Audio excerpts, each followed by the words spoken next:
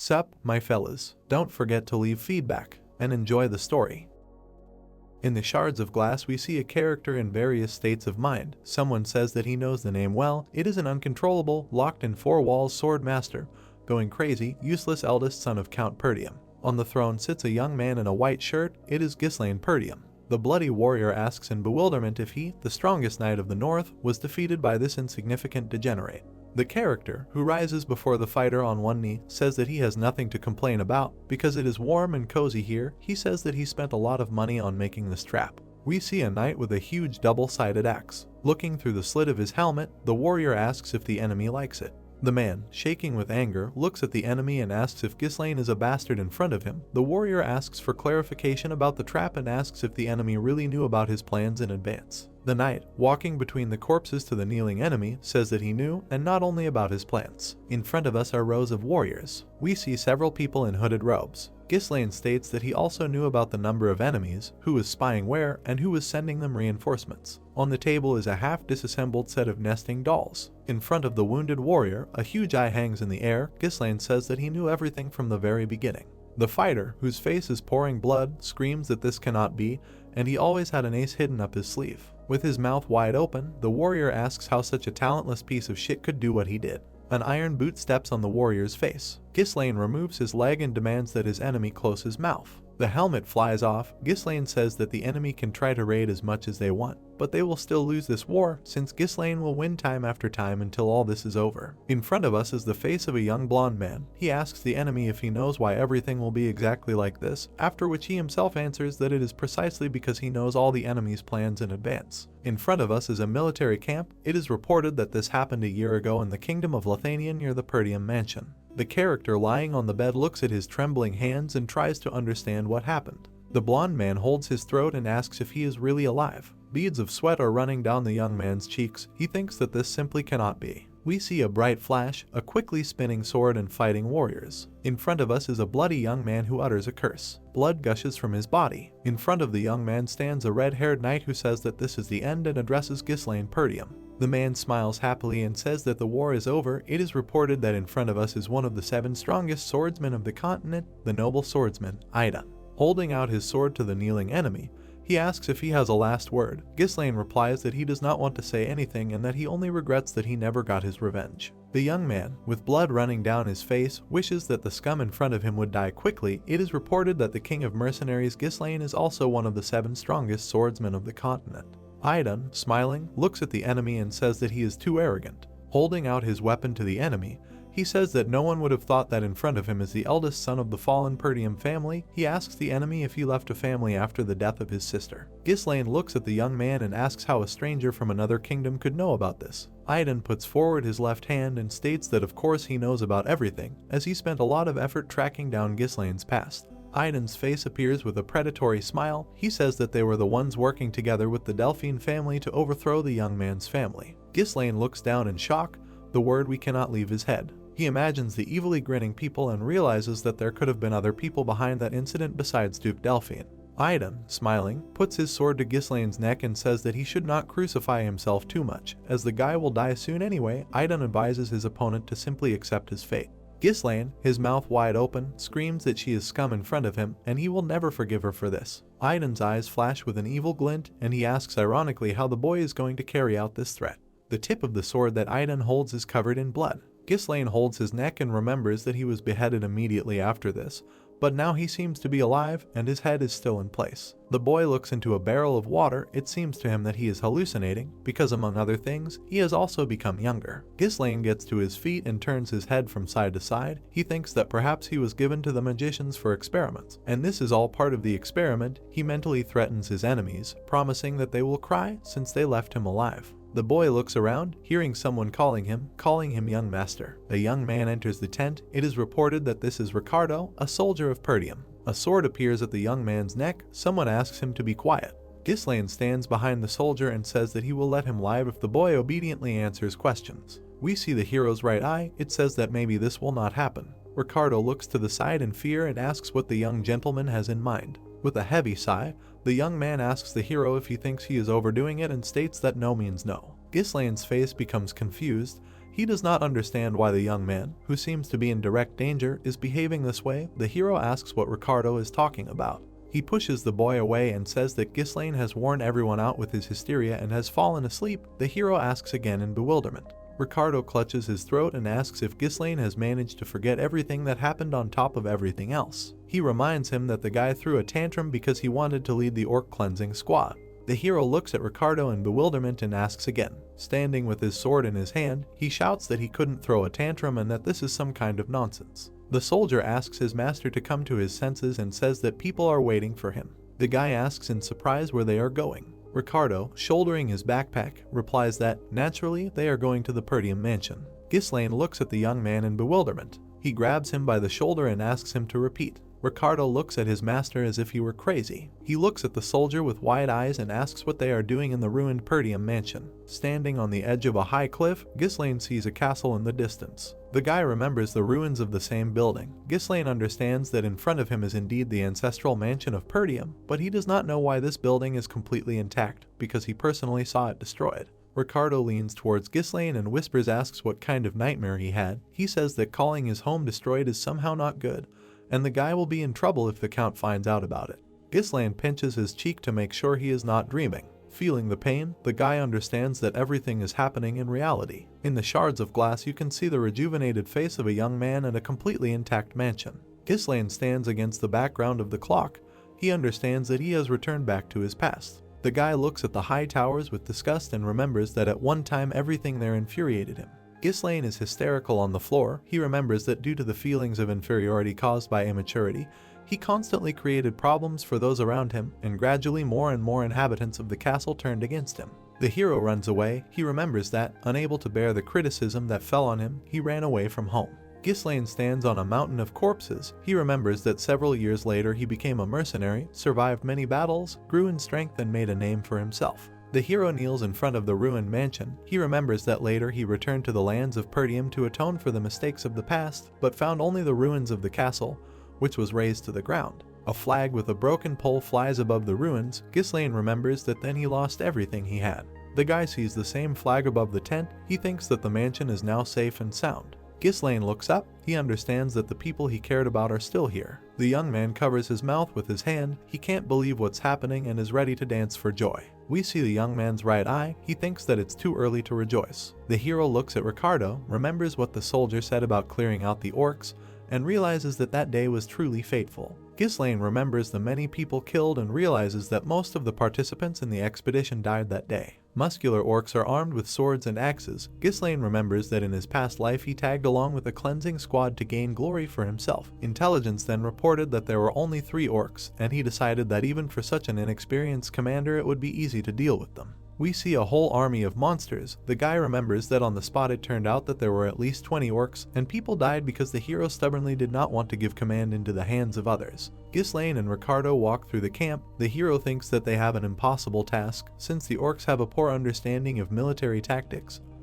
But the problem is that the fighters do not trust him, considering him an intolerable fool. A crumbling watchtower is visible above Ghislaine's head. It flies over him and falls to the ground. The soldiers look behind them in fear and shout that orcs have appeared. The armies of monsters and humans are meeting each other. Ghislaine looks at what is happening in bewilderment and tries to remember if the orcs attacked as suddenly as they did now. The monsters rush forward, scattering the people they meet along the way. We see a wide open mouth, the owner of which demands to hold their positions. He rushes forward and orders to take up defense and not to panic. It is reported that Skaven, the commander of the cleansing squad, is in front of us. He appears in front of the orc and parries his attack. The gray-haired warrior looks away from himself in fury and thinks that the squad has lost its vigilance. The sudden attack has thrown it off track, and there are many more orcs than previously thought. The man understands that at this rate they will quickly be defeated. Skaven looks in the direction from which he was just called. The same voice warns that the danger is behind. A huge red orc grows behind the commander. Someone pushes off the ground and flies towards the squad leader who is in danger. Someone's hand falls on Skaven's shoulder. Ghislaine throws the old fighter aside, who looks at the young man in bewilderment. The hero prepares to parry the blow of the axe descending on him. The guy's sword crashes into the orc's hand, which is holding a huge weapon. With one powerful blow, the hero cuts off the monster's right limb. Skaven, with his mouth open, looks at what is happening. The ordinary fighters are also shocked. The huge orc roars deafeningly from unbearable pain. He falls to the ground in front of the hero. Ghislaine spins his sword, cursing. He notices that mana, it seems, is not yet available to him. The young man also regrets that he did not return a little earlier. Ghislaine approaches Skaven and asks if he is the commander. The guy stretches out his hand and asks to give him something. Skaven, looking at the young man with fear, asks what exactly he wants to get. Ghislaine looks at the old warrior decisively and clarifies that he wants the right to command. Ghislaine extends his hand to the old warrior and offers to give him command. Skaven looks at the guy angrily and thinks that he always considered the young man an idiot. But now he seems to have gone completely crazy if he demands to be in charge when the lives of soldiers are at stake. Turning away from the guy, Skaven says that he cannot do this. The guy asks again in surprise. Skaven moves away from the hero, irritatedly declaring that they are not playing games here, and even if he is the son of the Lord, he cannot just take and give away the power that the Lord endowed him with. Ghislaine grinds his teeth in anger. What is happening begins to irritate him, but he understands that in the old man's place he would have done exactly the same. A huge orc approaches Ghislaine and Skaven. The old warrior steps forward and demands that the young man take cover, saying that he will take care of everything, as the boy is not experienced enough to lead the knights. Ghislaine swings his sword and says that it seems that he has no choice. The projectile that the hero threw flies past the old man's head. Skaven grabs the boy by the chest and angrily asks what he is doing. Beads of cold sweat roll down the commander's cheeks. Skaven notices something unexpected. A sword is sticking out of the orc's forehead. The monster rolls its eyes and wheezes. The huge orc falls to the ground. Skaven looks at the monster in bewilderment and does not understand how the boy could hit his most vulnerable spot.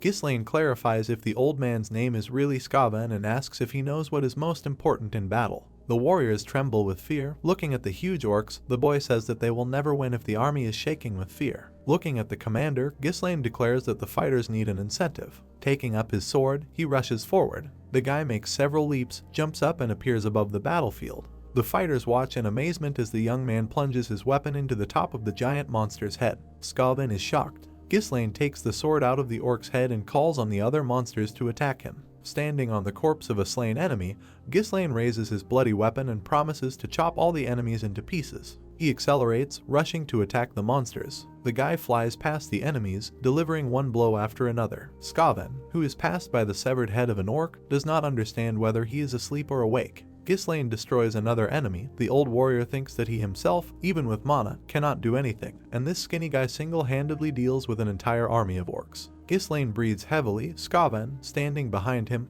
understands that the boy is already exhausted. The orc strikes, but misses. Skaven understands that the young man uses a minimum number of movements to dodge the attacks. The head flies off the monster. The old warrior sees that the young man only hits weak points. Ghislaine puts his weapon forward. Skaven sees that the boy acts like a sword master who is not able to use mana. The commander's eyes become round with amazement. He admits that in front of him is a real genius. Ghislaine, around whom traces of blows are visible, cheerfully asks the enemies if this is all they are capable of.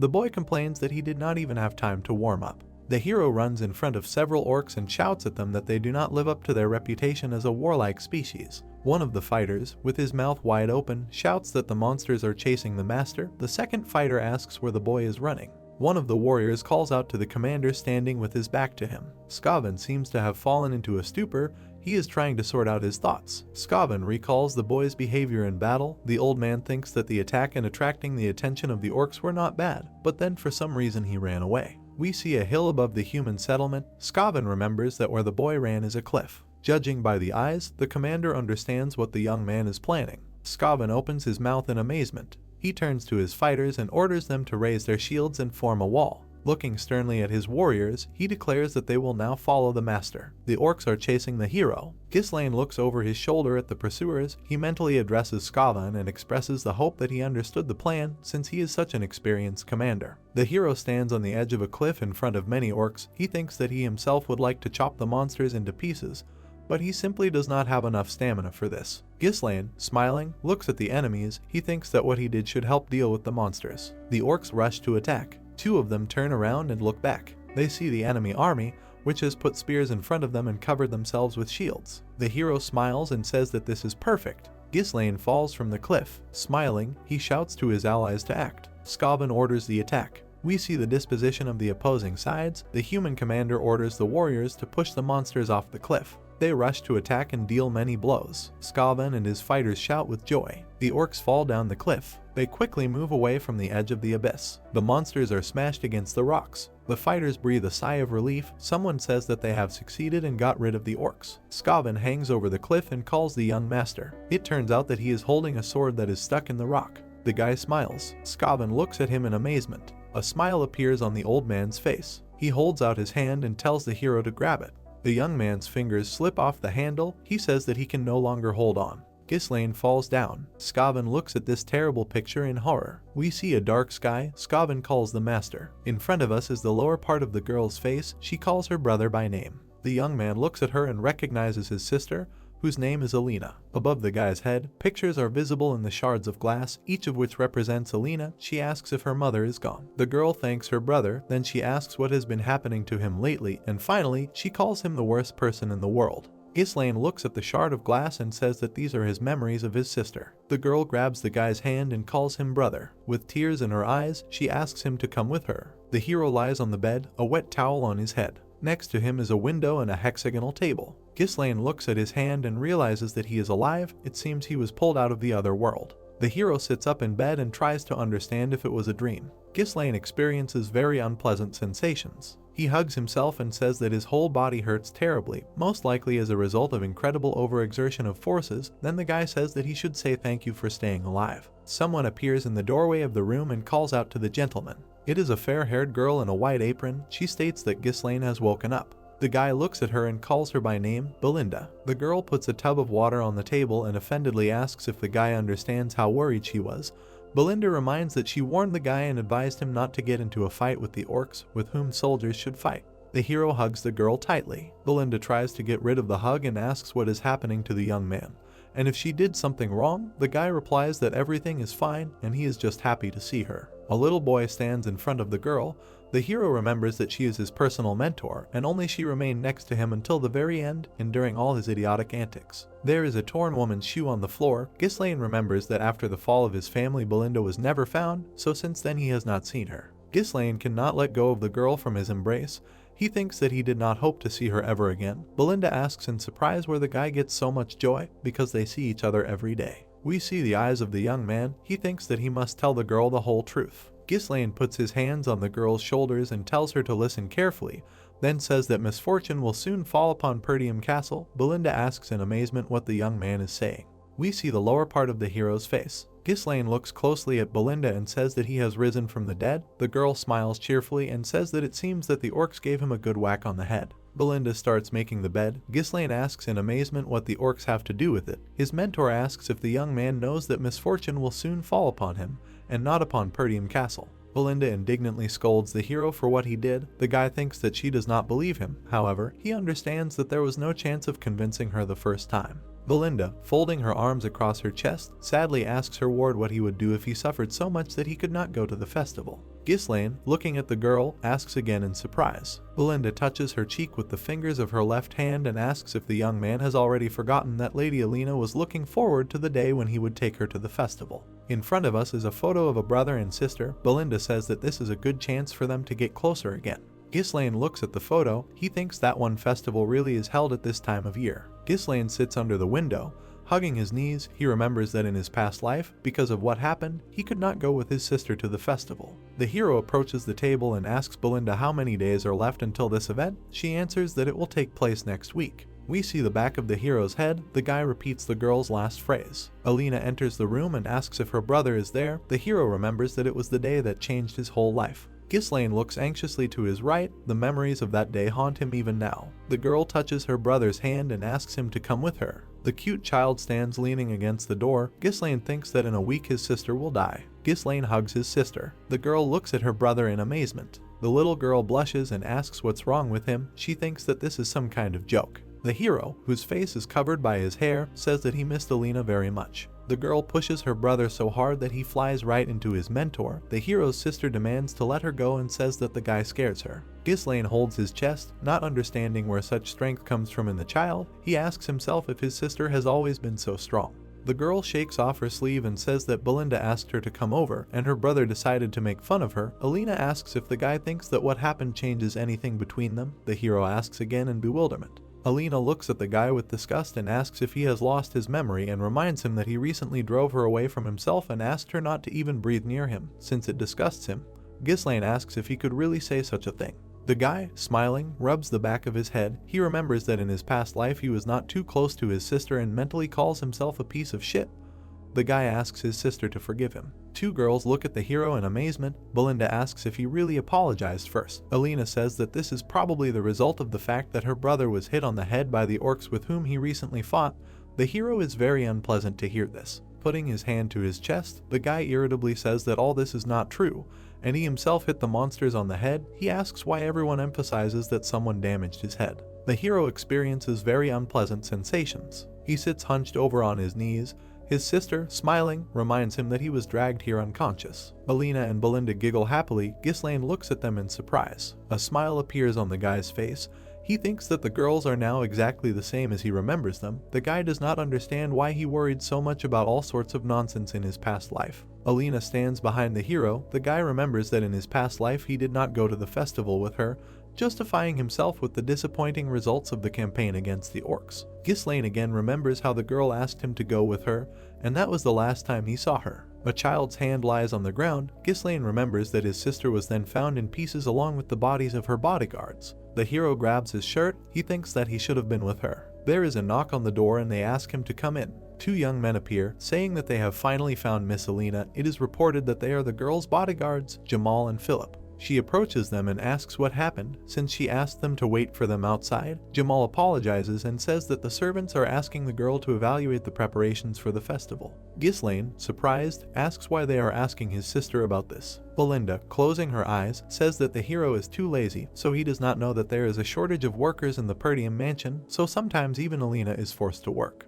The girl, waving her hand goodbye, says that it is time for her to leave and asks the guy to take care of himself. He mentally asks himself if there really is no one to work in the castle. The young man understands that in his past life all this really did not bother him, and that is why he does not know anything about it now. Standing next to his bed, the guy offers his help. Alina looks at him in surprise. The girls look shocked. Belinda asks if the guy really volunteered to help. Alina says that her brother definitely got hit on the head very well. In front of us is a market square. People look at someone in amazement. Ghislaine reminds him that he promised to help. Someone tells him that no one will want to work in the presence of the young man. Brother and sister fight with each other. The guy asks if everyone here really treats those who sincerely want to help like this. Alina shouts that her brother will help the most if he just does nothing and sits quietly to the side. The hero looks at his sister, who pushes his head away from her. He remembers that her body will be found near the slums quite far from the festival site. So it is possible that someone forcibly lured or dragged her there, and in order to prevent this, he needs to find all the entrances and exits from the castle. In front of us is the Pertium mansion. Someone approaches the brother and sister and calls out to Mr. Ghislaine. The hero looks at the approaching man in surprise and seems to recognize him. In front of him is a gray-haired knight who is very tired. The guy calls him Old Fergus, who thanks the gods that the young man is safe. The old man, trembling with tension, declares that the humble servant Fergus immediately ran to his master as soon as he heard the news from the squad that was cleaning up the orcs. Ghislaine asks if they can postpone this conversation. Alina approaches the old man and says that he came just in time. The girl says that her brother is behaving very strangely and needs to be put back to bed. Fergus says that he will do so. Ghislaine understands that the image of an idiot that he earned in his past life is bothering him again.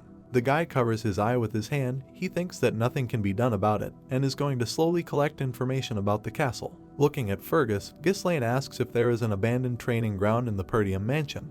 He asks to be taken there. The old man asks in amazement why this is necessary. The guy calmly says that of course he wants to train. Fergus looks at the young man in shock. We see a tall tower. The old man invites us to follow him. Ghislaine looks at something in surprise. In front of him is a round platform. The guy says in surprise that it is much better than he thought. Ghislaine passes by racks with weapons. He realizes that the equipment is perfect for his training and he has never seen anything like it in all his years of working as a mercenary. A rich assortment of swords, spears, and shields are displayed along the walls. Fergus says that they carefully monitored the equipment in case Ghislaine expressed a desire to somehow use it. The old man, smiling, states that he was sure that the difficulties that the young man is experiencing will sooner or later be resolved. The hero remembers how Fergus in his past life kept all the weapons clean. The boy is lost in thought, trying to understand if everything was like that back then.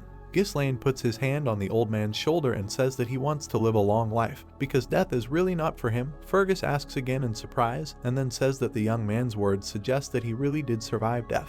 The hero, smiling, says that he, as always, gets to the root of the matter. The young man says that he died and then was reborn. Fergus asks the my lord to stop fooling around. Ghislaine moves away from the old man and says that he can go, and that he himself will now begin training. Fergus replies that he will wait outside. Ghislaine looks over his shoulder at the old man and remembers that he has always treated others rather hostilely. Before us are 3 characters with whom he has communicated recently. The hero thinks that he was simply blind. Ghislaine stands with his hands in his pockets. He understands that he has only a week left. A man stands in front of the family crest. The hero remembers that then they managed to find out that one of the neighboring lords was to blame for the death of his sister. The guy remembers the flag with the broken pole, and also that after that the Pertium family got involved in the war and lost it. Closing his eyes, Ghislaine thinks that the death of his sister was the starting point of the fall of his family. The hero resolutely looks ahead and thinks that therefore it is from this reference point that he must begin to act. The guy sits in the training room in the lotus position. He realizes that first he should take care of his body, although it is a shame that he does not have much time. Ghislaine slowly releases air from his mouth. He understands that first he must at least open the paths of mana. Blue dots are visible around the hero. It is reported that mana is a supernatural force that allows people to exceed their limits. Ghislaine sits in the exact same pose in the middle of the battlefield. He thinks that many people think that opening and accumulating mana in themselves is a difficult task, but he was able to do it even in the midst of battles. The young man holds his hands in a special way near his stomach. He thinks that he must feel the particles of mana floating in the air and concentrate them as if winding a thread on a spool. A blue glow appears around the hero. The guy thinks that for someone who has gone through tens of thousands of battles, creating a mana core is a common thing. Sweat rolls down the young man's face. The young man thinks that after all, it was not only this that allowed him to become one of the 7 strongest swordsmen on the continent. Ghislaine holds a book in his hands. He found it in a half-burnt state, and one very useful method was described in it. Terrible tension is visible on the hero's face.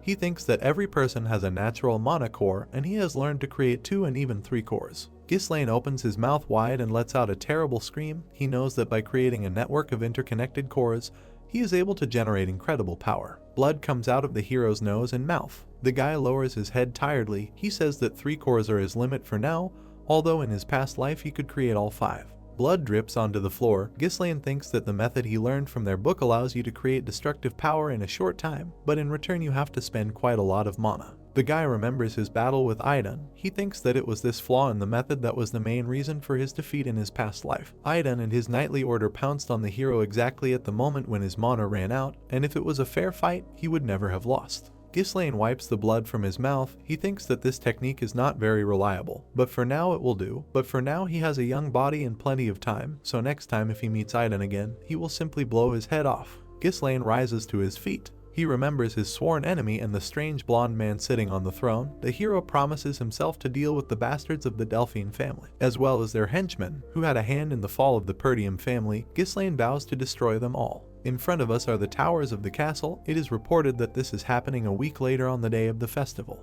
The hero fastens his belt. He adjusts the pouch on his side. The young man resolutely walks forward through the market square. Alina looks at him in amazement. The sister stands in front of her brother, arms folded, surprised that he actually came. The girl asks what's going on with him, since he's never attended such events. Ghislaine replies that he's obliged to attend celebrations sometimes, since he's a member of the Pertium clan. A smile appears on the sister's face. She says that her brother has been making progress lately. She was told that he hadn't left the training hall for the past week. Ghislaine rubs his head thoughtfully and asks what's unusual about the heir of the clan training hard. Alina says that the guy used to say the exact opposite. The hero, with disgust on his face, recalls how in his past life he said that his father irritates him and that he would like to become a lord without any ceremony. Alina turns away from her brother and smiles happily. She says that the changes that are happening to the young man only make her happy. The girl looks up and says that she has the feeling that the old Ghislaine has returned. The hero looks thoughtfully at his sister. Now he looks straight ahead, thinking about what he has realized over the last week, that his changes in behavior are changing both his present and his future. Belinda orders Philip and Jamal to make sure the young master does not do anything stupid. The bodyguards must do everything to avoid problems.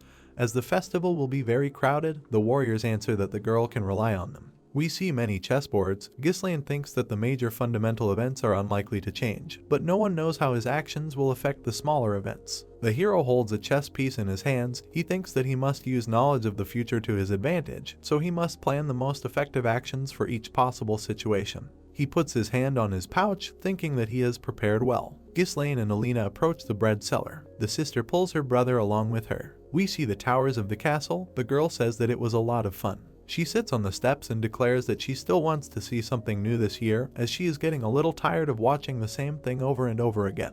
Ghislaine frowns to his left. He thinks that the festival is almost over, but nothing significant has happened. He tries to understand if it is because he spent the whole day next to his sister. The guy tenses up when he hears someone asking if the brother and sister have seen all the places at the fair. A man in knight's armor approaches the girl and declares that, according to his friend, a new entertainment has appeared not far from here. He offers to go with him and see. Alina asks again in surprise. Ghislaine watches as his sister is taken away. The girl expresses hope that it will be fun there. We see the hero's right eye. It seems he understands that his sister was killed by these two. Alina, smiling, follows Jamal and Philip. Ghislaine says that they have warm snakes on their chests. Alina sits on the shoulders of her bodyguards. Ghislaine thinks that Jamal and Philip enjoyed unlimited trust, since they protected the girl from birth, and in a past life after the death of his sister, the hero was told that they died protecting her. The hero looks menacingly at the scumbags and says that they were behind everything. The girl holds the hand of one of the bodyguards. Ghislaine says that his family has warm snakes on their chests. One of the bodyguards puts his hand forward and declares that they are here. In front of the young people is a completely empty square. The girl looks around in surprise and says that there is nothing here. She asks how one can have fun in such a wretched place. Jamal declares that it seems that they have not had time to prepare here yet.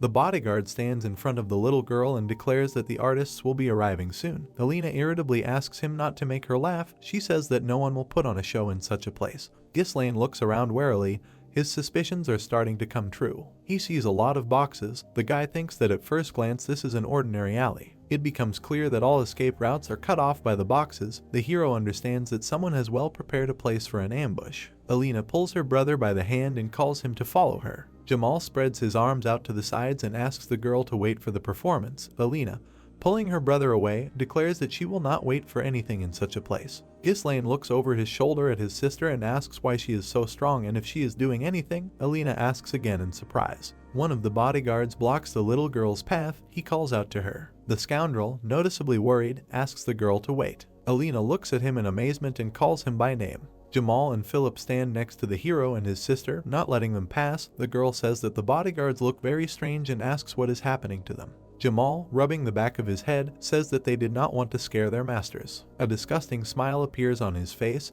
He says that they are just fulfilling one good order. Alina looks at the bastard in amazement and asks again. We see someone's leg. 3 men in long coats approach the conversation. One of them, in glasses and a hat, praises his accomplices for their clean work. It is reported that Frank is in front of us. Jamal approaches the suspicious people and says that, as agreed, they brought the young lady. Then he offers to complete the deal. Frank looks at the hero and asks if this is the eldest son of the Pertium family.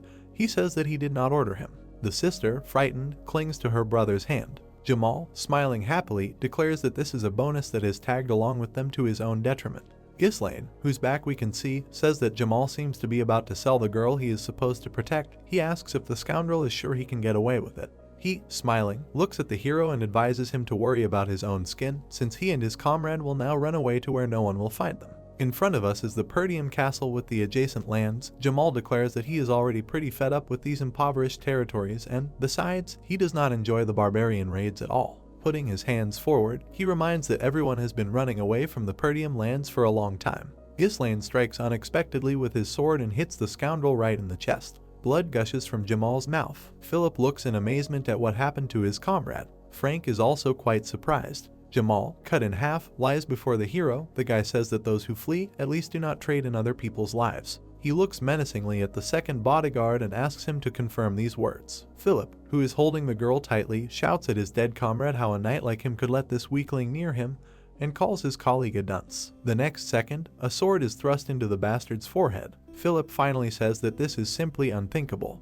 Alina clings to her brother. One of the villains standing behind Frank asks if their leader is sure that this is the eldest son of the Pertium family. The second states that, as far as he knows, this young man not only does not know how to fight, but has never even trained. Frank, looking at the guy through his glasses, says that, judging by his appearance, it was all Ghislaine. The bastard thinks that the bodyguards, of course, are to blame for being distracted, but in order to kill 2 knights so quickly, you need to have a certain skill. Frank remembers how the guy destroyed his sister's bodyguards. He understands that Mana was clearly invested in the young man's attack. Alina presses herself against her brother and asks him what's going on. Ghislaine is silent. The hero hits his sister on the neck with a sharp movement. He lowers her to the ground and tells her to rest a little. Frank thanks the guy for doing the work for them. Ghislaine looks at the enemies over his shoulder. The villains stand over the corpses of the bodyguards. Their leader says that they themselves were planning to get rid of Jamal and Philip. The man says that the young man is not at all what they say about him. Frank puts a pipe in his mouth and asks if the guy is hiding his true skills from everyone.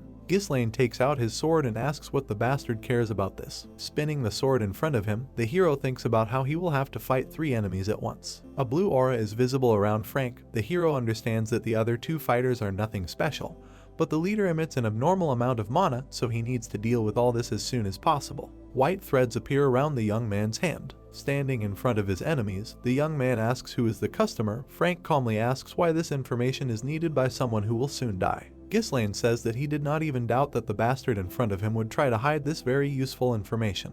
The guy puts his sword in front of him and promises Frank that he will force him to tell him everything he wants to know. One of Frank's henchmen takes out a weapon and asks his boss if he needs to twist the impudent guy's head off. The boss replies that the hero needs to be taken alive in order to break his arms and legs and make him go crazy from impotence. The bastard looks at the hero over his glasses and declares that in order to create a masterpiece, he needs to learn a lesson in pain. His henchmen make it clear that they will carry out the order and rush to attack. The hero's eyes emit a white glow. He throws a saber with a lit fuse at the enemies. The attacker, to whom this object flies, understands what it is. The saber explodes right in front of the bastard's face. The next second, the hero's sword plunges into his forehead. The second henchman tries to strike. He asks what kind of tricks are these. The hero protects his back with a sword. We see the young man's eye. The enemy looks at the guy in bewilderment, who makes a quick movement with his hand. Holding the enemy's sword under his armpit, Ghislaine pulls it out. The young man strikes and cuts off the villain's head. The hero senses danger coming from behind. Frank strikes and seems to hit the young man in the back.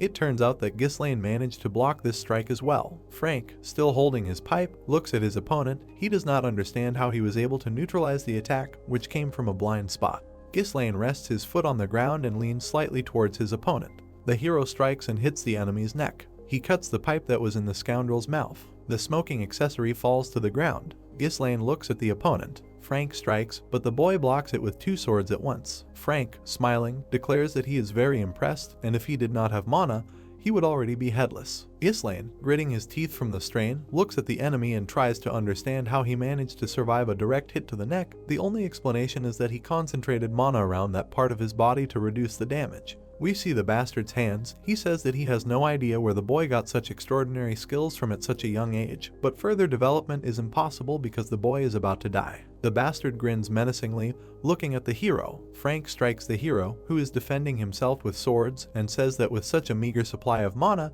he will not defeat him. Smiling from the width of his huge mouth, the bastard shouts that Ghislaine will die here. A smile appears on the hero's face. Frank notices it and begins to suspect something bad. Ghislaine deflects the blow, and his swords plunge into the ground. It looks like Frank has received a powerful blow to the head. The scoundrel jumps back. He adjusts his hat and states that with such a paltry amount of mana as his opponent, none of this will work. Blood is pouring out of Frank's mouth. He drops to one knee and spits out the blood that has accumulated in his mouth. The bastard is shaking all over. He cannot understand what happened. Because Ghislaine did not hit that hard, the bastard does not understand how he was able to break through his enchantment with such a low level of mana. Ghislaine approaches the villain and says that he never even thought that there was a real conspiracy behind Alina's death. Continuing to approach the enemy with a sword in his hand, he asks if this is his doing.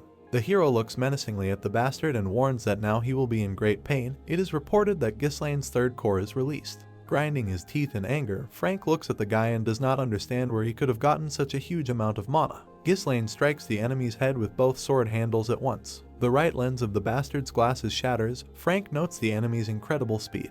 The hero delivers multiple blows. His enemy tries to defend himself. The guy raises his sword for another blow. Frank blocks the blow, holding his weapon in front of him. The bastard's hands are shaking from the strain. He thinks that this is simply impossible. He does not feel his limbs, doing nothing else but holding the block. We see that the bastard's sword has cracked. Frank thinks that it does not matter how much mana is embedded in a person, its effect is always limited. The battle continues. Frank thinks that he has never seen a way in his life that would release mana in such powerful streams. The same hero is seen above his head, but in a past life, Frank gets the feeling that he is a completely different person. The bastard's sword shatters into pieces after another blow. Frank leans back, raising both hands. Blood gushes from his chest. Gritting his teeth in anger, Ghislaine raises his weapon for another blow. The guy thrusts his weapon into the opponent's chest. He opens his mouth wide and screams loudly in pain. The guy hits the bastard with his hand on the chin. Ghislaine pins the scoundrel to the wall and offers to continue the conversation. Having thrust the sword into the bastard's stomach, the young man asks who ordered him to do this. A small throwing knife appears in Frank's hand. The bastard thinks that he will not give up so easily. He looks at Alina lying nearby and thinks that he will take her with him to the grave. Frank swings his arm to throw the miniature weapon.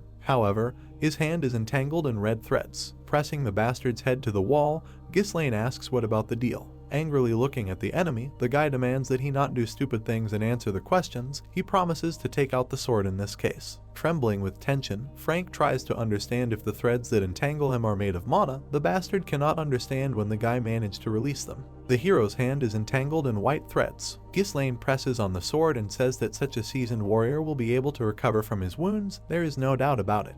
The young man looks menacingly at the bastard and declares that if he destroys the mana core, everything will be over. The bastard asks again, his mouth slightly open. A light disc is visible around the hero's sword. Frank looks down in amazement, where powerful discharges are sparkling near his stomach. The core cracks. Frank understands that his mana is dissipating. The bastard looks at the hero and shouts that he has gone crazy. He warns that one wrong move and the mana that escapes will blow everything to hell. He asks the guy if he is really going to die. Ghislaine replies that this can only happen to amateurs. Calmly looking at the enemy, Ghislaine says that he will cope in any case. Frank looks at his opponent in amazement and understands that he is not bluffing. A skull is visible in the young man's eyes. Frank understands that he is about to die. The bastard opens his mouth wide and screams that Count Desmond is behind all of this. Ghislaine continues to press the bastard's head against the wall, who screams hysterically that it was this man who ordered the murder of the boy's sister. Count Desmond said that he needed a precedent that would ignite a war between the houses of Pertium and Degard. Ghislaine, looking sternly at the enemy, thinks that it means Desmond is behind all of this. We see a group of people in robes and hoods. Ghislaine remembers that in his past life all the dirty work was dumped on the families allied with the Duke. He mentally asks Duke Delphine how dare he conduct this concert from behind the scenes. Pressing on the bastard's neck, Ghislaine asks if this is why they needed his sister's death. Frank says that this is exactly why. The young man presses hard on the sword. Frank, with his mouth wide open, asks what the hero is doing. Since he promised not to kill him, the bastard starts coughing. Ghislaine, smiling, looks at the enemy and asks why he is so surprised, since he himself has killed many people, and when it was his turn to die, he simply shit his pants. Ghislaine watches his enemy's death throes. Gritting his teeth in anger, Frank declares that his death will not change anything, since the issue with the guard has been successfully resolved. The bastard asks if the guy really expects people to believe him, since they consider the young man a completely worthless person. The hero puts his hand on the bastard's face, who manages to say that soon the Pertium house will also be drawn into the war. Continuing to cover the enemy's vile face with his hand, Ghislaine asks him for permission to explain something. Resolutely looking into the bastard's eyes, Ghislaine says that he was reborn after death, and this time everything will be different. He plunges his sword to the hilt. Frank screams hysterically. A cloud of energy is visible above the city buildings. A powerful flash occurs above the hero's head. Corpses are lying on the ground. The guy is breathing heavily. One of his sister's bodyguards lies with his mouth wide open. Ghislaine turns his head. He looks at his sister lying on the ground. The sword falls point down to the ground. Ghislaine, sighing heavily, raises his head. Blood is coming out of his mouth. The hero falls to the ground. The guy wipes his mouth with his hand. He curses and says that wasting 3 cores was not a problem when he was the king of mercenaries. The young man promises himself that he will not give up. Ghislaine pays attention to the wooden door. He kicks it down and finds himself in a room where 2 corpses are lying in white bags. Holding his stomach, Ghislaine examines the corpses. He says that in his past life not only his sister's body was found here, but also another corpse. Remembering the words spoken by Frank, the hero guesses who lies here. A man stands in front of the family coat of arms. Ghislaine sees the face of the dead man and understands that this is Degard's son. The hero squats next to the white bags. He remembers that the guy was killed along with all the escort knights. The young man understands that this is how the attackers forced everyone to remain silent and expose the victims as the girl's killers. The guy again remembers the flag fluttering over the battlefield. He understands that as soon as everyone finds out about this, the war will begin, so Ghislaine decides to get rid of the evidence. The hero takes a saber out of his pouch. Having thrown his sister onto his shoulders, he leaves the burning building. The young man thinks that he will not let the attackers' plans come true. A man in a dark robe watches him from a branch of a tall tree. It seems that this character is dissolving into thin air. Those sitting at the round table are interrogating him. Someone says that it was a complete failure, since not only Frank died on the mission, but also the best knights, and they did not manage to eliminate even one girl. The defendant is asked whether he was tense at all or relaxed a lot, anticipating a very easy job. He is on one knee and tries to justify himself by saying that he had to face Ghislaine Pertium. The villain looks angrily from under his hood. One of the accusers clenches his fists and asks if this is really the same useless cretin. The face of this character is difficult to see since it is hidden in the shadows. He states that everyone has long known that Ghislaine is an absolute nonentity, and the defendant cites his presence as some kind of argument.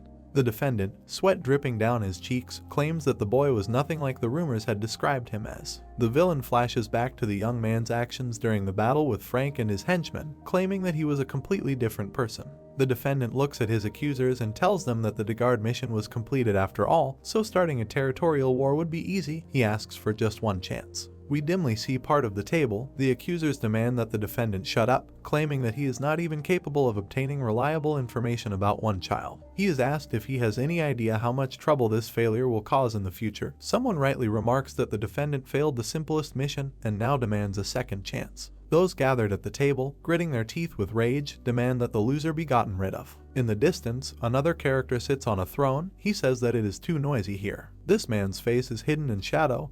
He asks the defendant what kind of chance he needs. The villain angrily declares that he will get rid of Ghislaine Pertium. He is asked how he plans to do this. He replies that it will be a one-on-one fight. The defendant, glaring from under his hood, says that he has one trump card. We see two accusers. One of them asks to clarify what is being discussed. In front of us is a muscular warrior and fragments of flying swords. The defendant says that this man is called Cain Lages. He is famous for his power moves with a sword and is a true embodiment of strength. Despite his young age, the villain says that he is sure that in all the North there is no one equal to this man in strength. He states that, on top of that, Cain is Ghislaine's cousin, so it won't be hard to pit them against each other. The men sitting at the table silently consider the defendant's words. The leader, whose face is hidden in shadow, states that if the defendant fails again, he will not have another chance. We see the man's yellow eye. The defendant shouts loudly that he will not fail his master. In front of us are massive stone buildings, reported to be the training hall of the Pertium mansion. Fergus stands at the door and apologizes to the young gentleman. He tells him that it is time for dinner. We see bright white traces in the air. Fergus looks in amazement at the sword, which suddenly appeared next to him.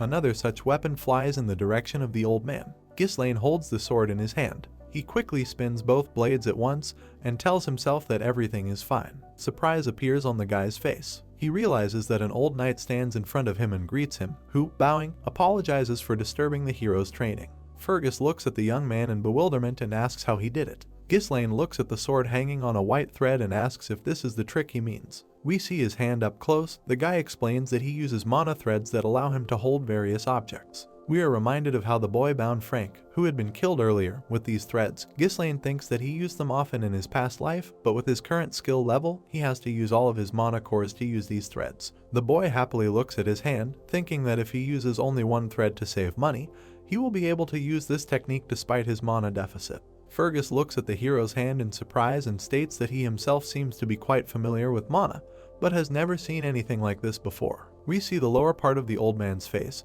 He thinks that until recently Ghislaine was unable to use mana at all, and it is completely unclear when this guy managed to come up with such incredible ways to use it. We see the walls of the training hall. Ghislaine asks what Fergus wanted. He replies that he needs to give the boy something.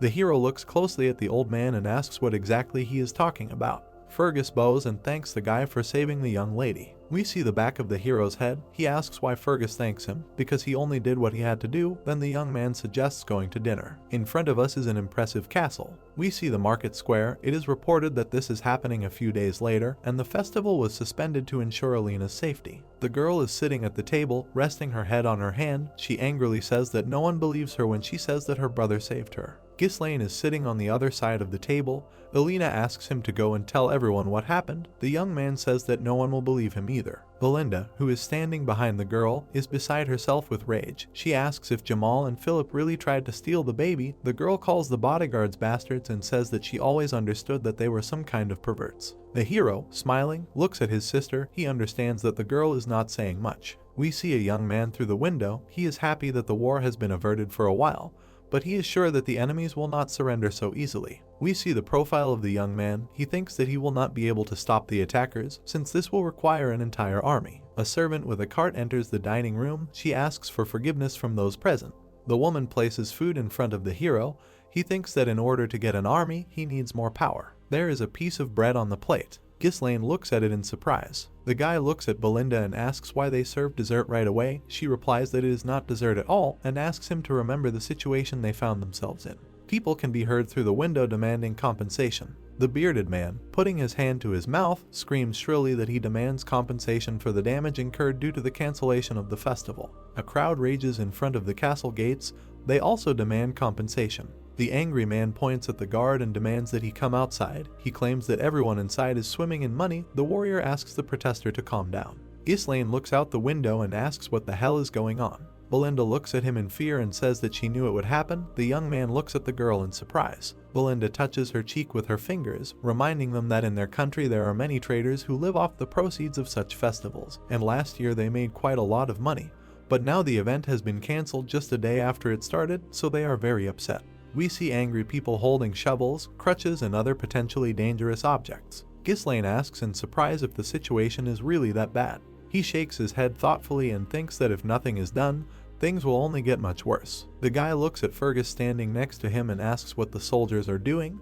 Then he tells the old man to order this crowd to be pacified. Fergus, squinting, replies that there are no soldiers yet. Ghislaine asks again in surprise. The old man replies that most of the army was sent to clear the forest of monsters that appeared there due to the increased raids of orcs. We see a battle scene. Ghislaine cannot believe that all the soldiers were sent there. The map of the area shows the forest of monsters, Pertium Castle, and the northern fortress. Ghislaine remembers that the lands of Pertium are mired in wars due to raids by barbarians from the north, and on the other side they have a forest teeming with monsters that can attack at any moment. The guy frowns at the fact that his family has neither soldiers nor money, and their lands are in complete disarray. He puts his arm around Belinda's shoulder and takes her aside, saying that they need to talk. Ghislaine, frowning at the agitated girl, asks if she is in charge of his money, then orders him to use the funds to calm the merchants. Belinda, surprised, tells him that there is no money. Ghislaine turns his head to the girl and asks why this happened. She reminds him that the count ordered that no money should be given to the young man, because he thoughtlessly spends it on all sorts of nonsense.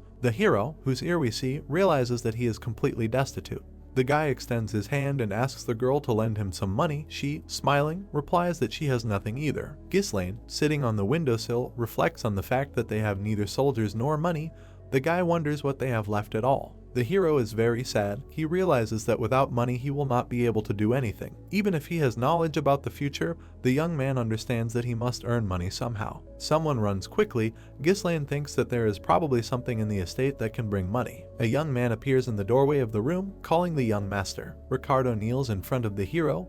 He asks what is the matter and why such a hurry. The young man opens his mouth wide and shouts that they have a huge problem, because Mr. Cain wants to see the guy. Ghislaine repeats the name he just heard in surprise. Skaven, who has a huge bruise under his eye, is breathing heavily. He receives a powerful blow to the left cheek. In front of us is a clenched fist. Someone continues to beat the old warrior. Blood spurts from Skaven's mouth. Ghislaine appears in the doorway, who sees the old man flying onto his back. Skaven, whose head is lying on the floor, notices the hero. The young man looks at what is happening before his eyes in surprise. In front of us is the hero's right eye. Someone says that he has finally seen it. Ghislaine sees a pumped-up torso in front of him. Its owner looks mockingly at the young man and greets him. Ghislaine frowns at his cousin. Next to him stands an unpleasant-looking accomplice. The hero thinks that he remembers the disgusting face of his relative very well. Two flags are visible above Cain's head.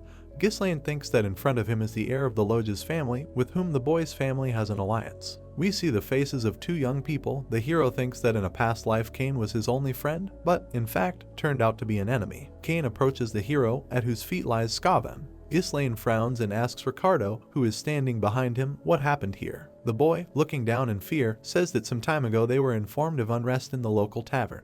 Ricardo and Skaven approach Cain, who is sitting on a chair. The young warrior says that when they arrived there, they found Cain accompanied by knights, and this man began to ask if the rumors about the young master Ghislaine were true. Cain empties his mug. Ricardo says that Skaven began to tell in detail about what happened. Cain grabs the old man by the chin. He looks into the eyes of the experienced warrior and asks how he dares to lie so brazenly to the face of the heir of the Lodge's family. Ricardo, looking down, explains that all this later led to what the young man sees now. Cain, looking at Ricardo insolently, demands that he tell the whole truth if he started talking. The hero's cousin states that the old man claimed that Ghislaine, who never really trained, defeated the orcs and then tracked down the traitors. Before us is a badly beaten old man. Cain says that he decided to use force to return Skaven to the last of his sanity. Looming over the hero, the bully states that none of this would have happened if the guy hadn't spread lies. Ghislaine glares at his cousin. We see the right side of the hero's face. He remembers that Cain was exactly like that and always treated him like his lackey. Cain downs another mug and holds the hero by the hair. Ghislaine remembers that whenever this man visited the Pertium family's estate, he behaved in the most shameful manner, and even when he went too far, no one reproached him for anything. The guy frowns at his cousin. He remembers that no one could look down on him. The guy stands sadly behind the muscular brute. Ghislaine remembers that in his past life he suffered from an inferiority complex and did not contradict his relative, perceiving Cain's confidence and arrogance as traits befitting an heir, and because of this, those around him criticize the guy even more. A smile appears on the hero's face. Cain looks at him in bewilderment. The scoundrel's gaze is arrogant. He notices the oddities in the hero's behavior, whom he considers a worthless brat. Cain is used to the fact that Ghislaine panics even after a small provocation. In front of us is a house with a blue roof. It is reported that the action takes place in the Lodge's estate shortly before the current events. Cain looks closely at someone and asks in surprise if he really should kill Ghislaine. A man in a robe stands in front of him. He says that if the guy succeeds, then one honorable person will provide significant support to the Lodge's family. Cain, smiling, says that it is not a particularly difficult task. It is just that Ghislaine is also the heir to his lands, and simply killing him is hardly possible. The man in the dark cloak says that Cain should provoke the hero into a duel, and then pretend that an accident occurred. From the outside it will look like a typical quarrel of heirs. He promises to go with the young man under the guise of an escort knight and provide support if something goes wrong. The man in the hood says that this is a great opportunity for Cain. The hero's cousin, whose back of his head we see, says that he could not even imagine that he would be ordered to kill a relative. The guy warms up his huge hands and says that they can start this business right now. Thoughtfulness appears on the face of the brute. He tries to understand why someone wants to get rid of Ghislaine. He suggests that this is due to the fact that someone noticed some changes in the guy. The brute smiles. He asks Ghislaine what he is doing. The hero looks at his cousin, puzzled. Cain, sitting on the steps of a ransacked tavern, asks the young man why he is standing still. Cain declares that he wants what is owed to him. Ghislaine asks again, puzzled. Smiling, Cain looks at his cousin and says that his family ended the festival early, so he suggests livening things up and having a good time. The bully reminds that they have the same ideas about fun. We see the left eye of this man. He asks the hero what he thinks about this. Ghislaine stands with his hands in his pockets. Looking at the bully, the guy asks if this is what he is talking about. The young man remembers that Cain, when coming to the Pertium domain, always demanded women and booze. The cousins look at each other. Ghislaine turns away with a heavy sigh, remembering that in his past life he danced to the tune of this bastard because he did not want to be beaten. But now everything is different, and he is not going to spend his money on him. The young man remembers how Belinda reminded him that his father ordered not to give him money because he thoughtlessly spends it on all sorts of nonsense. We see the face of the young man. The guy smiles. He thinks that the source of income has always been here. His cousin is reflected in the eyes of the young man. Ghislaine stands in front of his relative, who calls him. Sitting on the steps, Cain tells the guy that if he understood what is being discussed, he should quickly drag everything here. Because he is waiting impatiently, Ghislaine promises that he will deliver everything right now. Cain looks closely at his cousin. He decisively declares that he will do this only after Cain pays the bills. The bastard accompanying the brute looks at the hero sullenly. Cain asks discontentedly what bills are they talking about. Ghislaine, smiling, puts forward his right hand and says that he has been living in luxury at his expense all this time, and now it is time to pay, including the interest. The hero says that his relative owes 1,000 gold. He asks again in bewilderment and says that the guy probably spent no more than 100 on all this. Looking discontentedly at his cousin, Cain says that in fact he treated a friend, so he can consider this a friendly favor. Ghislaine, whose shoulder we can see, says that it is quite difficult to talk about friendship with Cain, who constantly wipes his feet on him. Looking intently at his cousin, Ghislaine demands that he pay. He threatens to simply beat the debt out of him otherwise and says that he is in dire need of money now. A threatening silence reigns in the tavern. Ricardo looks at the boy and mentally asks his master what he is doing. Someone's foot falls to the floor. Cain towers over the hero. He says that he has always been kind to the boy and asks if that is why he decided that he can be impudent with impunity. Cain looks menacingly into the eyes of the boy and says that he seems to truly believe that he has become stronger because he spread a few false rumors about his victories. The brute declares that before him is nothing more than a plague that has infected these lands. He reminds that all the people of the north consider Ghislaine a piece of shit since he is a completely useless heir, suffering from all sorts of nonsense. The brute clenches his fist. He raises his left hand to strike and says that now he will beat the face of his cousin. The hero's eyes are covered by hair. Cain throws a punch, but the boy dodges. Ricardo and the bastard accompanying Cain look at what is happening in surprise. Cain lands a couple of blows, but misses again. The hero, in turn, hits the thug in the stomach. Blood drips from Cain's mouth. Ghislaine strikes with his elbow. Cain blocks another blow from the hero. He looks at his opponent in bewilderment. Cain falls to his knees in front of the guy and lets out a loud scream. The bastard accompanying the hero's cousin rushes to him and asks what happened to the master. Ghislaine calmly looks at Cain and demands that he get up. He says that his cousin managed to block the blow, so he should not pretend. The man in the hood, grinning viciously, demands that the hero step aside and asks what he is doing. The tavern patrons look at what is happening in bewilderment. Someone asks if Ghislaine was able to beat Cain and wonders if anyone saw how it happened. The hero looks thoughtfully to his right. He smiles. It seems the guy understood what his cousin was planning. Cain, smiling, looks at his accomplice and whispers to him if he pretended well. The scoundrel, grinning, answers that everything was played out perfectly.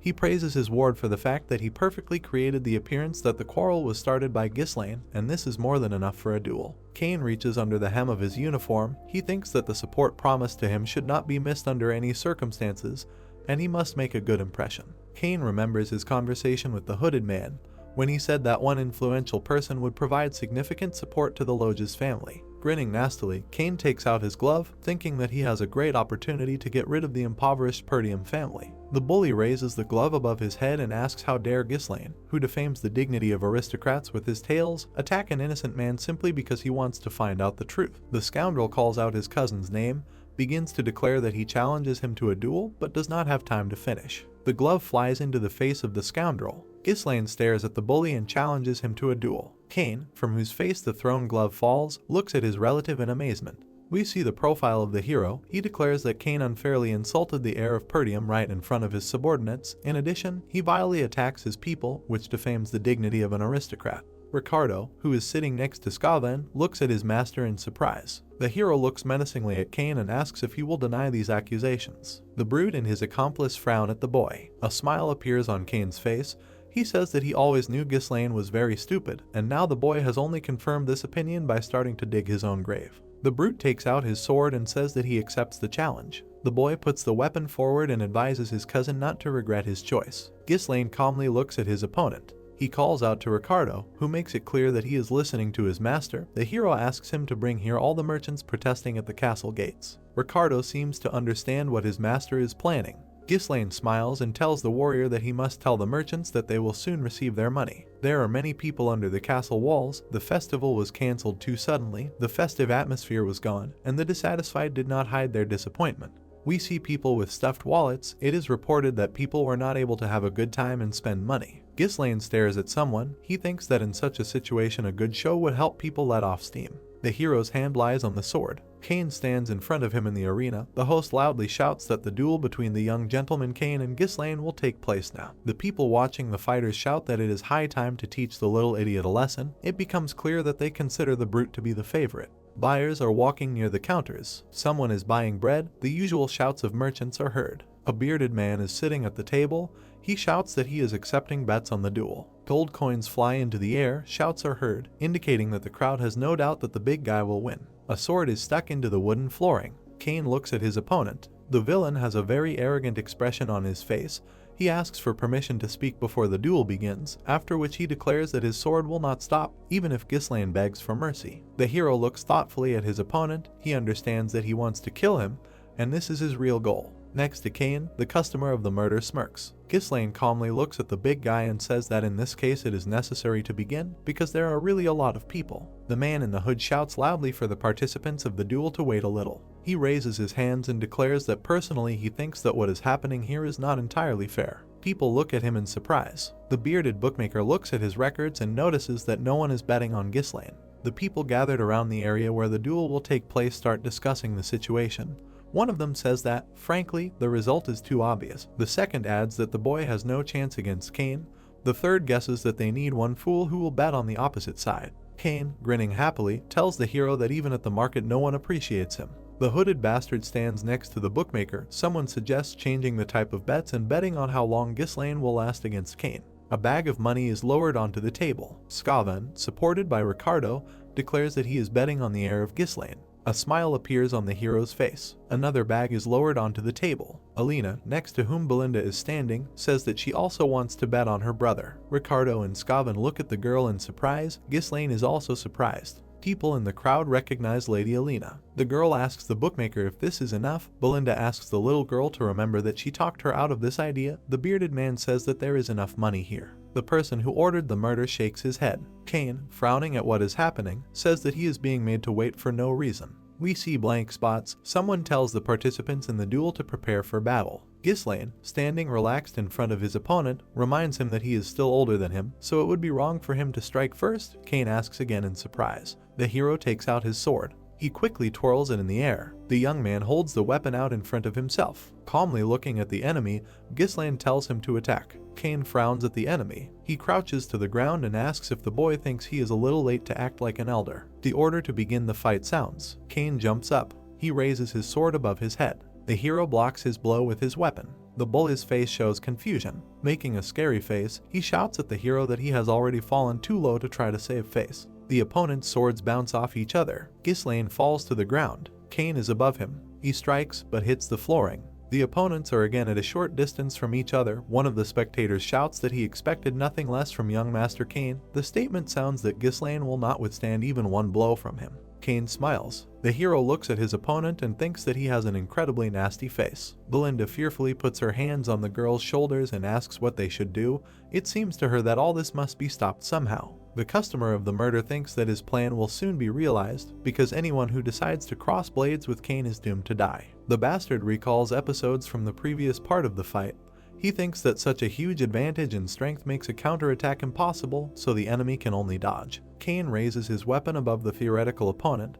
The bastard thinks that as soon as the enemy gets exhausted from endless dodging and opens up, he will meet his end. The bully delivers one blow after another. Ghislaine successfully dodges. The customer of the murder knows that Cain always defeated his opponents in exactly this scenario. The hero's cousin looks at his relative. He says that he has always been nimble, and now he has improved his fighting skills. We see the scoundrel's hands and a spinning sword. Now Cain holds the weapon by the blade. He delivers another blow, declaring that he understands the enemy's evasiveness, since he always managed to escape from danger. Cain, holding the sword with both hands, prepares to strike with it again. Ghislaine puts his elbow forward. From the blow, he flies high above the enemy. The audience looks up in amazement. Ricardo loudly calls his master. The customer smiles. He thinks that the end has come for the hero. Ghislaine falls head first. Someone wishes him death. Cain, who is under the falling youth, holds his sword by the blade. We see the hero's leg. He says that until now he treated the enemy leniently, but now he has crossed the line. The guy lands on the arena. He rushes to attack the enemy. Surprise appears on Cain's face. Ghislaine falls to the ground next to his enemy. Cain looks at the hero with anger. Excitement appears on the face of the customer. He realizes that the youth seems to have regained his balance, concentrating mana in his legs. The youth's face is covered by hair.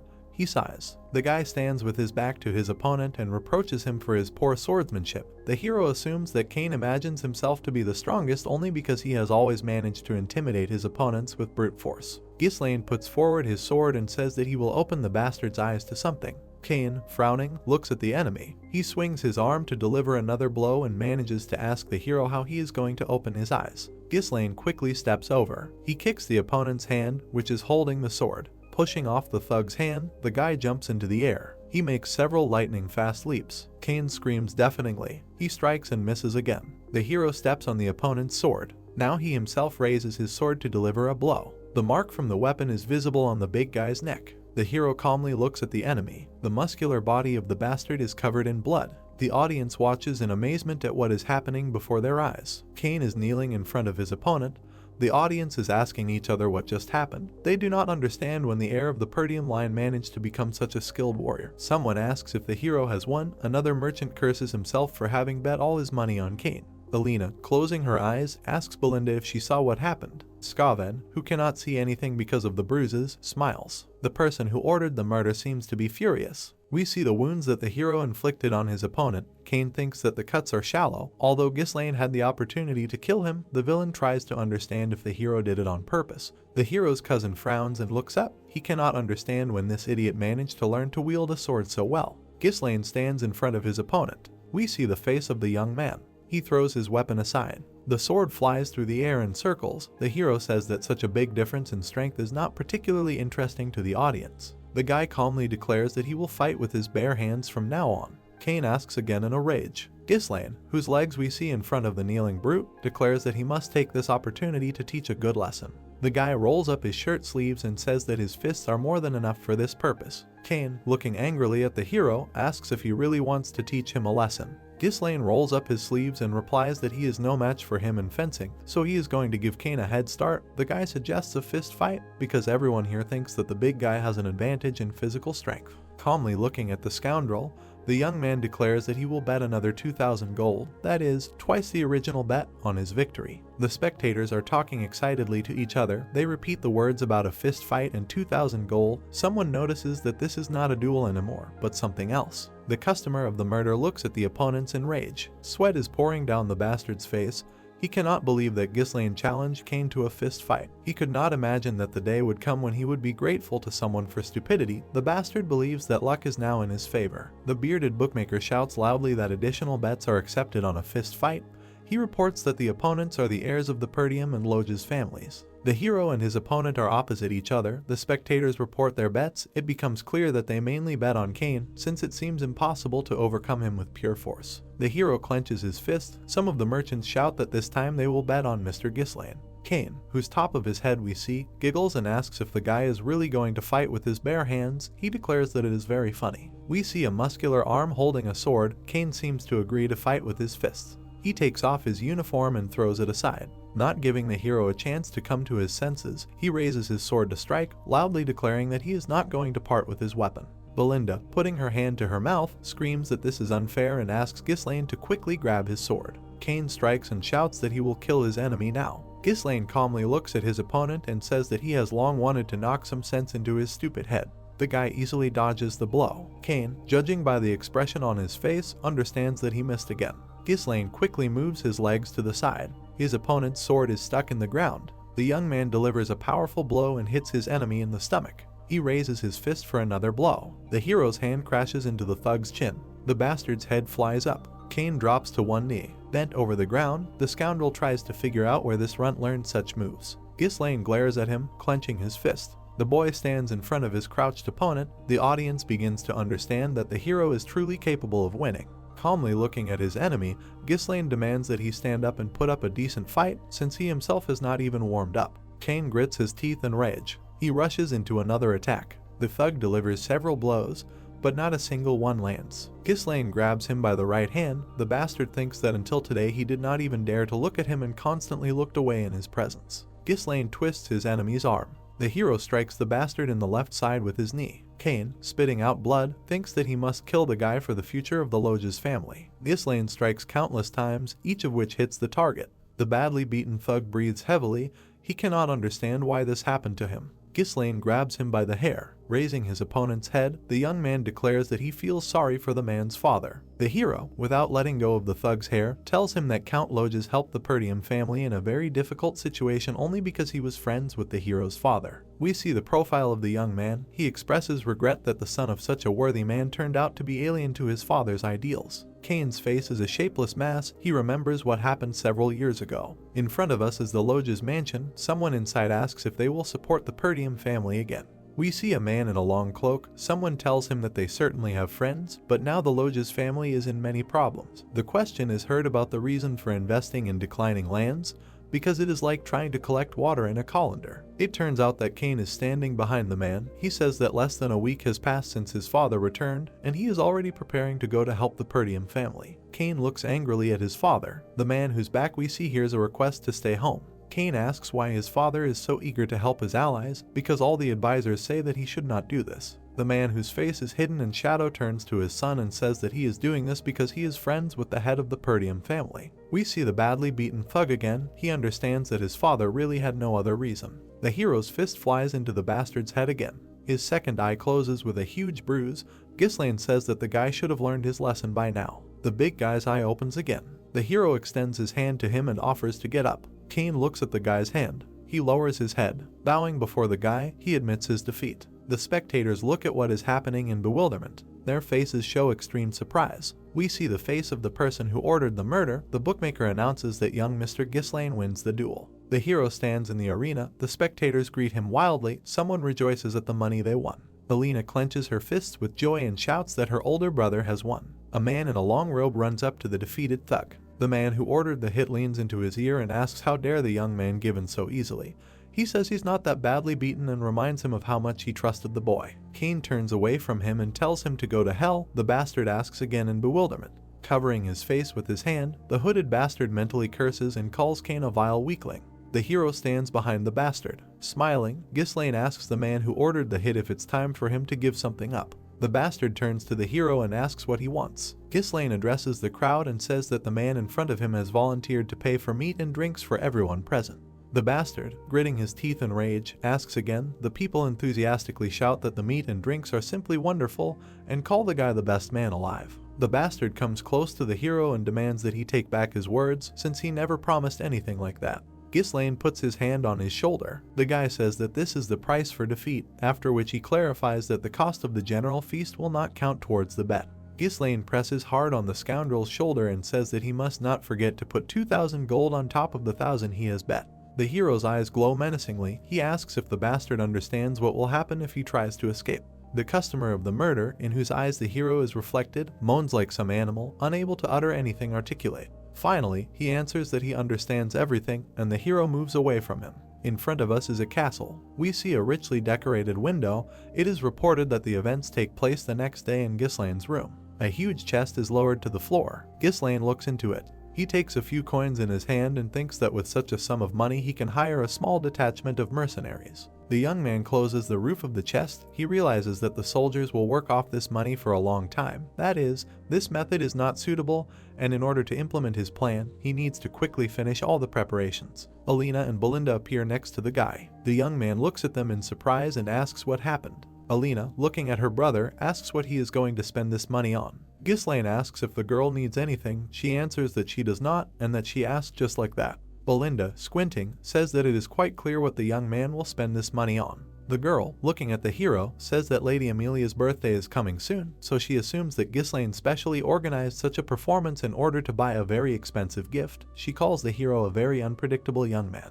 We see the back of the boy's head. His sister looks at her brother with disgust, unable to believe that he did all this just to please his fiancée. Ghislaine is extremely surprised. He asks himself where he got his fiancée from. Ghislaine, sitting in front of the chest, asks in bewilderment if he really has a fiancée. Belinda looks at the boy with condemnation and asks how shameless he is. However, she admits that the boy is pretending to have forgotten. Alina says discontentedly that this is Amelia, the daughter of Count Rayfold. The hero is immersed in deep thought. In front of us is a huge spider with a red back. Ghislaine understands that we are talking about that very woman, Amelia Rayfold. The bitten apple is reflected in the mirror. The hero thinks that she is considered the noblest of aristocrats, and the people love her for her kind nature and actions that are not typical for people of her position. But in the future she will lead a rebellion and become famous as the Witch of the North, and she also helped Duke Delphine overthrow the Pertium family. We see the left eye of the young man. He thinks that this woman is a traitor. The hero smiles faintly. Ghislaine looks at Belinda and asks her when her father will return. She answers that in about a week.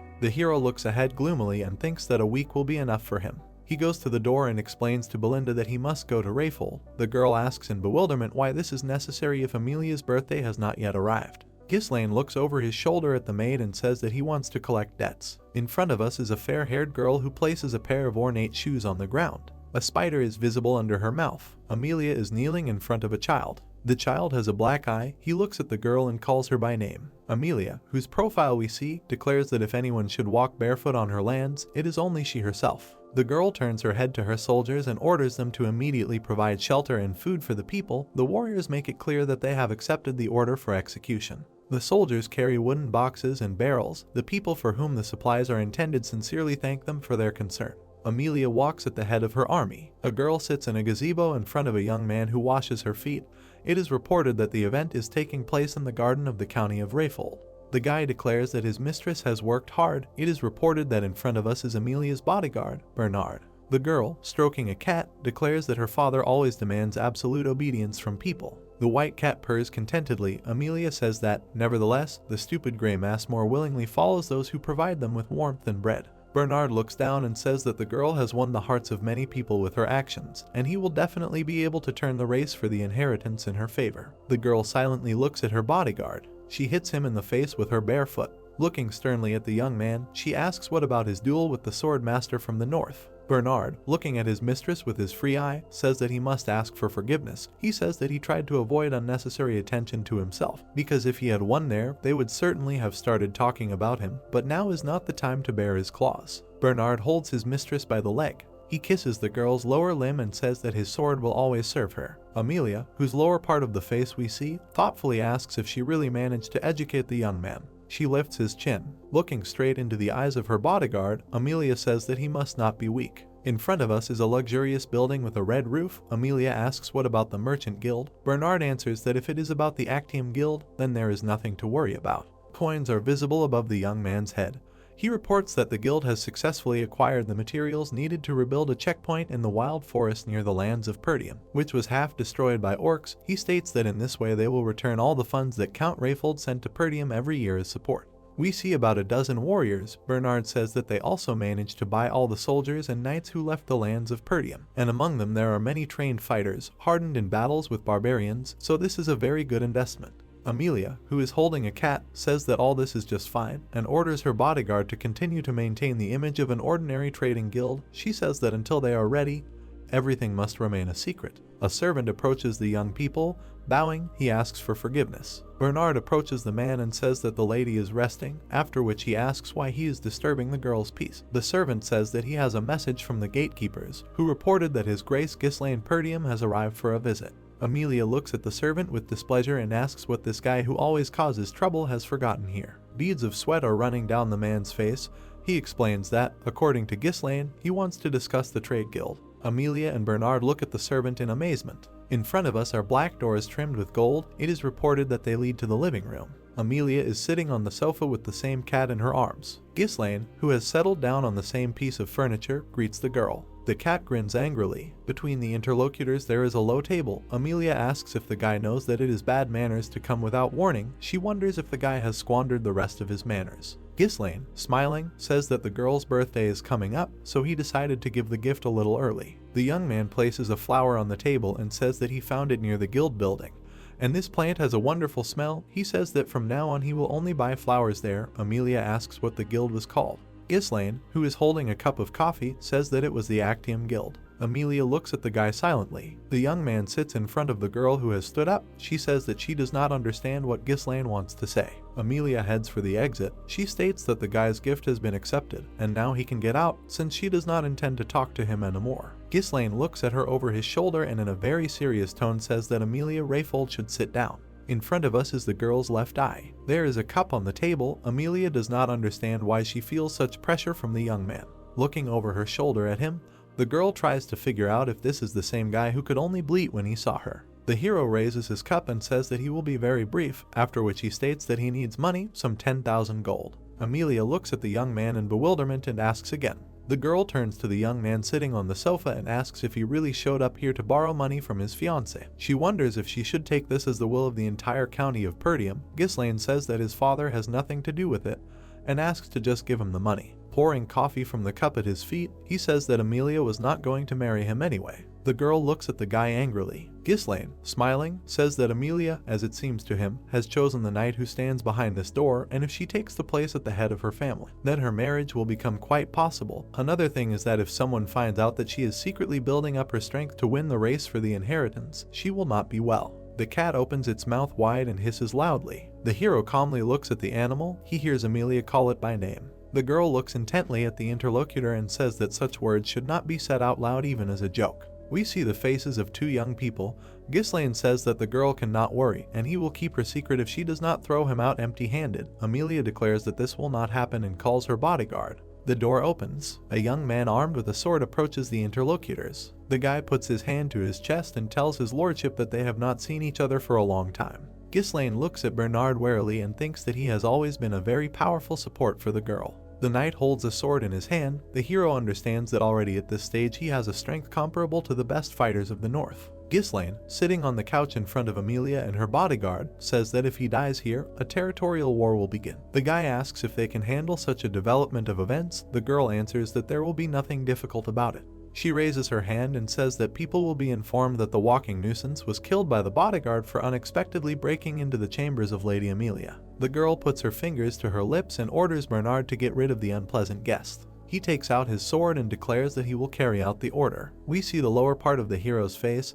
He thinks that if the girl is going to go so far, it's time for him to become more serious too. Ghislaine puts his hand on the hilt of his sword. The opponents are ready for battle. Bernard stares at Ghislaine. The hero realizes something. There are 3 sets of knight's armor against the wall behind him, and there is someone inside one of them. The guy is attacked from behind. The killer hits the back of the sofa with his sword. Ghislaine falls to the floor, the sofa and the assassin fly over it. The guy manages to deliver a powerful blow to the stomach of his opponent. He flies out the window with the piece of furniture. Amelia and Bernard look at what is happening in amazement. Ghislaine, smiling, looks at them and says that they approached everything very thoroughly and even prepared the assassin.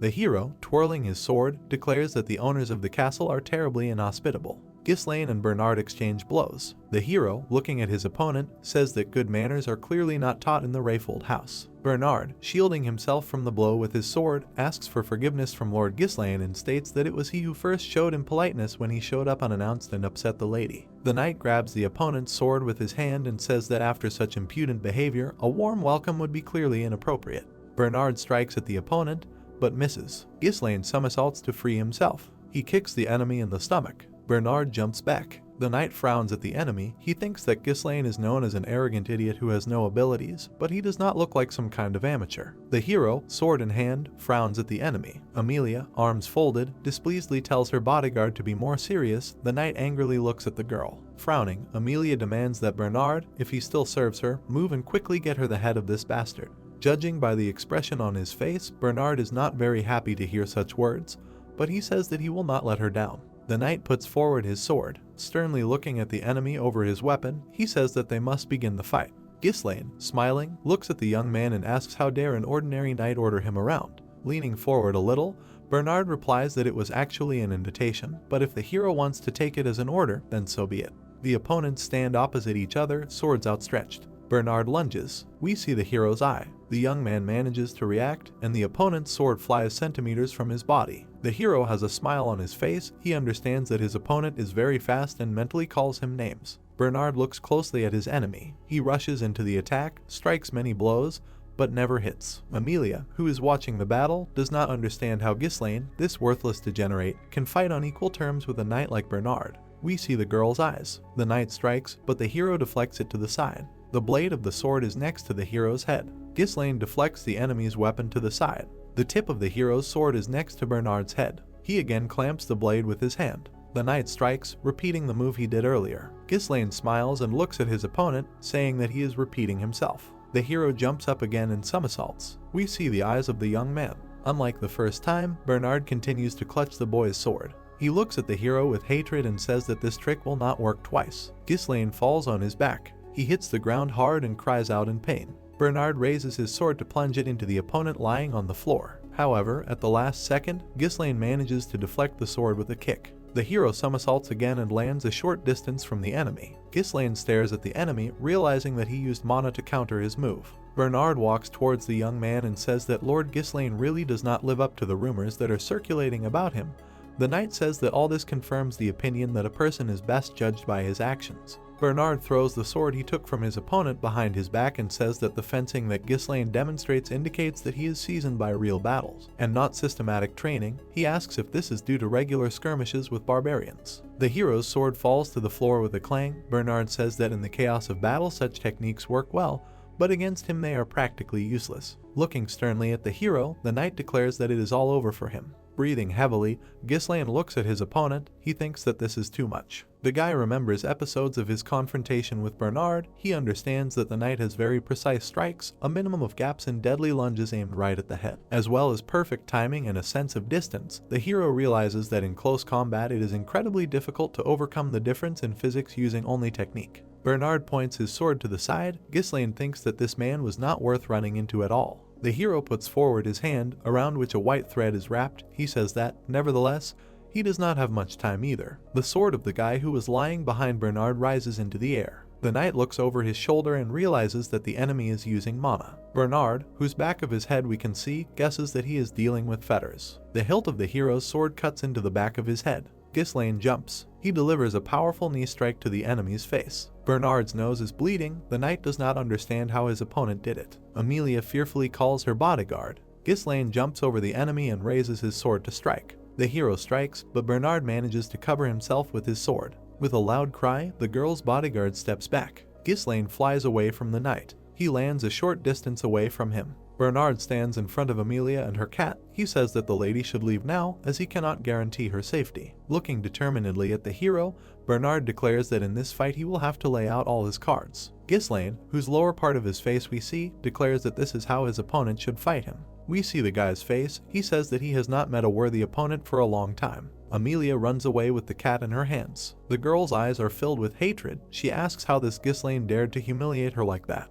Amelia runs down a long corridor. She tries to understand what kind of idiot dared to leak information about the trade guild to this crazy man, because without it he would never have learned so many details. Sweat runs down the girl's cheek. She thought that the rumors about Ghislaine killing orcs, saving his sister from assassins, and even defeating the heir of the Logha's house in a fair fight could be explained either by luck or were outright made up, but now it turns out that all of this could be real. We see the girl's eye. She curses under her breath. Amelia looks around the corner and loudly asks what the guards she posted here are doing. Amelia sees a girl in a cloak standing next to soldiers lying on the floor. She turns to the heiress of the Rayfold family. It turns out that this is Belinda. She tells the girl that they have not seen each other for a long time. Amelia looks at Belinda in amazement and asks if she is a servant who works for the Pertium family. Belinda, smiling, asks her to be quieter. She appears behind Amelia and holds a small knife to her neck. Amelia looks back at the girl in fear. She removes the spider from her chin and says with disgust that Amelia still carries this creature on her lips. The left side of Belinda's face is hidden by a hood. The girl says that she thought that this strange habit appeared in Amelia because of the engagement, because this was what was discussed in the conversation she overheard between the Earl of Rayfold and their lord.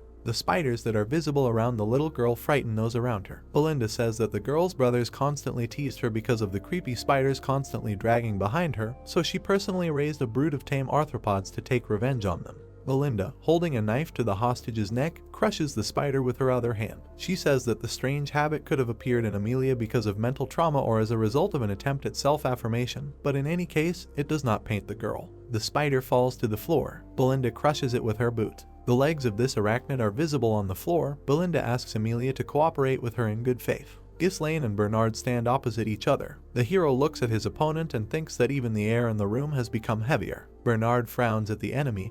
Holding his sword forward, he feels an incredibly large amount of mana. Bernard looks at the enemy and asks if he really called him a worthy opponent. We see the knight's profile. He says that the phrase he heard is worthy only of a pathetic mercenary, after which he asks how the hero can call himself an aristocrat equal to Milady. Ghislaine says that, of course, he is an aristocrat, and that he does not understand such a claim from an ordinary bodyguard. An open door is visible behind Bernard. The opponents meet in battle again. Bernard looks at the young man menacingly, deals many blows, and tells the young master Ghislaine not to dare to dishonor the honor of the aristocracy. The hero notices something.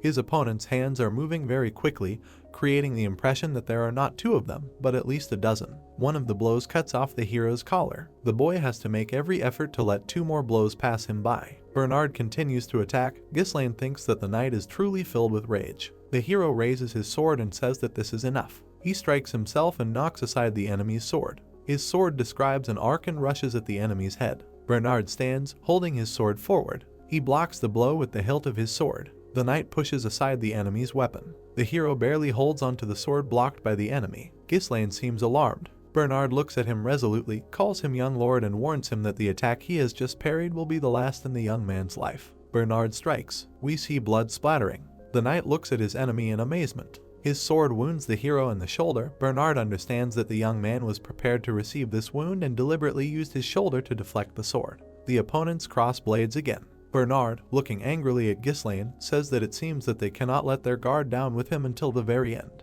The knight parries the blow, directing the boy's blade downwards. He kicks the enemy. Bernard looks menacingly at the hero and says that the boy has just seen the difference between a real warrior and one who swings a blade just for show. Ghislaine flies to the wall. We see the lower part of his face. The hero looks at the enemy and thinks that he is even starting to like it. The boy again recalls episodes of his battle with the knight. He thinks that the overwhelming speed, reach and sequence of attacks allow Bernard to control the course of the fight. Any attempt to get closer or counterattack is immediately leveled. The hilt of a sword is visible next to the young man's face. Ghislaine thinks that in a direct clash, Bernard created the appearance of their blades clashing, trying to make the hero believe that they can no longer be separated. Bernard, holding his sword forward, approaches the hero, who realizes that with his current mana level he is inferior to the enemy in strength.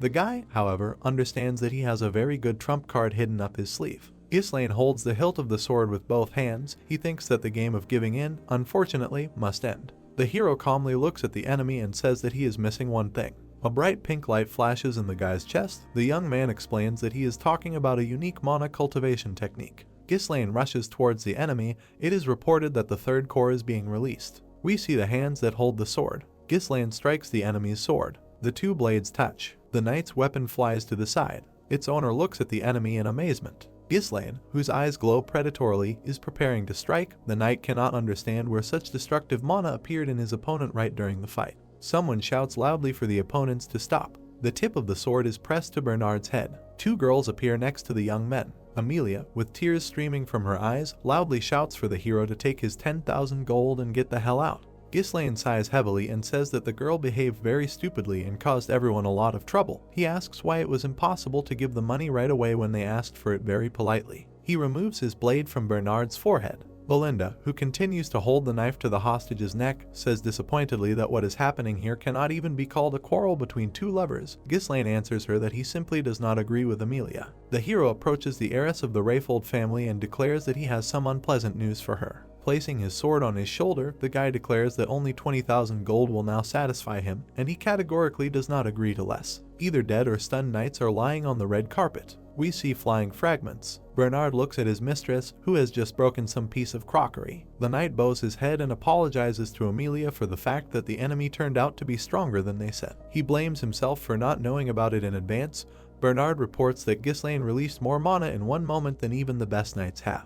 Amelia looks thoughtfully into the distance and says that Ghislaine Pertium has changed a lot. Bernard looks at the girl warily and asks if it is necessary to report this to Duke Delphine. Amelia slaps her bodyguard. She grabs him by the collar and demands that he watch his language. The girl asks if Bernard knows how dangerous Duke Delphine is. If he finds out about today's incident, they will be the first to pay. Raising her left hand, the girl looks away and says that she secretly made an alliance with Duke Delphine from her father, as he promised to support her rebellion in exchange for help in destroying Pertium.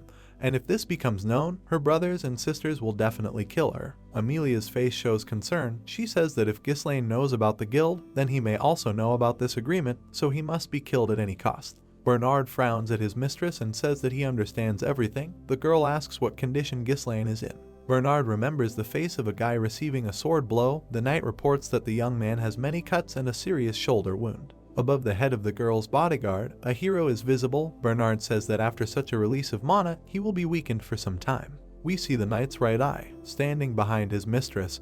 He says that they should not use the knights of the Rayfold house under any circumstances if they do not want to leave traces. Amelia says that she understands this perfectly. We see the faces of two conspirators. The girl says that they have special people for such cases. Bernard seems to guess who they are talking about. Warriors in very peculiar hoods are visible behind his head.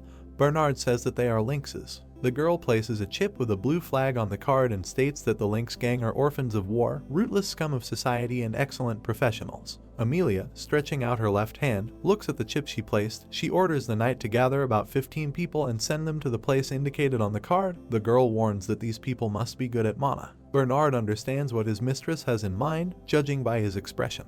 We see high cliffs and trees. The knight realizes that the valley in question is the only way from Rayfold's domain to Pertium, a narrow and deserted place that is ideal for the stealthy elimination of the enemy. The knight looks at Amelia with a serious expression and says that he will do everything in the best possible way. We see Amelia and Ghislaine, as well as a carriage leaving the city gates. The girl says that the hero will pay dearly for such humiliation. We do not see the hero's right eye. He is thinking about Amelia. Fergus, who is sitting in the carriage opposite the guy, asks if everything is alright with the young master. He replies that the old man has nothing to worry about. The young man raises his fist. He says that his wounds are not that deep, but the risky business they decided on went very well. A chest is visible behind the hero. The guy thinks that 20,000 gold from Amelia is enough to start restoring his family.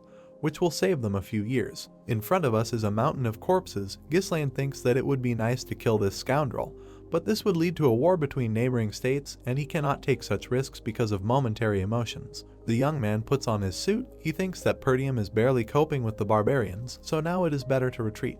The hero adjusts the collar of his suit. He is sure that the fact that he knows the secret of the Actium Guild will significantly complicate Amelia's life. The young man frowns ahead and promises to take full advantage of the girl next time. Belinda looks closely at the young man. Sitting in the carriage next to Fergus, she asks if everything went according to the plan that the hero developed. He asks again in surprise. The girl reminds that Ghislaine ordered to neutralize the guards when there is a noise in the room where he was. He also ordered to take Amelia hostage when she leaves. Ghislaine looks to the right of himself and remembers that he gave such orders, but he reminds that Fergus received them after all. Discharges are visible near the guy's head. The guy grabs his head. Fergus calls out to him. Blood is visible on the hero's hand. He understands that, most likely, this is a consequence of the activation of the third core. The young man realizes that the symptoms are weaker than last time, but it is very bad if all this is repeated after each use of power. The young man understands that he must urgently find a way to increase the volume of mana. Belinda takes the hero by the hand. He calls out to the girl in surprise when she touches his wrist with 2 fingers. A sharp tool appears in Belinda's hand. She states that the guy's mana flow is in complete disarray. The maid deals a series of quick blows to the hero's hand.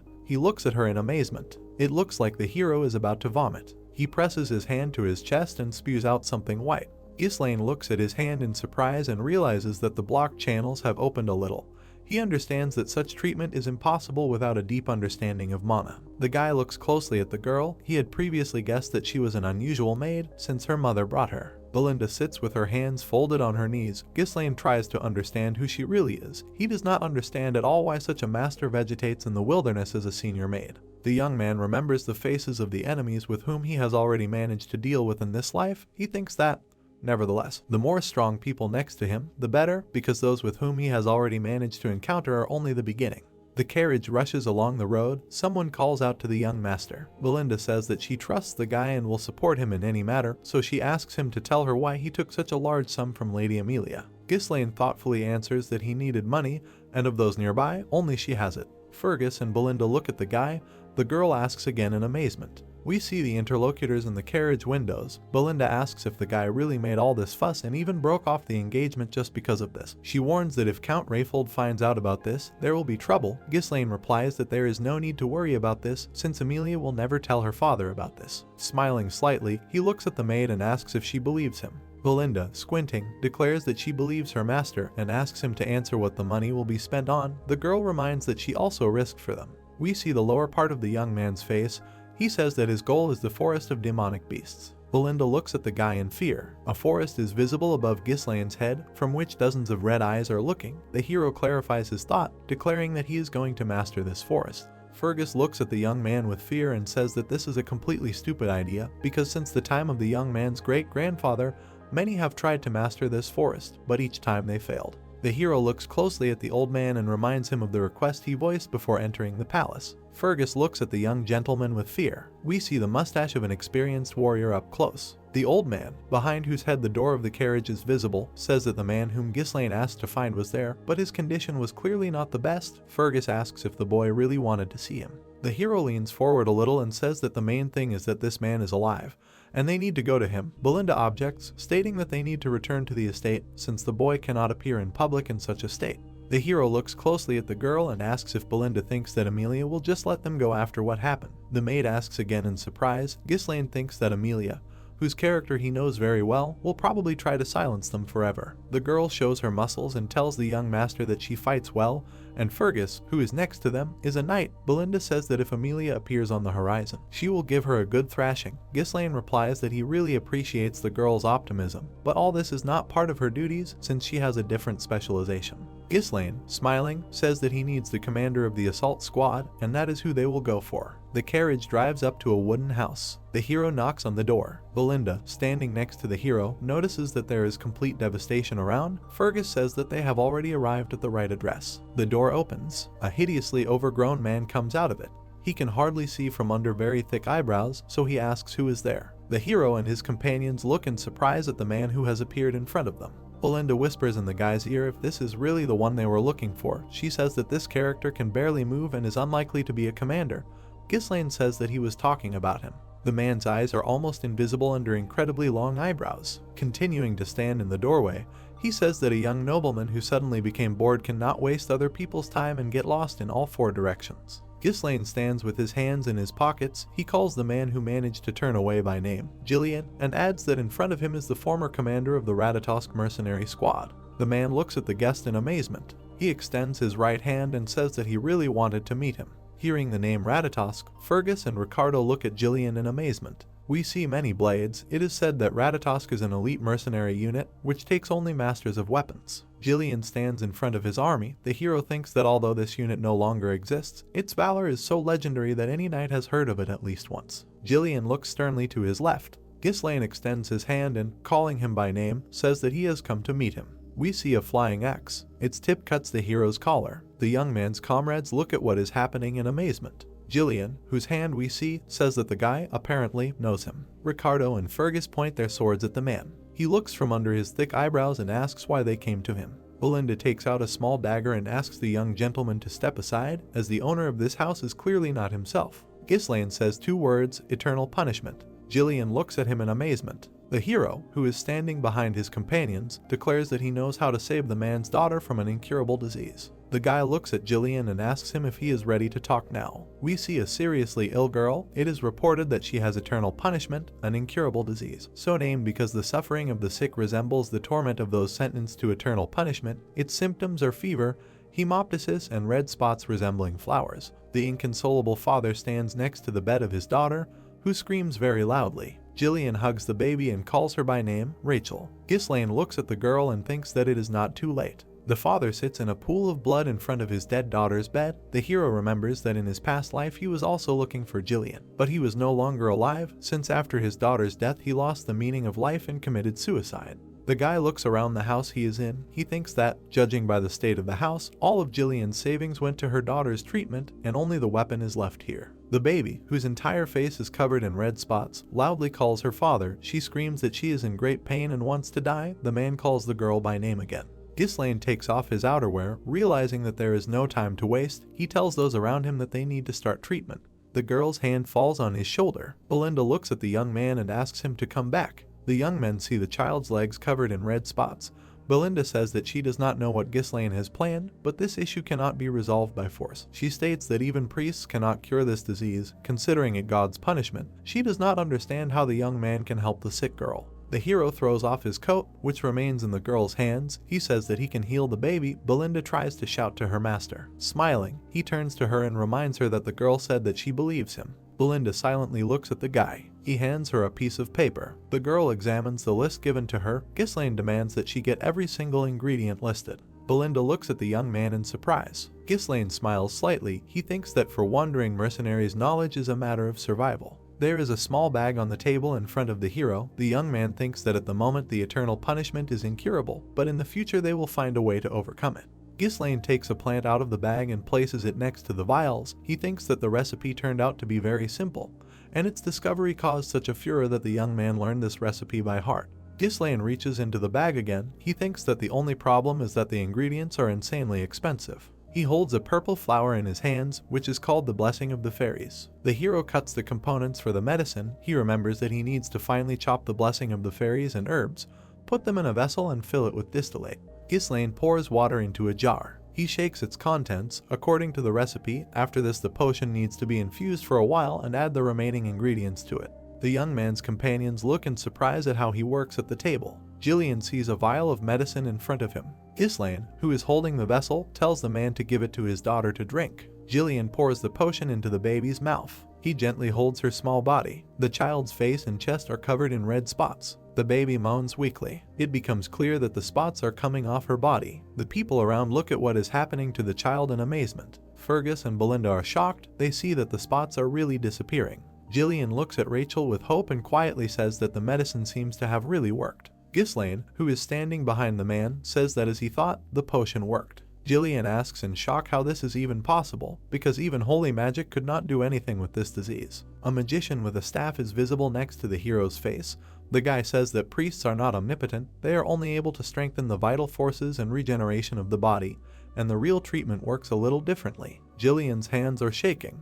He kneels down in front of the guy and asks if Rachel can really recover. Ghislaine says that she will definitely recover in a month or two. Jillian is shocked to the core. He loudly slams his hand on the floor. Lowering his head, Jillian asks what the hero needs because he clearly didn't come for nothing. The man puts his hand to his chest and says that all he has left is this worthless body. Jillian looks at the guy excitedly and says that, however, if he orders him to become his faithful dog, he will be one. If a slave is needed, he will become a slave. Ghislaine replies that he does not need any slaves. He extends his hand to the man and declares that he needs Jillian, the great commander of the Ratatosk mercenaries. The man looks at the guy and realizes that he has very unusual eyes. In front of us is the hero's right eye. Jillian realizes that the fire of a dream burns there. The man takes himself by the base of a thick braid. An axe appears in his hand. The scythe falls to the floor. Ghislaine and his companions look at Jillian in surprise. Ricardo, Fergus and Belinda do not believe their eyes. They realize that a minute ago a completely different person was standing in front of them. We see Jillian, who really does look completely different now. The man is decisively walking somewhere. He turns to his guests and asks if any of their people can be outside now. Ghislaine frowns at Jillian and tells him that all his men are inside. A spear appears in the man's hand and he asks if anyone could hold a grudge against his guests. The hero, whose right side of his face we see, says that such people exist and that there will only be more of them over time.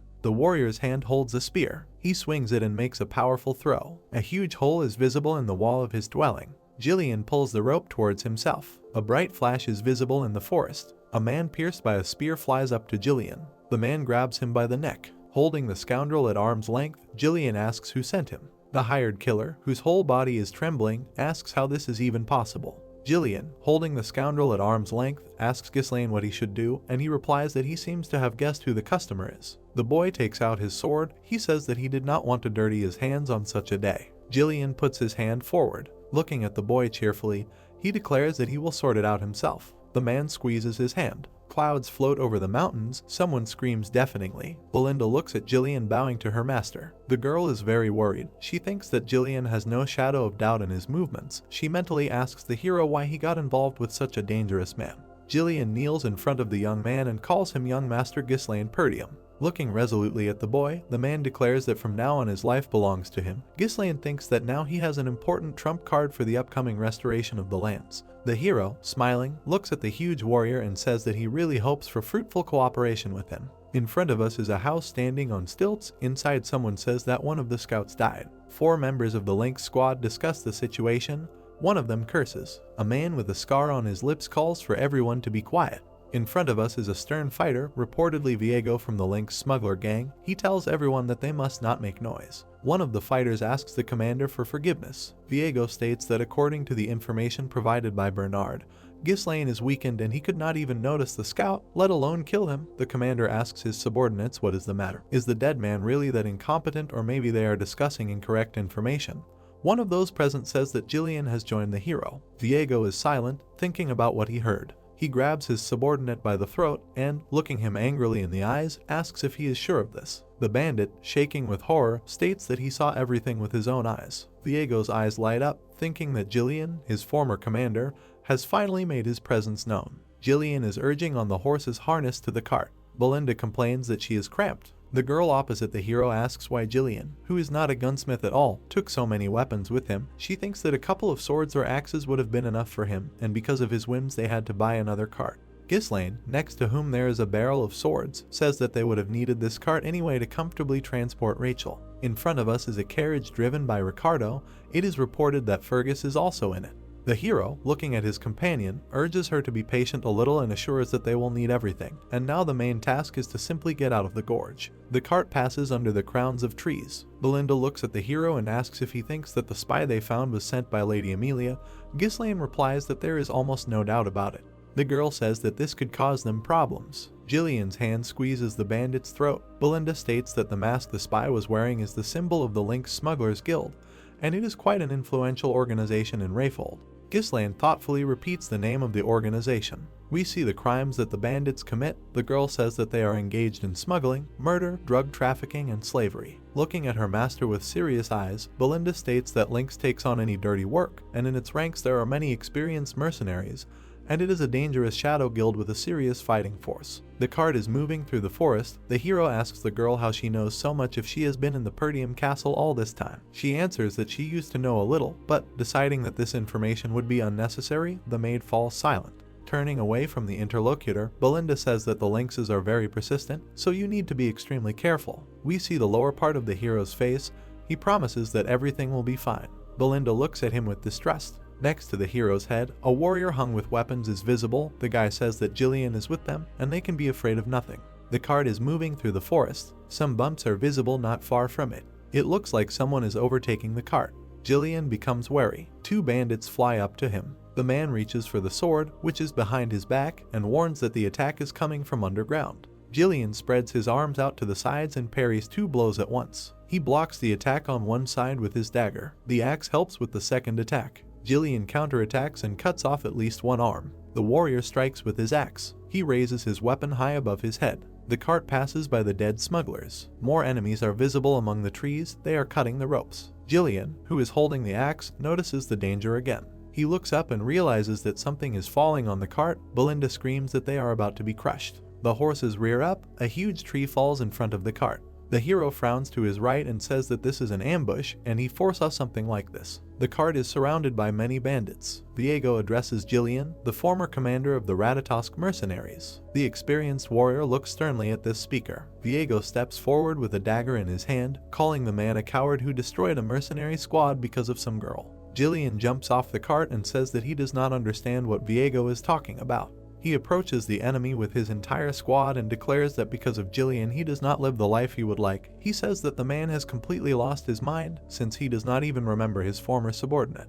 The bearded man peers into the face of his unexpected interlocutor. He, smiling, asks if Jillian is pretending not to remember him. Then he says that there is nothing terrible in this, since he will make him remember himself. The bastard orders his fighters to kill Jillian, and they obediently rush forward. Ghislaine, smiling, asks if the man needs help. He replies that he can handle it himself. Jillian says that it seems that the leader of the bandits has some business with him and advises the young master to just rest. Jillian raises his axe above his head.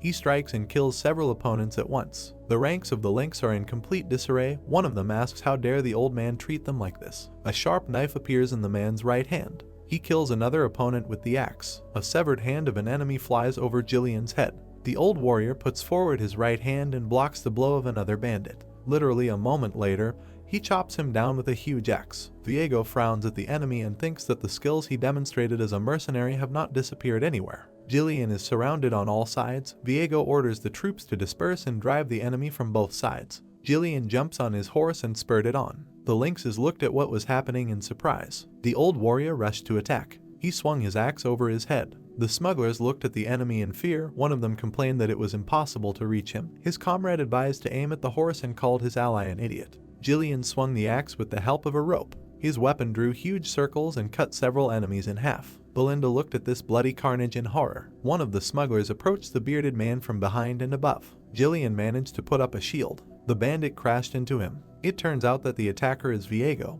He says that if the old man ruined someone's life, he could have just left him alone. Angrily glaring at the enemy, Viego shouts that he will kill the old warrior himself. It looks like the commander of the lynx squad hits the horse on which Jillian is sitting. The animal falls and throws off its rider. The villain's dagger is next to the bearded man's head. Jillian hits the enemy with his shield and declares that he is not the commander of the Ratatosk mercenaries. Viego receives a powerful blow to the ribs. He grits his teeth in pain. The bastard lands quite far from Jillian. Leaning on the ground with his hand, Viego asks if Jillian really is not the commander of the mercenaries. Angrily glaring at the enemy, he demands that he stop talking nonsense and asks who the old man thinks he is now. Jillian, clutching an axe in his hands, declares that he has left his past. Looking sternly at his opponent, he says that he is now only a loyal servant of the young master Ghislaine. Viego's eye glows brightly. With his mouth wide open, he rushes into the attack and screams hysterically that he will kill Jillian. Traces of blows are visible in the ravine. Jillian fights Viego. The old warrior deflects a blow from a dagger with his shield. Viego hits his head on the shield for some reason. He says that after Jillian left, the mercenary squad fell apart. The bastard grinds his teeth in anger. He says that because of his opponent, he lost the meaning of life and was forced to drag out a miserable existence. Jillian silently looks at the enemy. Having deflected the blow, he swings his axe. A blow follows, but Viego ducks and avoids the hit. He kicks. Jillian blocks this attack with his shield. The old warrior looks in surprise at the hole in his shield. Viego turns to Jillian and tells him that he was ready to devote his entire life to making the Ratatosk squad the best in the world. The opponents stand opposite each other. The smuggler, holding a dagger in his hand, asks why Jillian left his fighters. Was it really to become a henchman of some noble thug? The scoundrel's eye glows brightly. He declares that he will not be able to forgive his former commander for this. Viego throws 3 daggers at the enemy. Jillian, spinning his axe, deflects everything that flew at him. Viego tries to strike with a dagger. Jillian dodges, and the blow hits the ground. The opponents continue to strike each other. Viego, his red eye flashing, looks at his former commander. The opponents clash again. Viego thinks that Jillian really was once the strongest, but it was a long time ago. Another blow from the bastard flies past the old warrior's head. Viego thinks that while he was busy healing his daughter, he himself became stronger in endless battles. The bastard plunges a dagger into the ground behind Jillian's back. Viego thinks that now his former commander is quite within his power. Viego kicks the 3 daggers that he missed earlier. Spinning quickly, they fly into Jillian's back. He puts up his shoulder pad. Viego rushes into another attack. Jillian strikes with an axe. His opponent raises his dagger to strike and shouts loudly that he will now kill Jillian. A loud sound is heard. The old warrior intercepts the smuggler's dagger. Calmly standing in place, Jillian holds the weapon and asks why Viego wanted to take revenge on him. The bastard looks at his enemy in bewilderment. He realizes that he blocked his blow with mana, and that all this time his enemy was holding back. Viego gets a powerful blow to the face. He flies far away. The Lynx commander holds his head, kneeling in front of a tree. Jillian approaches him and states that he does not understand his former fighter. The old warrior holds a dagger in his hands. He states that if Viego wanted revenge so much, then there were plenty of opportunities to carry it out. Jillian frowns at the enemy, asking why he did not come for him earlier. Viego, sitting in front of the tree, says, giggling, that Jillian still does not know something. The bastard's face is covered in blood. He says that he once visited the old warrior, but did not find his former commander. Jillian sits in front of his daughter's bed. Viego states that he found only a worthless old man who does not deserve to die. We see the smuggler's red eye, angrily asking where the Jillian he admired so much has gone. In front of us is the left eye of the old warrior. The dagger taken from the smuggler is stuck into the ground. Jillian tells the bastard to listen to him carefully. The bearded man takes a sword from behind his back. He raises the weapon above his head and says that even though he now serves another man, he will show his former comrade the highest honors as the commander of Ratatosk. Jillian stares at the enemy. In front of us is the back of the smuggler's head. Taking the dagger in his hands, he rushes into the attack and shouts that it is time to start a real fight. Jillian parries the blow that his former subordinate was trying to inflict. He opens his mouth wide and excitedly shouts that this is exactly what he wanted. The opponents exchange many blows. Jillian strikes, but Viego manages to duck. The leader of the smugglers kicks, but misses. The next blow is delivered with the right hand. Viego loses his balance and falls to the ground. Jillian plunges his sword into his right side. Blood spurts from the bastard's mouth. He, however, does not give up and delivers another blow. Jillian, with a stern expression on his face, raises his axe over the enemy. Viego, whose face is covered in blood, looks up. Jillian asks the commander of the 5th Division of the Ratatosk squad to remember something. The old warrior sternly looks at the enemy and calls him Viego Villanos. The bastard, whose mouth we can see, tries to say something. Red splashes fly into the air. Next to the body of the bastard lies a dagger. Jillian picks it up. The old warrior stands over the corpse of the slain enemy. Someone tells him that it was a very good job. Jillian looks back. Ghislaine and Belinda stand next to him. One of them says that they can make good money selling the trophies. Jillian bows to the hero and apologizes for taking a little longer than it should have. The guy replies that everything is fine. Ghislaine looks at the old warrior and thinks that he has exceeded all his expectations. We see the hero's back standing in front of an impressive army. Ghislaine remembers that when he was just starting his career as a mercenary, the stories of his older comrades about Jillian helped him lay the foundation for becoming a king. The guy thinks that he did the right thing when he found this strong and reliable comrade. Ghislaine looks sadly at Jillian and asks if he remembered Viego. The old warrior holds a dagger in his hands. He says that he really remembered this man. Jillian looks up a little and says that he was his old comrade. Ghislaine thoughtfully looks at the bearded man, mentally repeating the words about the old comrade. The hero, with his hands in his pockets, looks up, trying to imagine what his former comrades might be doing, because before meeting him, each of them had their own life. A weak smile appears on the guy's face. He thinks that someday he will gather these people all together again. There is a forest in front of us. Ghislaine says that they can, as Belinda suggested, look for something valuable. The girl happily asks Jillian to lead them further. He solemnly answers her that he is not her subordinate. The carriage approaches a settlement. It is reported that the action takes place 2 days later in the possessions of Pertium. Belinda, who is sitting in the cart, sighs heavily and says that a little more, and they will be there. Jillian asks if Pertium really is in front of him. Ghislaine thoughtfully looks at the settlement and answers the question in the affirmative. A castle is visible in the distance. The hero thinks that it is very good when there is a place to return to. He remembers that when he left here, he thought that he could return at any time. The old warrior looks thoughtfully at Pertium. Ghislaine, who is sitting behind Jillian, asks him if he likes this land. He answers that these possessions look relatively good. Ghislaine says a little sadly that, in his opinion, on the contrary, this is complete crap. Jillian, smiling, looks back at the guy. We see a small village. The hero says that all the houses here are old, and there is no talk of repairing them. No one cultivates the fields, since everyone who could do this was taken into the army. Jillian solemnly says that he heard that Pertium is constantly at war with the northern barbarians, but the situation is actually worse than he thought. Belinda understands that Ghislaine was not so well informed about the state of affairs in Pertium before. The hero says thoughtfully that he will solve all the problems, but for this he needs the strength of his allies. Under the walls of the castle there is a village drowning in greenery. Ghislaine thinks that it will be a long battle, namely the fight for safety and for the destruction of everything connected with Duke Delphine. We see the hero's face. He promises himself that he will definitely make these lands prosperous. The carriage passes along the pavement. Belinda looks ahead in fear. She notices something and calls out to the young gentleman. Ghislaine is wary. He recognizes the silhouette of his father. In front of us is a fair-haired man on a horse. In front of us is the Pertium castle. Several people gathered at a small table. One of them says that they will have to reduce the number of troops. He has objected that if the army is reduced, it will be very difficult to hold the front line. Someone suggests asking for help from the Rayfold family. A gray-haired man, resting his head in his hands, says that it was Rayford who cut support, according to his information. This family is gathering soldiers and accumulating food. A long-haired knight standing behind the old man asks again in bewilderment. The hero listens to the discussion. Someone present says that nothing can be done about it, and they still need to restore the outpost in the Forest of Monsters, which was partially destroyed during the last purge of the orcs. A statement follows that only a reduction in the knightly corps will allow Pertium to somehow hold out. Someone asks if it is too risky to reduce the troops. We see the face of a young man. He thinks that nothing has changed here. In front of us is a long-haired man. It is reported that this is the commander of the Pertium Knights, Randolph. Now we see the treasurer of Pertium, whose name is Albert. The third is the manager of Pertium, Homru. Looking at all these people, Ghislaine thinks that they have not seen each other for a long time. Before us are two hypostases of the main character.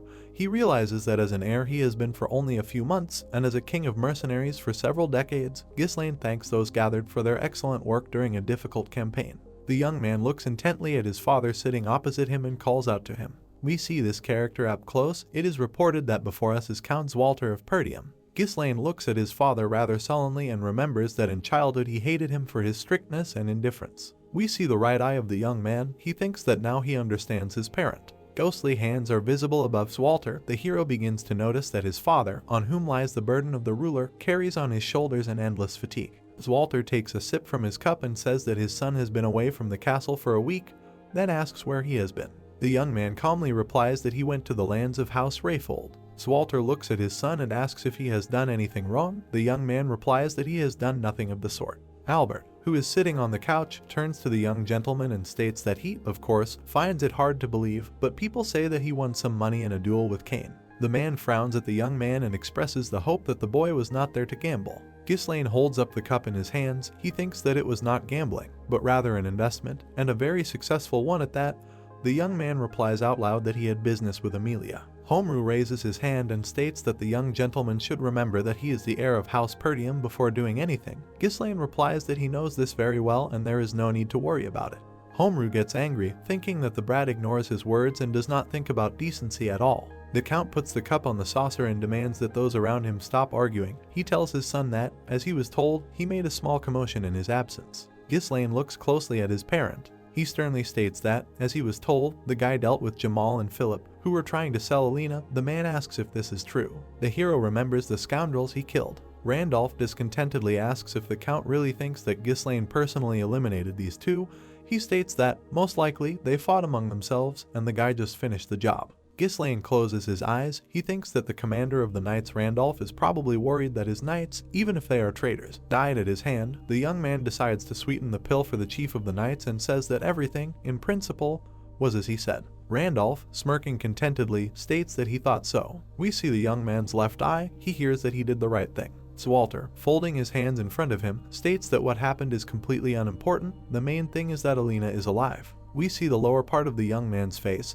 He realizes that for the first time in his life he hears praise from his father. The hero asks his parent if he can ask for something. Walter asks again in surprise. Homru intervenes in the conversation and states that if the young gentleman wants to ask for the restoration of his allowance, he will immediately say that it is impossible. Randolph, with a look of contempt on his face, states that it is simply impossible after what the boy did. He looks at the hero angrily and states that the young man sold military supplies and gambled money away, set fire to the castle gates when he was in a bad mood, slaughtered a warhorse for meat and melted down a suit of knight's armor to make some legendary sword. Ghislaine thinks that he really did a lot of weird things in his previous life. The guy, smiling, says that he asked out of politeness and not to get permission. He declares that he will do what he considers necessary anyway. Belinda, sighing sadly, asks the guy what he is so obsessed with. He calmly replies that he will tell him a little later. We see the hero's face. He thinks that if rumors start spreading now, he will have problems, and if the development is successful, they will be able to make a lot of money. In front of us are blue crystals. The guy thinks that not far from the entrance to the forest of monsters there is a huge vein of runestone. The crystals float on a blue background. It is reported that this is a mineral containing magical power, and any magician will give everything in the world to get it. There are several intricate objects in front of us. Now we see a magician with a staff in his hand. The hero thinks that runestones are used in alchemy and magical research, in the manufacture of various magical tools, barriers, circles, and scrolls. A man sitting on a throne is visible above the guy's head. Ghislaine remembers that in his past life this deposit was found by Duke Delphine, but now only he knows about it. Belinda looks at the young man in surprise. Sadly lowering her eyes, she says that, apparently, the young master has thought of everything for a long time. Jillian says that he will also follow the young man. He says that he is very happy about this. Ghislaine looks at the maid and tells her to go to the guilds of neighboring lands and hire warriors in the amount of about 200 people. Belinda reproaches the guy for the fact that he got the money at a huge price, and he does not save it at all. Jillian raises his left hand and states that the young master would do well to think twice about this, as mercenaries are a rude and willful people, and the number he ordered to hire will be difficult to control. The old warrior warns that these people will certainly try to go against their employer. A castle is visible in the distance. Ghislaine says that Jillian is absolutely right, so they will go together to look for suitable people. The hero, looking over his shoulder, states that among the small mercenary detachments in the north, there is one, the strongest. Jillian looks at the young man with concern and asks if he is really going to hire these madmen. Chains and bared wolfish mouths are visible above Ghislaine's head.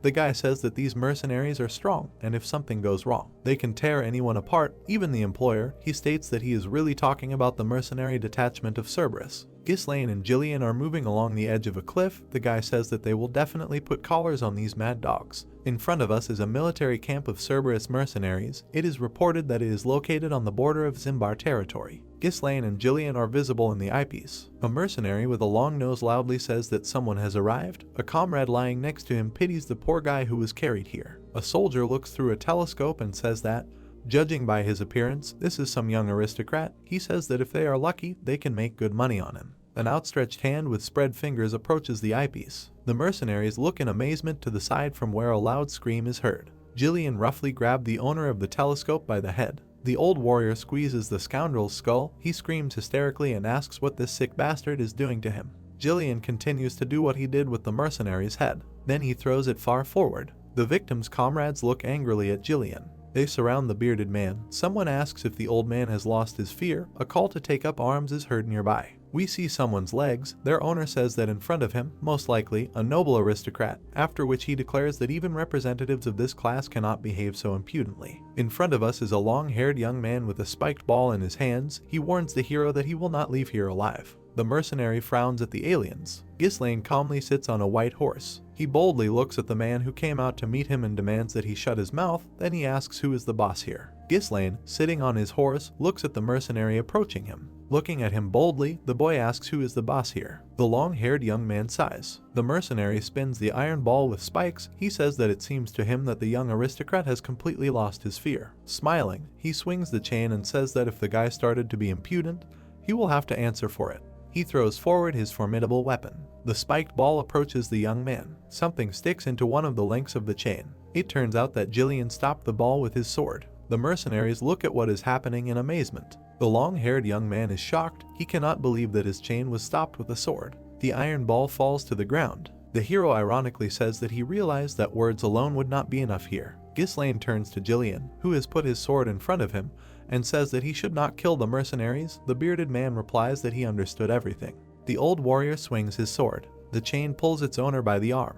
The long-haired mercenary flies into the air. Jillian spins the chain. The owner of the chain hits the ground painfully with his back. His comrades rush at Jillian. One of them asks if Ghislaine thinks that his title will save him. The chain wraps around the arm of one of the mercenaries. Jillian throws this man at the other representatives of the Cerberus squad. The mercenaries fall to the ground in front of Jillian. The old warrior looks menacingly at the enemies. They tremble with fear. The hero jumps off his horse. He walks forward and asks how long he will have to wait for an answer. The guy looks angrily at the mercenaries and tells them that he did not come to fight with some small fry, but to talk to their leader. Before us is a muscular torso, the owner of which complains that he slept peacefully until the noise woke him up. The mercenaries stand at attention. Their comrades with blue capes do the same. The squad leader, whose legs we can see, says that his name is Kaor. In front of us is a muscular young man. He asks why the hero was looking for him. It is said that this is Kaor, the commander of the Cerberus mercenary squad. Ghislaine, next to whom Jillian is standing, says that mercenaries are usually sought to fulfill an order, and he came for this very purpose. Kaor asks again in bewilderment, and then asks if the guy knows that it is not necessary to cripple his people for this. Calmly looking at the hero, the young man says that it would not hurt an aristocrat to know the rules of decency. Ghislaine calmly replies that it was a way of greeting, and it seemed to him that this way it would be easier to tame the mercenaries. Kaor, smiling, sighs. He asks if the guy really intended to tame them, after which he declares that one more such greeting, and the war will begin. The interlocutors are sitting at a rough wooden table. Kaor declares that he is ready to listen to the guy. He asks what order the young man wants to make. Ghislaine declares that it is about the forest of monsters. The hero looks at his interlocutor and declares that he wants to hire a detachment to develop this forest. The mercenaries present at the conversation talk to each other in fear. One of them says that this forest is teeming with monsters. The second remembers that this is the very forest that borders the Pertium domain. Kaor, smiling, looks at the young man and asks who he is that decided to stick his nose into such a dangerous place. The guy calmly declares that he is Ghislaine Pertium, the heir to the duchy. Kaor looks at the young man in surprise. The mercenaries standing behind their leader are talking loudly. One of them says that this is the same dissolute prince in front of them. The second says that it is not surprising that he behaves like a real psycho. The third asks if the guy is really going to master the forest of monsters. Kaor, whose back of his head we can see, tells the nobleman that he, apparently, in his hothouse life does not even know what the forest of monsters is. The squad leader says that this is not a place for such snot-nosed kids as his interlocutor, and that he is not going to continue this conversation any further. Kaor raises his left hand and tells his comrades that the negotiations are over. Ghislaine, next to whom Jillian is standing with an axe in his hand, is silent for a short time, and then asks if the mercenaries have really lost their nerve. Kaor looks at the young man in surprise. He, smiling, says that the Cerberus squad is said to be strong, but now it seems to him that this opinion does not correspond to the true state of affairs. Kaor puts his feet on the table. He calmly looks at the young man and asks him not to be impudent. The squad leader reminds him that they are mercenaries, so they will not take unprofitable work. The young man, smiling, says that weaklings, as always, are looking for all sorts of excuses. It seems that Kaor is starting to get angry. Leaning back tiredly in his chair, he says that the young man has ruined his whole mood. He says that he wanted to solve everything in a good way, but Ghislaine only provokes him. Kaor says that he does not even want to kill such a brainless puppy. He demands that they simply pay for the treatment of the beaten fighters and get the hell out. Ghislaine, closing his eyes, says that this does not suit him. Resolutely looking at his interlocutor, he says that he is calling Kaor, the commander of the Cerberus squad, to Moriana's confession. The mercenaries and Jillian look at the guy in amazement. Kaor, frowning, asks the hero if he understands what he is talking about. Ghislaine, glaring at his interlocutor, states that, of course, he understands everything.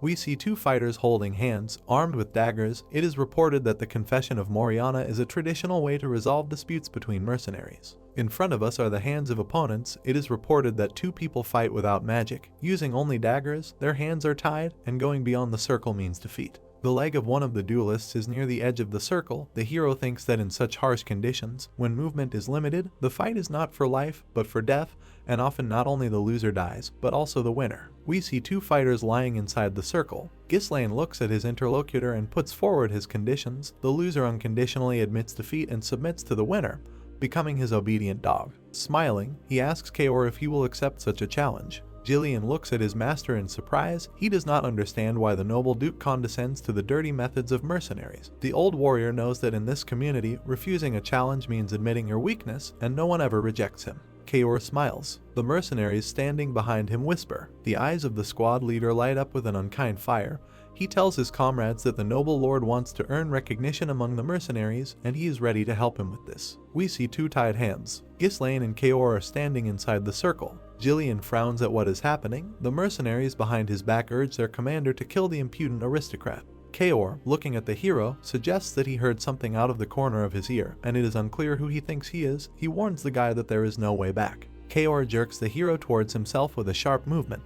The back of the guy's head is in front of his face, and Kaor warns that he has already participated in such fights 5 times. The commander of the Cerberus squad, smiling, looks at the guy standing in front of him. He himself jerks the opponent's hand and asks if Kaor really participated in Moriana's confession 5 times. Looking arrogantly at his opponent, he declares that he has more than 100 such duels to his credit.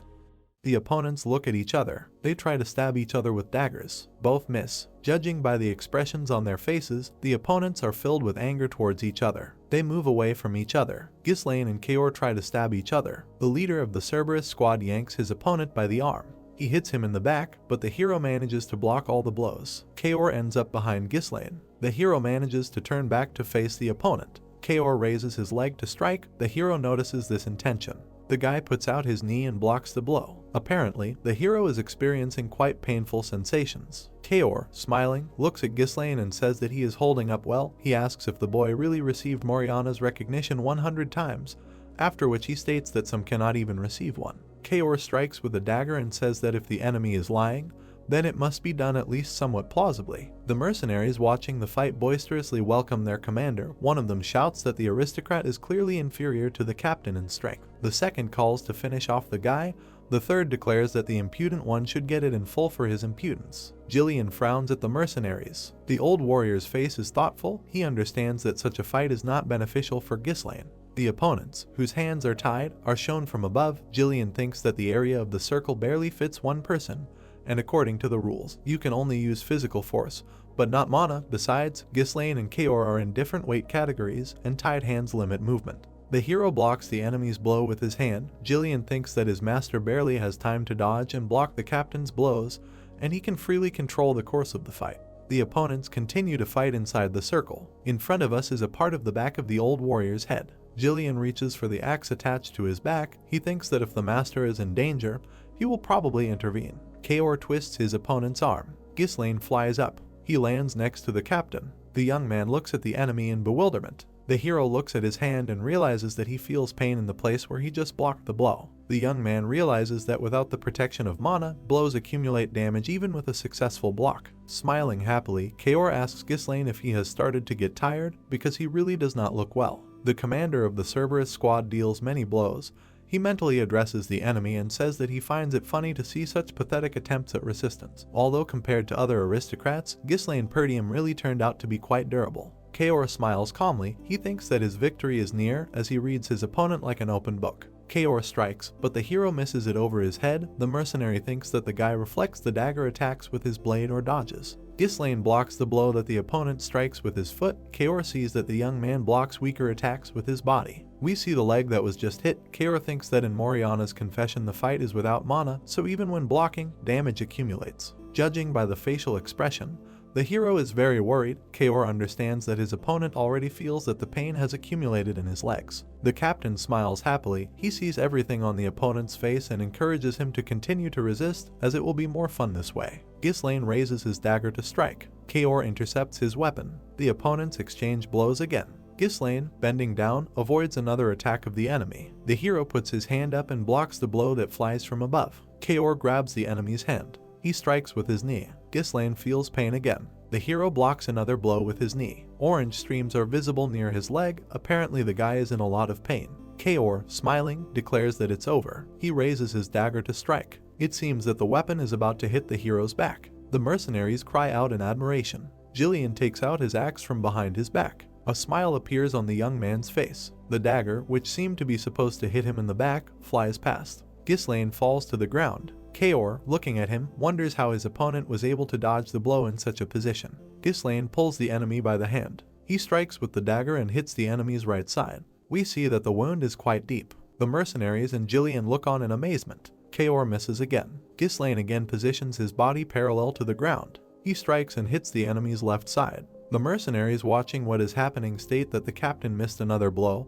One of them says that the aristocrat seemed to be on his last legs, but came back to life again. The second tries to encourage his commander. Jillian frowns at the duel. Kaor strikes, but misses again. Ghislaine hits him in the teeth with his shoulder. The young man holding the dagger looks at his opponent. He strikes with his right hand and hits Kaor right in the nose. The hero spins the dagger in his hand. The guy thrusts it into the enemy's hand, who screams loudly in pain. The commander of the Cerberus squad again throws out his hand with the dagger and again misses the enemy. Kaor grinds his teeth in anger. Ghislaine looks at him rather solemnly.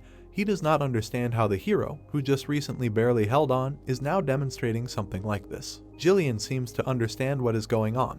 Episodes from the ongoing duel emerge in his memory. The old warrior thinks that the use of force tenses the muscles and makes the body stiff, because in order to attack and control the fight, you need to tense up, but this reduces flexibility, so the young master did not resist the opponent's pressure, but relaxed and used his movements. Jillian reattaches his axe to his back. He cannot believe that Ghislaine was able to overcome the difference in weight. Kaor looks badly beaten. His fighters clutch their heads and ask what is going on. Someone shouts that the spectacle is becoming completely uninteresting. The hero, calmly looking at the wounded opponent, admits that he has a very strong character. The guy says that many in a desperate situation broke the rules and began to use mana. Kaor smiles and admits that Ghislaine has probably fought a duel like this 100 times. Then the captain reveals that he got the position through Moriana's confession, then says that if you break the rules during a fight like this, it will be impossible to work as a mercenary since everyone will stop respecting you. Ghislaine, smiling, says that he is impressed by his opponent's stance. Kaor, who holds a dagger, admits that he is slightly losing in a direct clash. Immediately after that, he states that there is another condition for victory. The captain glares at the enemy. He makes an incredible effort and pulls the hero by the hand.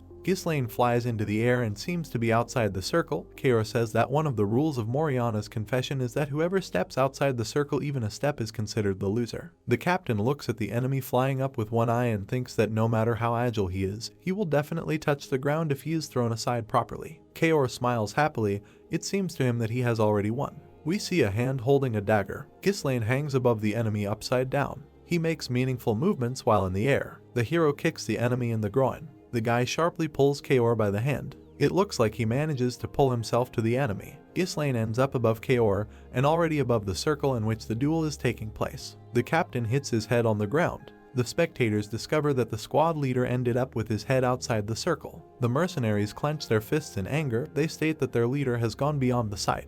We see the right side of Kaor's face. It begins to seem to him that this is the end. Ghislaine calmly looks at him and says that he has won. The captain, on whose back the young man is sitting, asks who he is that has such skills. We see the young man's right eye. Ghislaine says that his opponent is very impolite to the one who will become his master. The guy abruptly lifts his opponent to his feet. The fighters stand opposite each other. Kaor asks what the young man needs. Because the fight seems to be over, he says that the duel continues since he himself did not go beyond the circle. Kaor asks again in bewilderment. Ghislaine raises his fist to strike and declares that now he will begin training Kaor. Ghislaine delivers a powerful blow to Kaor's face. The mercenaries and Jillian look at what is happening in surprise. Kaor raises her hand in horror and shouts for the guy to wait, because according to the rules, if you go beyond the circle, the hero delivers another blow, forcing the captain to shut up. He sits on his opponent, raises his hand for another blow and asks if he will also fight according to the rules in war. Kaor shouts that Ghislaine has no right to be called a nobleman. The hero glares at the Cerberus squad leader and demands that he not dare to contradict his master. The hero's fist turns his opponent's face into a bloody chop. Ghislaine delivers one blow after another to the captain's face. The mercenaries stand hesitantly behind the young man. One of them says that perhaps this should all be stopped, since the duel is already over. Kaor raises his hand and cries out pleadingly for them to stop beating him. He jumps up and tries to strike back. The hero clenches his fist and says that he has not yet left the circle. Kaor, whose entire face is broken, looks at the hero with hatred. He turns to his comrades and asks them if they will continue to stand and watch him being killed. He demands that the mercenaries finish off the young aristocrat. The fighters rush to help their commander. Jillian blocks their path with an axe. He scowls at the Cerberus mercenaries and promises to kill anyone who gets in the way of the young master. They tremble in terror. Kaor's face is a bloody mess. We see this unflattering picture from the side. Ghislaine stares at the captain and asks if the lesson should continue. Kaor, who has a hero's fist approaching his face, laughs. he receives another punch to the jaw. The captain remembers several nobles he has met. He thinks that they were all pathetic cowards, arrogant pigs, sycophants, and narcissists. The nobles are kneeling before Kaor. He remembers that it was enough to intimidate them a little. They immediately fell to their knees before him. Gold coins are visible in the air. The captain thinks that he enjoyed robbing the nobles. Dog heads are visible above the head of a completely intact Kaor. He remembers that he is a famous warrior nicknamed Mad Dog. He lies on the ground under the feet of his opponent. Kaor thinks that he is now completely powerless against the nobleman, who is, in fact, still a snot-nosed brat. The mercenaries who are standing around the duel circle are trying to shout to their commander. One of them says that he is about to die. He is told that nothing can be done now. Ghislaine looks at the captain's hand, which is tied to his hand, and understands that it is time to stop this execution. The guy points his finger at the mercenaries and asks why they are standing still. He orders to bring water, bandages, and towels. The fighters ask again in bewilderment. Ghislaine easily lifts the wounded enemy and asks the mercenaries if they want their captain to die. The thugs begin to understand what is required of them. They immediately rush for the items listed by the hero. In front of us is a road sign wrapped in chains. Jillian frowns over his shoulder. He looks at the hero and understands that the mercenaries submitted to his master very easily. A knight runs up to Ghislaine with a bucket of water. In front of us is a clenched fist. Jillian thinks that in the world of mercenaries, brute force is much more important than laws. A huge evil wolf towers over a dog trembling with fear. The old warrior realizes that his young master has shown in the most convincing way who is the boss here. Ghislaine moves a sheet of paper towards Kaor. He points at this document with his finger. Kaor looks at the young man in surprise. The captain takes a pen in his hands and signs his name. The leader of the Cerberus squad pushes the sheet he just signed away from himself. Ghislaine looks questioningly at Kaor. He looks away and asks to take care of the Cerberus squad. The hero agrees to do so. He grabs the captain by the hand. Firmly holding Kaor's front leg, Ghislaine says that they are now one family. The guy, smiling, looks at the captain and says that they must try to succeed. We see the castle again, located near the village. It is reported that the action takes place several days later on the outskirts of the Pertium holdings. Dozens of mercenaries are discussing something. One of them, yawning, covers his mouth with his hand and asks why it was necessary to wake them up so early. The second says that he can't do anything before lunch. The bald mercenary, putting his right hand to the side, says that, as he was told, their employer is a young gentleman from the Pertium house. The second fighter asks again in surprise, and the third notes that this guy must be completely inexperienced. He asks how this young man is going to manage mercenaries who will try to sit on his neck right away. We see a one-eyed mercenary sleeping on his feet. Someone loudly claps his hands and demands to pay attention to himself. In front of us is a pumped-up fighter with a naked torso.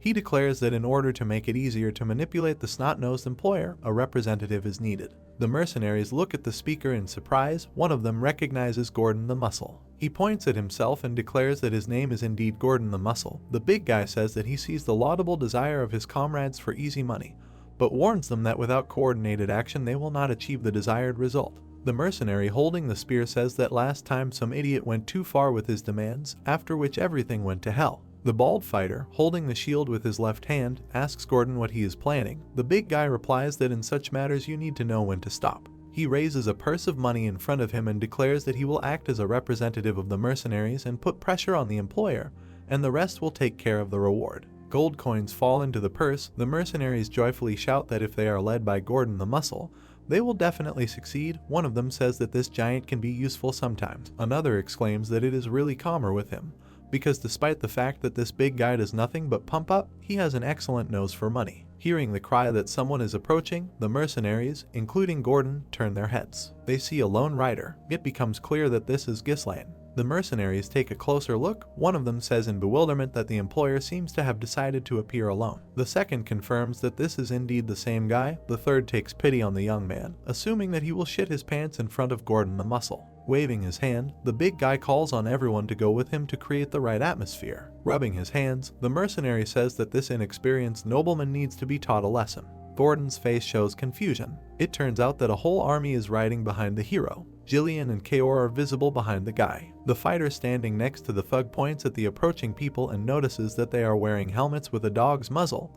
He assumes that this is the Cerberus squad. Gordon asks again in fear. In front of us are two representatives of the named squad. One of the waiting ones asks what must have happened to these desperate thugs for them to obey the new employer so obediently. The squad led by the hero drives up to the mercenaries. Ghislaine looks at someone with curiosity, smiling. He looks at Gordon and asks if he is the ringleader here. The thug confirms that this is indeed the case, after which he asks what the guy needs. Ghislaine demands that the mercenary give his name. Looking at the hero with fear, the big guy says that his name is Gordon the Muscle. The guy asks again in surprise. He punches the big guy in the chest and says that it is a cool name. He introduces himself as the Crown Prince Ghislaine Pertium. Gordon and the other fighters look at the young man with fear. Turning his back to his new acquaintance, the guy orders him to gather all the mercenaries. Smiling, he looks over his shoulder at the big guy and says that they will immediately begin to develop the forest of monsters. We see the crowns of trees. Belinda helps Ghislaine put on his armor. The hero looks very serious. He thinks that all preparations for the development of the forest are complete. Belinda attaches protective plates to the hero's arms. Then she puts shoulder pads on him. Ghislaine thinks that the temporary camp has been built, supplies have been prepared, and the troops have been assembled. An entire army has lined up in front of the guy and his closest comrades. Ghislaine looks back at the maid and tells her to check the numbers again. In front of us is a bald mercenary and Gordon. Belinda says that there are 148 fighters hired through the agency. Now we see warriors in knights' helmets. The girl says that there are 41 mercenaries from the Cerberus squad, which the young master brought. That is, in total, together with the command, 192 members of the expedition. Ghislaine, looking back at the maid, asks if she has spoken with Skaven. The old warrior and Ricardo give a thumbs up. Belinda says that at first she thought he would object, but he himself volunteered to cover the expedition to the Forest of Monsters, and considering that he commands the garrison, there is no need to worry about the rear. The hero declares that this is simply magnificent.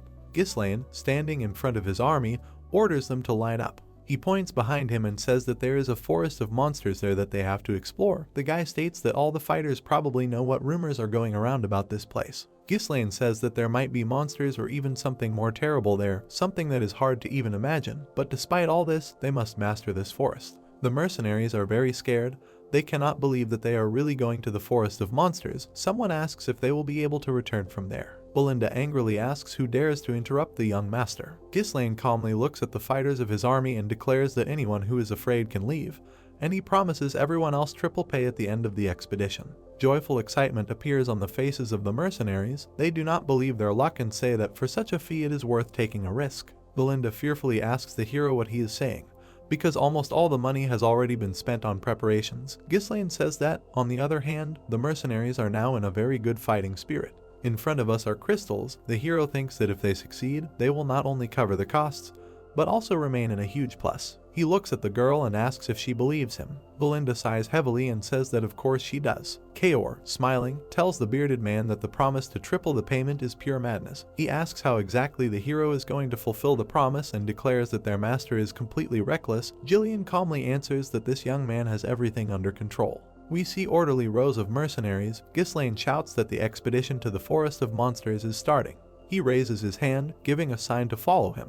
In front of us are thick, ugly trees. An axe crashes into one of them. The mercenaries are chopping down the forest. Ghislaine cuts down a tree. It falls with a loud sound in front of him. The hero, smiling, says that finally there will be light here. He raises his hand and orders his fighters to cut a path in this direction. The young man orders to saw the felled trees and load them onto carts, and all who are free must dig around the stumps to make them easier to uproot. Before us is the face of a young man. He remembers that, according to the forest development diary left by Duke Delphine, its area is truly enormous. The hero thinks that someday it will be necessary to drive out all the monsters from here and use other resources, but now he only needs money. Before us is a map, where a red arrow shows the path to the crystals. Ghislaine thinks that now it is necessary to ignore everything else and pave the shortest path to the veins of runestones. Starting to cut down another tree, he thinks that the wealth that will be obtained as a result of this expedition will help to resist the conspiracy against the Pertium house. Kaor looks at what the guy is doing and cannot believe that his employer works on an equal basis with everyone else. In front of us are two mercenaries. One of them asks if Ghislaine wants to show aristocratic dignity by his personal example. The second answers that it's all for show, and the guy will soon get tired. Belinda shouts angrily for the fighters to stop chatting and get to work. They answer that they understood the order. The girl looks angrily at the mercenaries. She thinks that this category of people is completely incorrigible. Belinda approaches the hero and asks why he works when he hired people for this. She warns that the mercenaries will not treat him with due respect. The hero, without looking up from his work, says that the more hands, the faster they will finish, and adds that you can't stay in this place for long.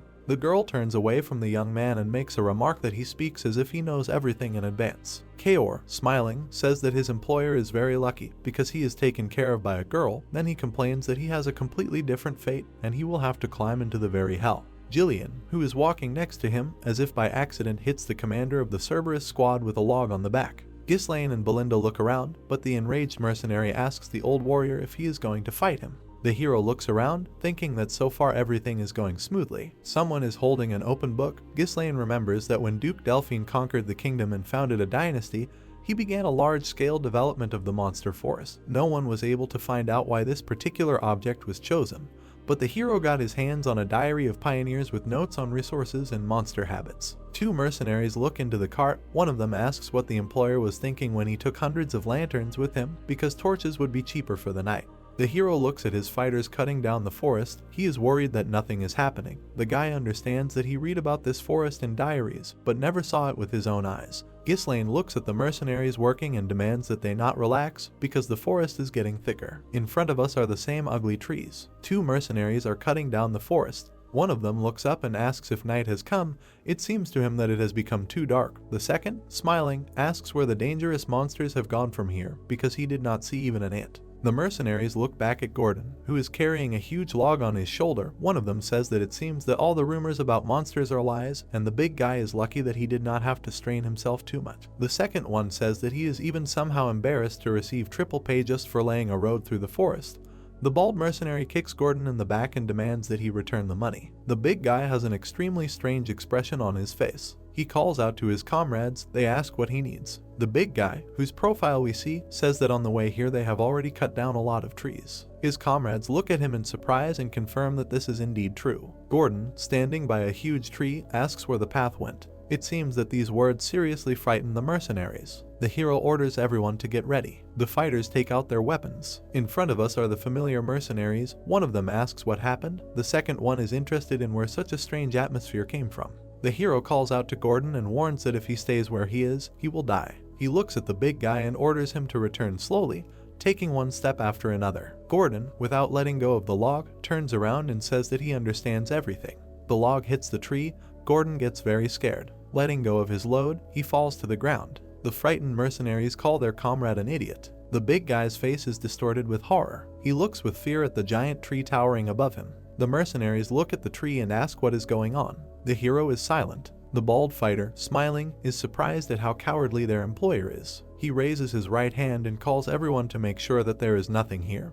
He suggests that the path is simply not visible because the landscape is the same everywhere, and the idiot that is Gordon was simply mistaken. He also states that the forest of monsters is too loud a name for an ordinary dense forest. Ghislaine frowns at the mercenary and tells him to go to him, otherwise he will die. The bald fighter irritably asks why the hero is escalating the situation so much and says that he understands perfectly well that Ghislaine is just trying to control everyone. Something like a rope is wrapped around the bald mercenary's belt. The poor guy screams in fear. It seems that the tree is pulling him towards itself. It turns out that this plant has many sharp teeth. The hero understands that the enemies who have just made themselves known did not make a sound, and no one could have guessed that they were moving. The hero stands in front of a giant tree with a sword in his hand, at the base of which a bright white circle is visible. Ghislaine understands that these are creatures from which there is no escape if you do not know about them. We see the guy's face. He understands that Regressed is in front of him. Gordon is lying on the ground between Ghislaine and Regressed. A real panic begins among the mercenaries. They shout that a monster has appeared. The fighters' faces are distorted with horror. They are afraid that the tree will devour them. Someone shouts that they need to run away. Regressed shoots long shoots at the enemies. They capture Gordon and a couple of other mercenaries. Two fighters fall right into the mouth of a toothy tree. White flashes are visible in the tops of the plants. Gordon desperately clings to a tree branch and asks his comrades to save him. Two of them run up to the big guy and ask him to hold on tight. The mercenary strikes the vine. The fighter looks at his jagged axe in bewilderment, not understanding why it can't cut through the tree shoot. Gordon looks at the weapon his comrade is holding with despair in his eyes. Regressed pulls the big guy up. The mercenary's comrades desperately try to shout to him. Ghislaine swings his sword. He strikes and cuts the vine. The guy swings again. This time he hits the tree right in the eye. Gordon falls to the ground. The big guy and his two comrades look ahead with alarm. One of them shouts that the employer is wounded. The second guesses that the weak point of the trees is their eyes. In front of us is the lower part of the hero's face. He loudly shouts at the mercenaries to finally come to their senses. The guy puts his right hand out to the side and says that if they act out of order, they will become an easy target. He orders everyone to raise their shields and form a tight formation so that no one will be grabbed by the vines. Ghislaine orders to focus on defense until the next order is received. Gordon and his comrades shout that they will carry out the order. The mercenaries form a tight formation. One of them orders to strengthen the defense on all sides. The second one asks in despair if he will really die here. Ghislaine runs up to the cart and asks Kaor what is with the oil lamps. He replies that he collected them all. The hero gives the order to light the lamps and throw them at the monsters. Kaor finally understands what they were needed for. The long-haired mercenary screams in fear that the Regressed are looking in their direction. Ghislaine orders to start bombarding the trees with lamps. The mercenaries standing in front of the cart with the lamp supply start throwing them at the monsters. One of them calls the enemy's creatures that should try fire. The lamps fly into the trees. White flashes are visible in the trunks and branches of the plants. Kaor looks at the enemies in fear and understands that they are deflecting all the projectiles. His comrade standing next to him states that this way they will not be able to set them on fire. The trees shoot vines at the people. We see an axe with a sharp blade. Jillian effortlessly cuts off the vines threatening the people. Belinda holds 3 small daggers in her hand. She throws them into the eye of Regressed. Ghislaine looks back at his comrades and orders Jillian and Belinda to cover the Cerberus squad and get ready to throw the lamps. We see the tip of a sword. The hero goes to a huge tree and says that he will distract the enemies. Belinda shouts loudly for the young master to be careful. Ghislaine swings his sword. With lightning-fast movements, he cuts through dozens of vines. It seems that the trees are looking at this enemy in amazement. Ghislaine moves quickly next to the trees and delivers dozens of precise blows, cutting off the vines. The eye of the tree really does look surprised. The mercenaries, covered with shields, are surprised. One of them says that these monstrous trees seem to have legs. Someone expresses concern that the monsters will simply trample the master. We see the hero's sword. It strikes and cuts off a huge piece of wood. The guy jumps and plunges his weapon into the eye of Regressed. The mercenaries look in fear as their commander fights the monsters. One of them shouts that all the trees have focused their attention on the hero. Belinda looks back at the fighters and orders them to throw lamps. The lit lanterns fly at the monsters. The girl shouts that this time everything should work. The mercenaries throw oil lamps at the plants. A hot fire starts to burn at the base of the tree trunks. A joyful smile appears on Kaor's face. Ghislaine shouts for his fighters not to stop. The fire spreads through the trees. The hero demands that the monsters be burned to the ground. The giant plants burn with a hot flame. The mercenaries look at what is happening in surprise and understand that, as incredible as it may sound, they can actually fight these monsters. In front of us is another group of mercenaries. These fighters are afraid that with such a strong fire the whole forest can burn down. Gordon, smiling happily, declares that everything turned out to be easier than they thought, since these pieces of wood are helpless in front of the fire. The hero, who stands in front of the mercenaries, demands that they do not relax. Since this is not the end yet, the fighters ask again in bewilderment. The hero frowns at the monsters and declares that they will now show their true nature. A huge white cloud floats over the people. The fighters look at the enemies in confusion and ask what it is, smoke or steam. Someone notices that the fire seems to have gone out. Jillian and Belinda call out to the hero. The girl asks what is happening. The young man answers that only the shell of the monsters is vulnerable to fire, but not their inner part, and when the flame reaches the wet core, steam is formed. The cloud continues to thicken. A white ball is visible through it. The people see the toothy mouths of the monsters and eyes that have suddenly become white. Giant petals open around the mouths of the monstrous trees. The fighters look at this transformation in fear, realizing that the trees did not die from the fire. A blade rises in front of the mercenaries. Ghislaine orders everyone to take up arms. The guy resolutely walks towards the monsters. He says that now they will engage in close combat. Ghislaine charges forward and orders his army to do the same. Ghislaine, with his army behind him, charges forward against the monsters. Gordon and the other mercenaries look at the boy in amazement.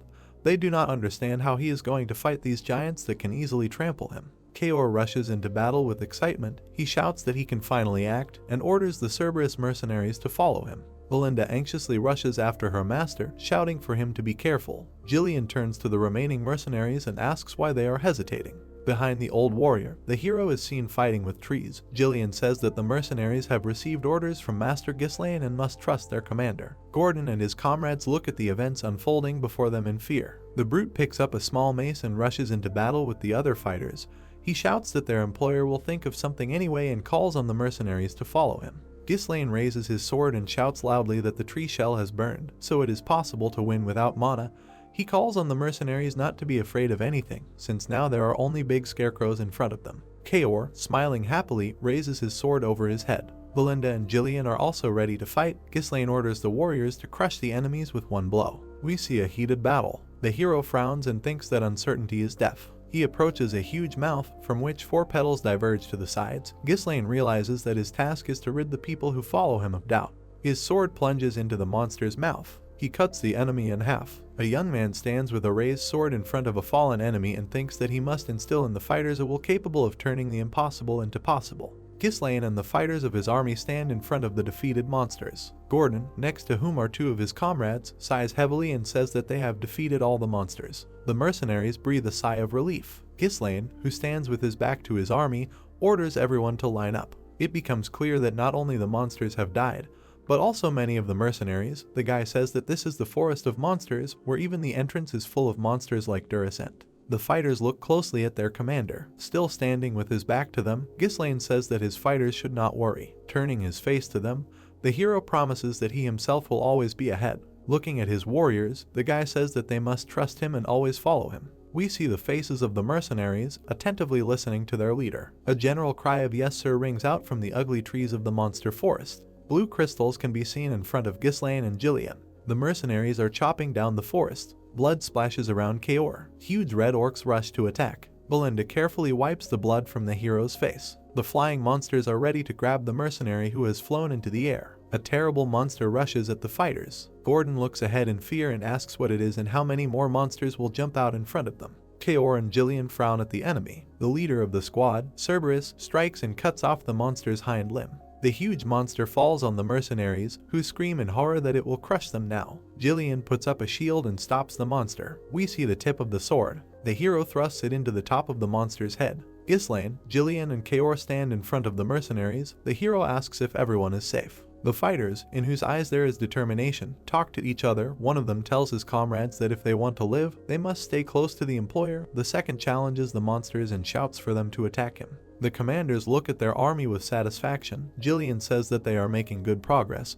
Kaor states that practice is the best teacher. Ghislaine agrees with him. The mercenaries are chopping down the forest. The hero, who is standing nearby, says that there is still a long way to go, so they need to continue to pave the way. Behind the guy, a fighter with an axe is seen trembling with fear. He thinks that there are only crazy people around him. We see a burning tree. Ghislaine and his army approach some kind of reservoir. The fighters rush to the water. One of them draws attention to the fact that the water in this lake is very clean. Belinda looks at the pond with concern and says that no one knows what might jump out of there. Ghislaine looks thoughtfully ahead. He thinks that so far everything is going according to plan, and this lake is the most important landmark on the way to the Runestone Vein. The guy gives the order to set up camp and make a halt. His army obediently carries out the order. A group of mercenaries sits in front of a fire. One of them asks what they are doing here. The second says that this is only the edge of the forest and one can only imagine what awaits them next. The third is happy that at least the last 2 nights were calm. A pot is hung over the fire. A mercenary with a shield on his back stands in front of Gordon. The big guy asks if Manus is in his right mind, who suggests dropping everything and secretly returning. He raises his left hand and says that he just does not want to take risks because life is more important than money. Gordon, gnawing on a bone, replies that they have already walked a long way and, according to the employer, the target is not far from the edge of the forest. That is, they are almost there. Manus angrily asks if the big guy believes these words, after which he says that he is too trusting, and that is why everyone constantly deceives him. The starry sky is visible above the coward's head. He states that their employer is not called a thug from Pertium for nothing. Manus says that the boy is obviously just trying to curry favor by forcing them to explore this forest. The one-eyed mercenary states that they have already received an advance, and the essence of their job is to do what they are paid for. Gordon, sitting next to him, reminds that Ghislaine has saved them all countless times. Manus stands in front of his comrades, arms outstretched. He admits that Ghislaine fights well, but says that so far they have just been lucky. He assures that it takes one mistake and they will all die. We see the face of this mercenary up close. He assures that they are being used as cannon fodder, and when it becomes dangerous, they will simply be abandoned to their fate. The coward assures that all aristocrats are the same. Gordon, frowning at the fighter, says that there is, of course, some truth in this. Manus, whose profile we see, thinks that they need to continue sowing discord. He thinks that trying to break through the hordes of monsters alone is suicide, and if he takes someone with him, he can use his comrades as bait. One of the mercenaries says that without the employer, they would all be dead long ago. He points his finger at the hero, who is helping the fighters, and calls Manus to see what their commander is doing. Ghislaine applies ointment to the hand of one of the wounded. Belinda silently watches the healing process. The hero says that the fighter must be careful and not allow water to get into the wound, as it can fester. The mercenary thanks the commander. The girl leans over to the guy and says that he is using a very expensive medicine, after which she offers to save it for himself. Ghislaine replies that medicines are needed to be used, and there is no point in saving them. The hero calls the next wounded. Manus looks at the young man in amazement. The one-eyed warrior explains to the coward that the medicines and potions that Ghislaine uses are more expensive than the mercenaries themselves. He asks Manus if he would treat people like this if he planned to use them as cannon fodder. The fighters sit in front of the fire. The one-eyed mercenary says that Ghislaine is different from all the employers they have ever dealt with. It seems to him that the commander will never abandon them. Manus looks back with disgust at the fighter who objected to him. He curses this old man who ruined everything. The bastard understands that in order to get out of here, he needs to lure at least a few people, but now it will be very difficult to do. Ghislaine approaches the mercenaries and tells them to stop talking and rest while they can. The hero turns to Jillian and Kaor and says that they need to discuss something. The commander of the Cerberus squad looks back at the fighters they just passed and asks the guy if everything is okay with him. He says that if he were in his place he would rip out the tongue of such a scoundrel. Ghislaine asks to leave Manus alone and states that because of the monsters he can't do anything yet. The young man says that now they have a much more important matter. Lanterns are standing on wooden boxes. The commanders gathered together. Belinda asks the guy why he suddenly asked to count the lamps. Kaor says that there are about 24 of them. Ghislaine looks thoughtfully ahead. He thinks that, as he assumed, the consumption of lanterns has increased. The hero recalls the events of the past days. He states that since they entered the forest, monsters have attacked day and night, but the last 2 nights have been calm. Belinda and Kaor look at him in surprise. The commander of the Cerberus squad says that he seems to understand what this means. Jillian, looking ahead with a frown, declares that they have entered the territory of night monsters, which are probably very strong. Ghislaine, slightly lowering his head, declares that this is exactly how it is. The guy looks into the depths of the forest, which rises above the military camp. He turns to his comrades and says that real danger awaits them. There are lanterns on wooden boxes. The fighters, among whom Gordon stands out, are sleeping. The big guy is snoring. He hears something through his sleep. A lit lantern falls on him from above. The big guy lifts his leg and asks why the lantern is flying by itself. Next to Gordon's face, a monster with many red eyes is visible. The mercenaries look at what is happening in amazement. Gordon takes out his mace and screams shrilly that he sees a monster. His weapon leaves traces in the air. The big guy tries to drive away the monster with a scream as well. The mercenaries look at their comrade in confusion. Someone asks him what happened. Gordon looks at his comrades in fear and says that a monster was just next to him. The fighters look at the big guy in confusion and ask if he has gone crazy. Gordon holds the mace in an inappropriate manner. They tell him that there is no one here. The big guy looks around in fear. The mercenaries turn around disappointedly and are about to leave. One of them says that their comrade must have had a nightmare, and this is understandable since they have been constantly encountering monsters lately. Gordon tries to object. Someone appears in front of the fighters. One of those who came up says that it was not a dream. The long-haired mercenary says that he woke up feeling someone's presence, and then the lantern disappeared right before his eyes. The mercenaries gather in a group. Someone says that he also heard something, and what's more, he heard a terrible laugh.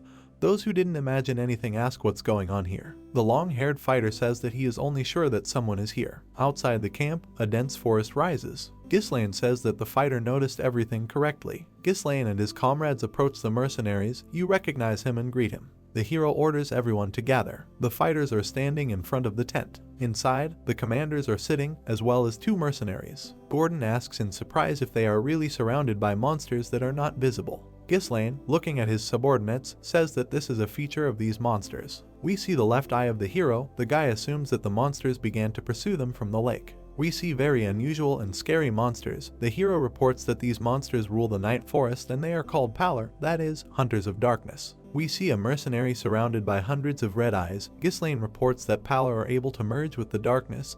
They are not only invisible, but physical attacks do not work on them. Hundreds of individuals follow the prey, absorbing the light around them. They hunt, dragging the victim into the darkness, where they have an advantage. The mercenaries, amazed by the potential number of monsters, ask again in amazement. Belinda says that now she understands why the lanterns disappear. Kaor angrily declares that the vile creatures want to play with them. The leader of the squad, Cerberus, jumps up and offers to destroy the monsters at once.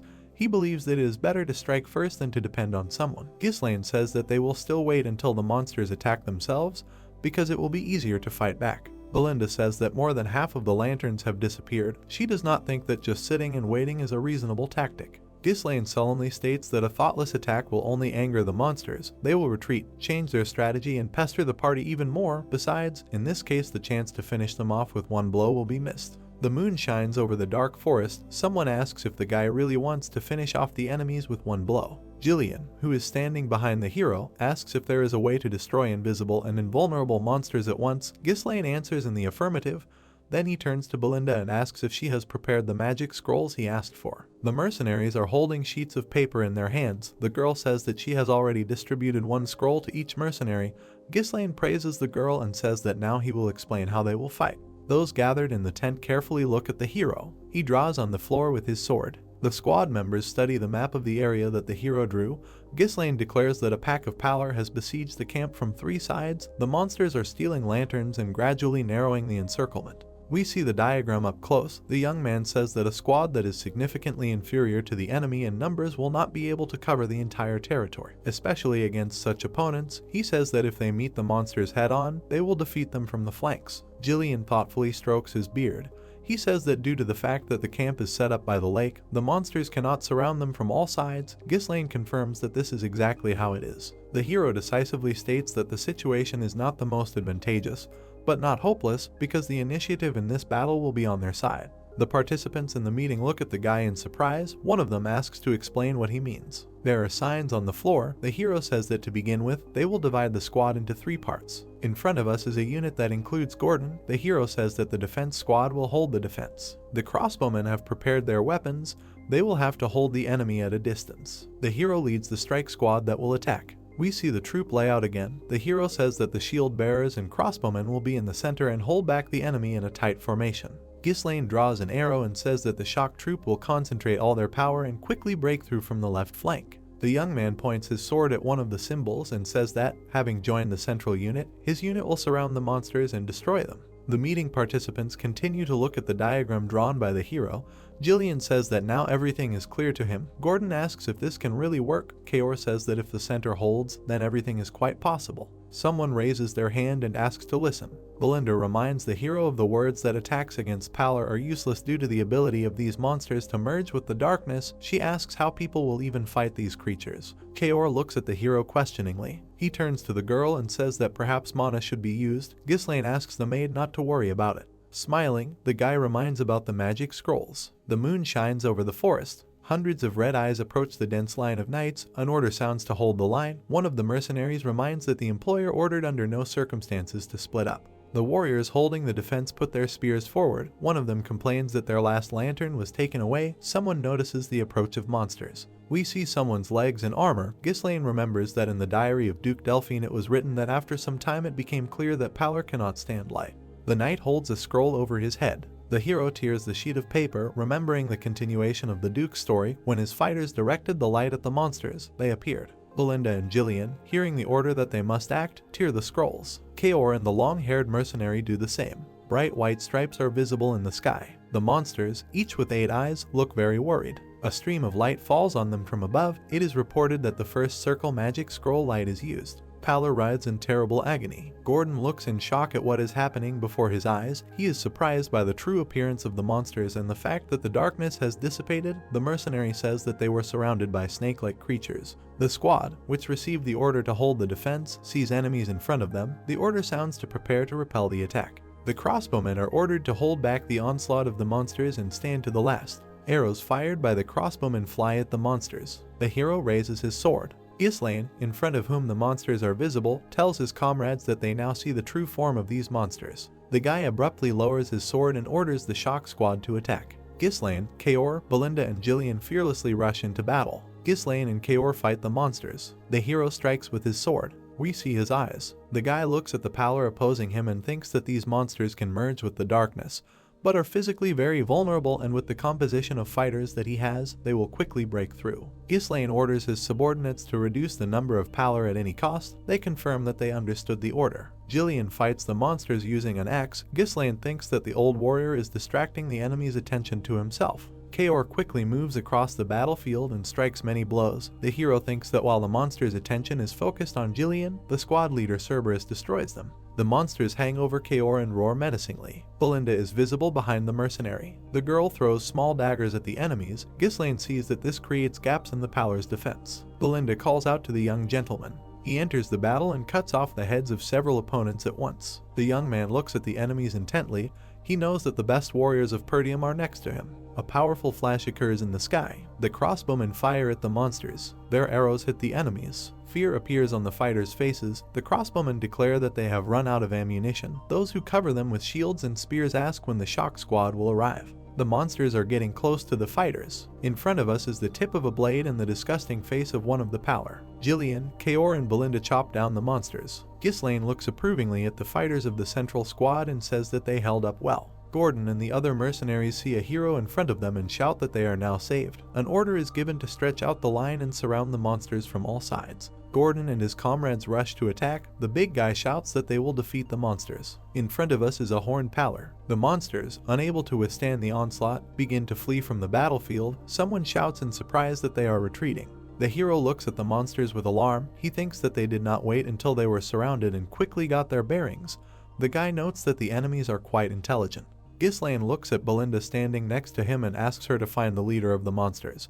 He says that he should have horns on his head and it was he who gave the signal to retreat. The army commanders rush forward. Kaor asks why they are pursuing the enemy. Belinda asks if it is not good that they are running away. Ghislaine replies that these creatures are obsessed with their prey, and even if they retreat now, they will still pursue until the very end. The hero says that the squad does not have the strength for a second battle, so they need to avoid it. He says that if they catch the leader, the monsters will lose control and completely disperse into the darkness. The guy insists that this commander must be neutralized here and now. Belinda looks at the guy in surprise. A grappling hook appears in the girl's hand. She understands that her master has changed a lot lately. Belinda spins her weapon and says that she understands the commander. The grappling hook clings to a tree branch. Belinda jumps into the air. She flies over the fleeing monsters. The girl notices the leader. She realizes that she has found the one she needs and swings the grappling hook again.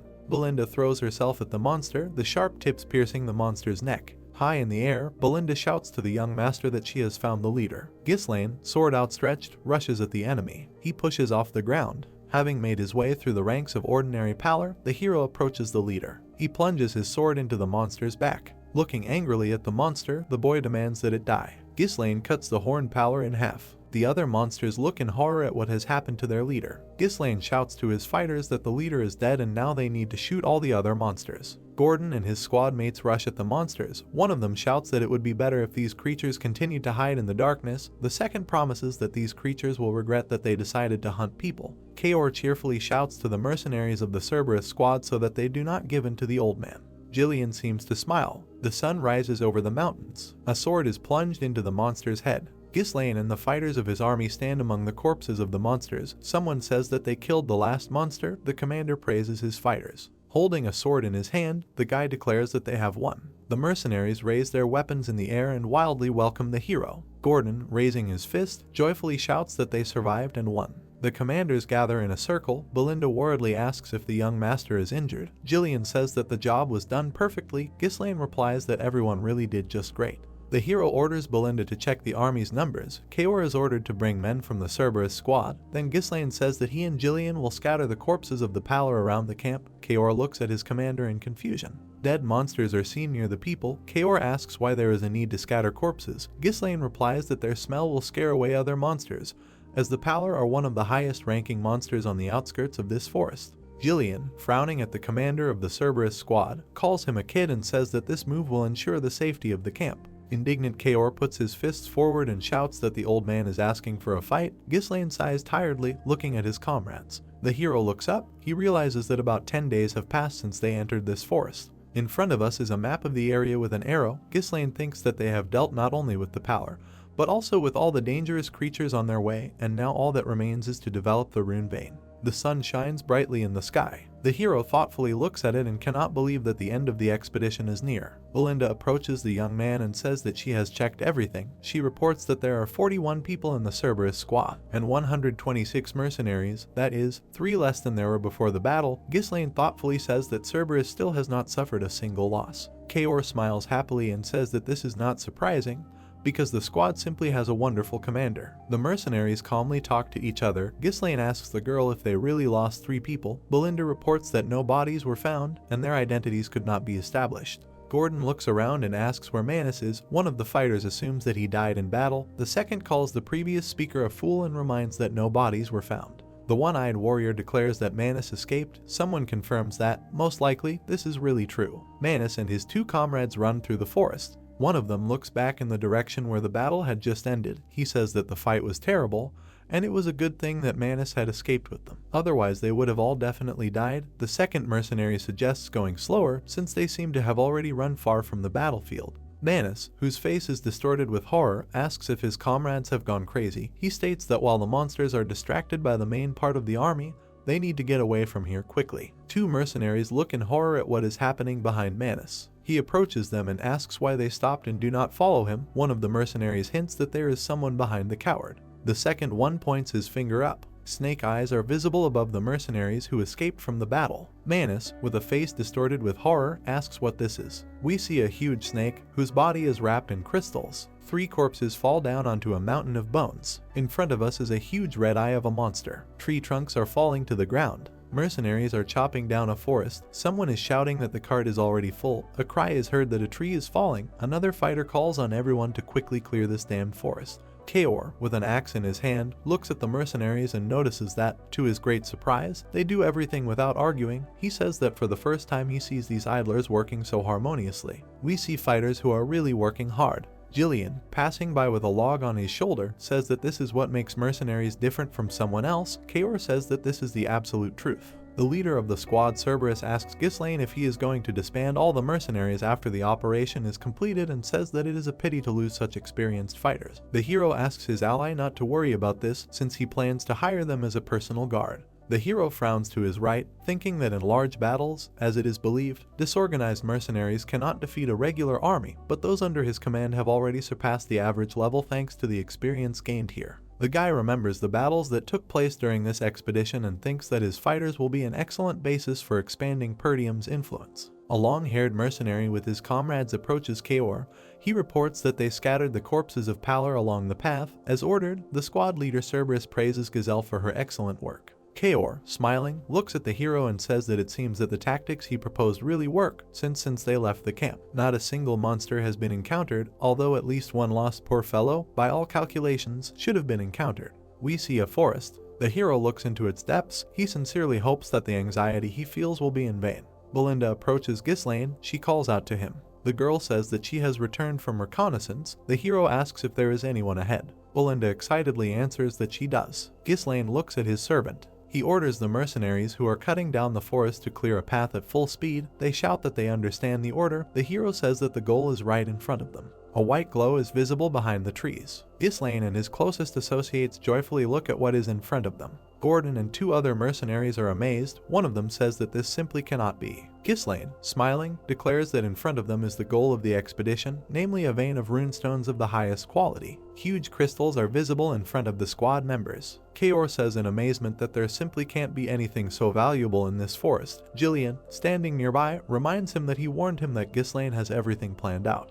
Belinda throws herself on the boy's neck and asks how the young master knew about it. The mercenaries look at the white crystals in amazement. One of them says that it's rare for anyone to see runestones in their lives, and here they are in gigantic quantities. He expresses the hope that they will all become rich if they get all this. A dark figure appears in the white smoke. This character declares that the squad will not go anywhere. Ghislaine understands who is in front of him. Manus, whose eyes are completely empty, declares that it's all over. His former comrades recognize him. The mercenary who escaped from the squad seems to be hovering above the white smoke. Gordon and the one-eyed warrior rush to him. One of them calls Manus an idiot, and the second asks what he is doing here. A sword appears in the hero's hand. Looking warily at Manus, he orders the fighters to retreat. Ghislaine swings. He delivers a powerful blow. The smoke clears, revealing piles of bones underneath. Gordon and his comrades look at the scene that opens up to their eyes in amazement. Someone notices that there are a lot of remains, and they belong not only to monsters, but also to people. A question is heard about what could have happened here. Belinda and Jillian call out to the young gentleman, who, looking ahead, says that it seems that they will not be able to easily obtain the runestones. In front of the deposit of white crystals, mountains of skulls and bones rise. Ghislaine says that, judging by the number of remains, there is a nest of a high-ranking monster here. And if there are fresh ones among them, then this monster is here now. The hero says that the poisonous fumes of the corpse mixed with the fog, which is why they did not notice these bones at once. The hero's face is thoughtful. He remembers that Delphian's notes did not say anything about a dangerous creature being near the vein. He turns to his fighters and demands that they prepare for battle. A giant snake is visible above the hero's head. The monster opens its mouth wide. Belinda, Kaor, and Ghislaine look at the huge monster with alarm. The hero orders everyone to disperse. Ghislaine flies up to the giant mouth with his sword raised above his head. He strikes and hits the top of the monster's head. The hero aims for the snake's red eye. The blow hits the monster's head. The sword leaves only a small scratch. Jillian and Kaor are amazed. The old man says that even magic cannot pierce the scales of this monster. The squad leader Cerberus asks what it can be made of. Ghislaine strikes. The monster opens its mouth and blocks the sword with a tooth. Streams of green liquid fly at the young man. The hero understands that it is poison. The poison gets on the young man's red cloak. Ghislaine tries to escape from the monster's attack. It strikes again. The guy puts his sword in front of him. A huge red mass falls on the hero. In the place where the young man had just stood, a trace of a powerful blow is visible. Belinda calls out to the young master in fear. Mercenaries are visible between the giant rings of the reptile. Gordon and his comrades look at the enemy in fear. Someone shouts loudly that they must dodge the blows. We see two more fighters. One of them asks where such a huge snake came from. The second is afraid that he will be crushed now. Jillian carries two fighters out of the way. Belinda pulls the rope. Kaor orders something to his fighters. Ghislaine stands on a mountain of bones, raising his sword above his head. Cries for help and orders from commanders are heard next to him. Someone asks where the young master has gone. Ghislaine looks out from behind his sword and thinks that now that he has seen it with his own eyes, many things have fallen into place. He understands that before him is the true owner of the runebane. The giant monster looks at the enemy with a predatory look. Ghislaine understands that before him is the blood python, one of the monsters that he did not expect to encounter on this expedition. We see the hero's fist. The guy really didn't think he would meet this monster, which usually lives deep in the forest. Here, Ghislaine tries to comprehend the situation. He thinks that the chances of winning are slim. They can, of course, retreat and come back later, but the thing is that there is no time to hesitate. The guy squeezes the crystal in his hand. He remembers the battles he has already had to go through. The young man thinks that if he retreats now, then everything that has been done up to this point will lose its meaning. A pink light flares up in the hero's chest. He turns to the enemy and demands that he not interfere with him, since he has a huge responsibility. Ghislaine looks menacingly at the snake. It is reported that he has activated the awakening of the third core. The giant monster hangs over the guy. The monster lunges, but the hero manages to dodge and put his sword under it. Ghislaine strikes and hits the right side of the snake's head. His weapon leaves a bright trace in the air. It looks like the blow hit the python's eye. Ghislaine raises his left hand. A bright flash is visible next to him. Ghislaine props up his sword with his elbow to block the attack. The monster opens its mouth, showing giant teeth. The young man strikes his opponent with his sword. Ghislaine screams, his mouth wide open. He thinks that even if the chances of victory are slim, there are battles that cannot be avoided. He remembers his father, who carries a heavy burden on his shoulders. The hero's comrades watch the battle with concern. Ghislaine strikes and hits the giant reptile's nose. He thinks that now is the time for him to fulfill his duty. Ghislaine looks down tiredly. We see the young man's right eye. The monster looms over the boy. He thinks that the bloody python does not seem to be going to attack. A drop of sweat runs down the hero's cheek. He thinks that keeping the third core awakened for so long is too risky, as his mana will run out before he kills this creature. The young man's comrades rush to him. Belinda calls out to her master. The girl puts her hands on the boy's head and asks if he is injured. Belinda looks at the monster and asks the hero to retreat quickly. She promises that she and the other fighters will delay this monster. Ghislaine, raising his sword, demands that everyone leave, leaving him alone. Belinda looks at the commander in amazement and asks again. Not believing her ears, Gordon, who is standing behind her, says that he does not understand what their employer is going to do. Jillian frowns at the hero and asks what the young master means. The bloody python looms over the expedition members. Ghislaine says that even he cannot guarantee that he will be able to protect everyone from a monster of such size. The hero declares that he cannot afford to lose all his men. Belinda, who is standing next to the guy, asks what will happen to him. He replies that he must kill the python with his own hands. Belinda looks at her master with tears in her eyes. She thinks that the fact that they are still alive is already a miracle. Ghislaine raises his sword, pointing it towards the python. Belinda mentally asks him why he is going so far. The snake douses the people standing below with streams of poison. Ghislaine shouts for his army to quickly leave. The mercenaries look up in fear. They put their shields in front of them, protecting themselves from the poison. Ghislaine looks at what is happening with anger. The mercenaries rush forward. They ask to be allowed to fight alongside the hero. Before us is a one-eyed warrior and Gordon. The first of them says that they have never met such an employer. The second remembers that the guy saved their lives many times. Kaor, whose sword is behind his head, says that they only need to kill this snake and all the treasures will be in their hands. Belinda says that she cannot leave her master alone. Jillian, standing with his back to the young man, says that he will distract attention and create a gap. Ghislaine calls him by name. The old warrior, smiling, looks at his commander and says that at one time they trusted him, and now the time has come for the guy to believe in them. Ghislaine frowns at the old man. Before us is Kaor and Jillian. The hero says that the blood python has monstrous dimensions, deadly poison and such strong scales that it reflects even blades reinforced with mana. The guy remembers the blows he dealt to the monster. He warns that if at least one attack of the snake reaches its target, they will definitely die. Belinda addresses the young master. The bloody python is visible above the boy's head. The girl reminds that the monster has an open wound, and one of its eyes is damaged, and that is where it can be stabbed. In front of us is a raised blade. The hero, with his entire army behind him, says that the expedition to the monster forest must return home in full force. The mercenaries smile happily. Someone shouts that they are going to do it. The bloody python opens its giant mouth wide. The entire army pounces on the snake. Kaor strikes and hits the target. Blood gushes from the python's head.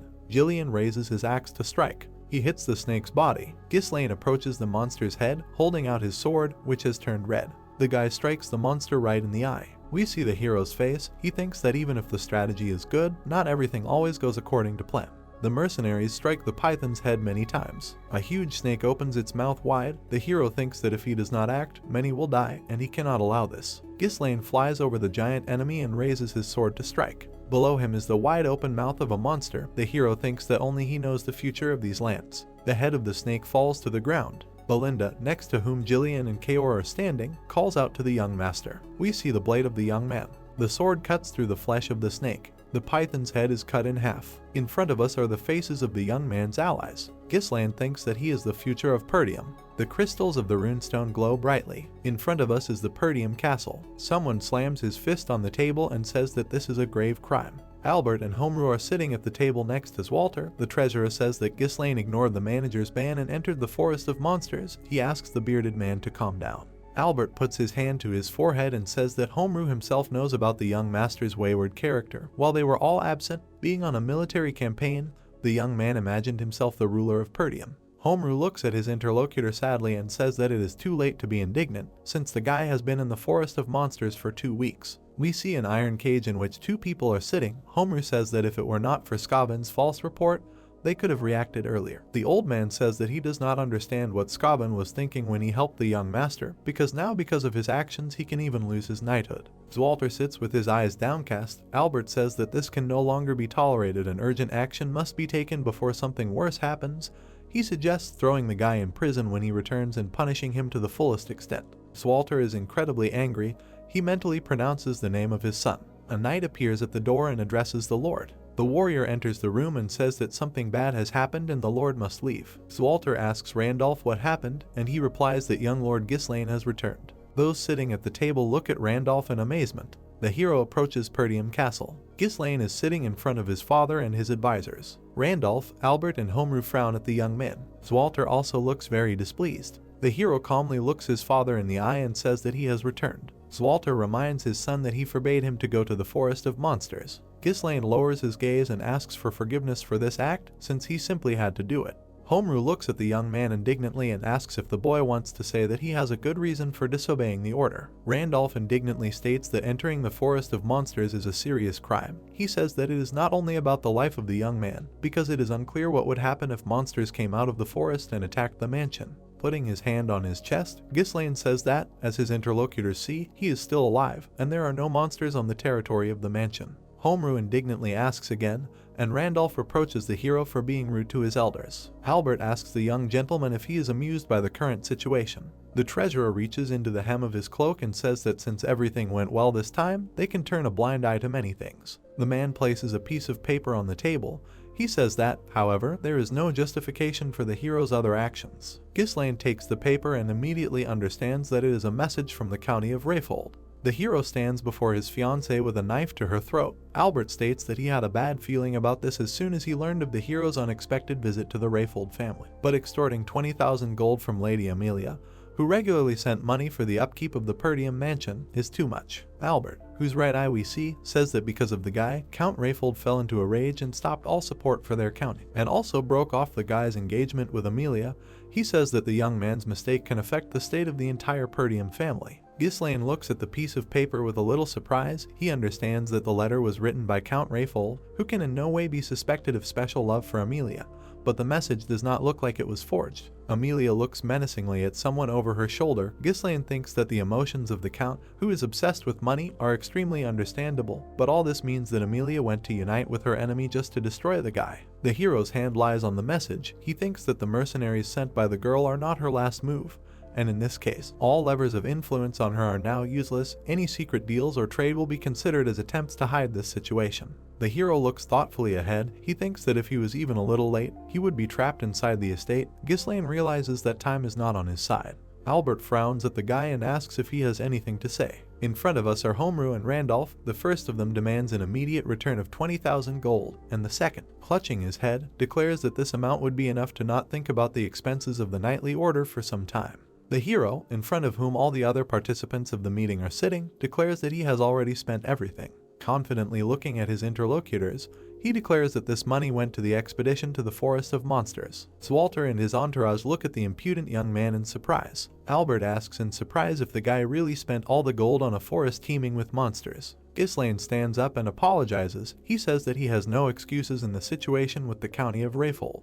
A hand in a gauntlet grabs the young man by the shirt. Randolph looms over the hero, calls him a damn brat, and asks what kind of heir he is if he sells the future of the county with his own hands. Homeru stretches out his hand and declares that Ghislaine Pertium is no longer a count, but a criminal. He demands that he be thrown into prison immediately.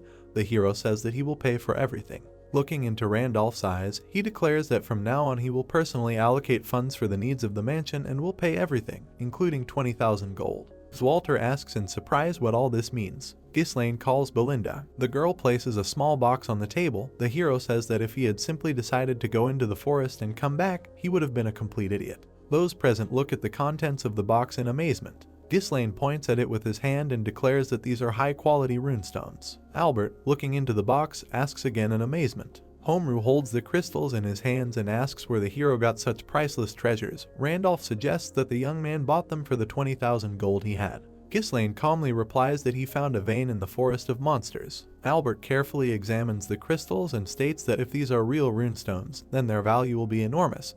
But even in this case, what is in the box will not be enough to fully maintain the mansion. Ghislaine looks mockingly at the man and states that, of course, this is not enough, but he has more. The meeting participants approach the carts filled with rune crystals. Mercenaries reload the stones. Someone says that they need to act carefully and not scratch the crystals. An order is given to take all the trash to one pile. Homeru, his eyes wide with surprise, asks if the guy really managed to get all this in 15 days. Randolph, standing next to him, asks if he is imagining things. Zwalter looks at Belinda standing next to him and asks if all this was really found during the expedition. The girl answers that the young gentleman personally prepared everything necessary and led the people. We see other trophies of the expedition. Belinda says that they managed to get Duracent, a huge number of remains of a blood python, and much more, and thus the runestones are only a small part of the trophies. Ghislaine puts his hand to his chest and declares that all his actions were aimed at benefiting the county, and, naturally, all this will go to the maintenance of the mansion. Albert, who is standing next to Zwalter, says that even if we take a rough estimate, this loot is enough to stop fearing for the financial well-being of the county. Homeru and Randolph look at the spoils of the expedition in amazement.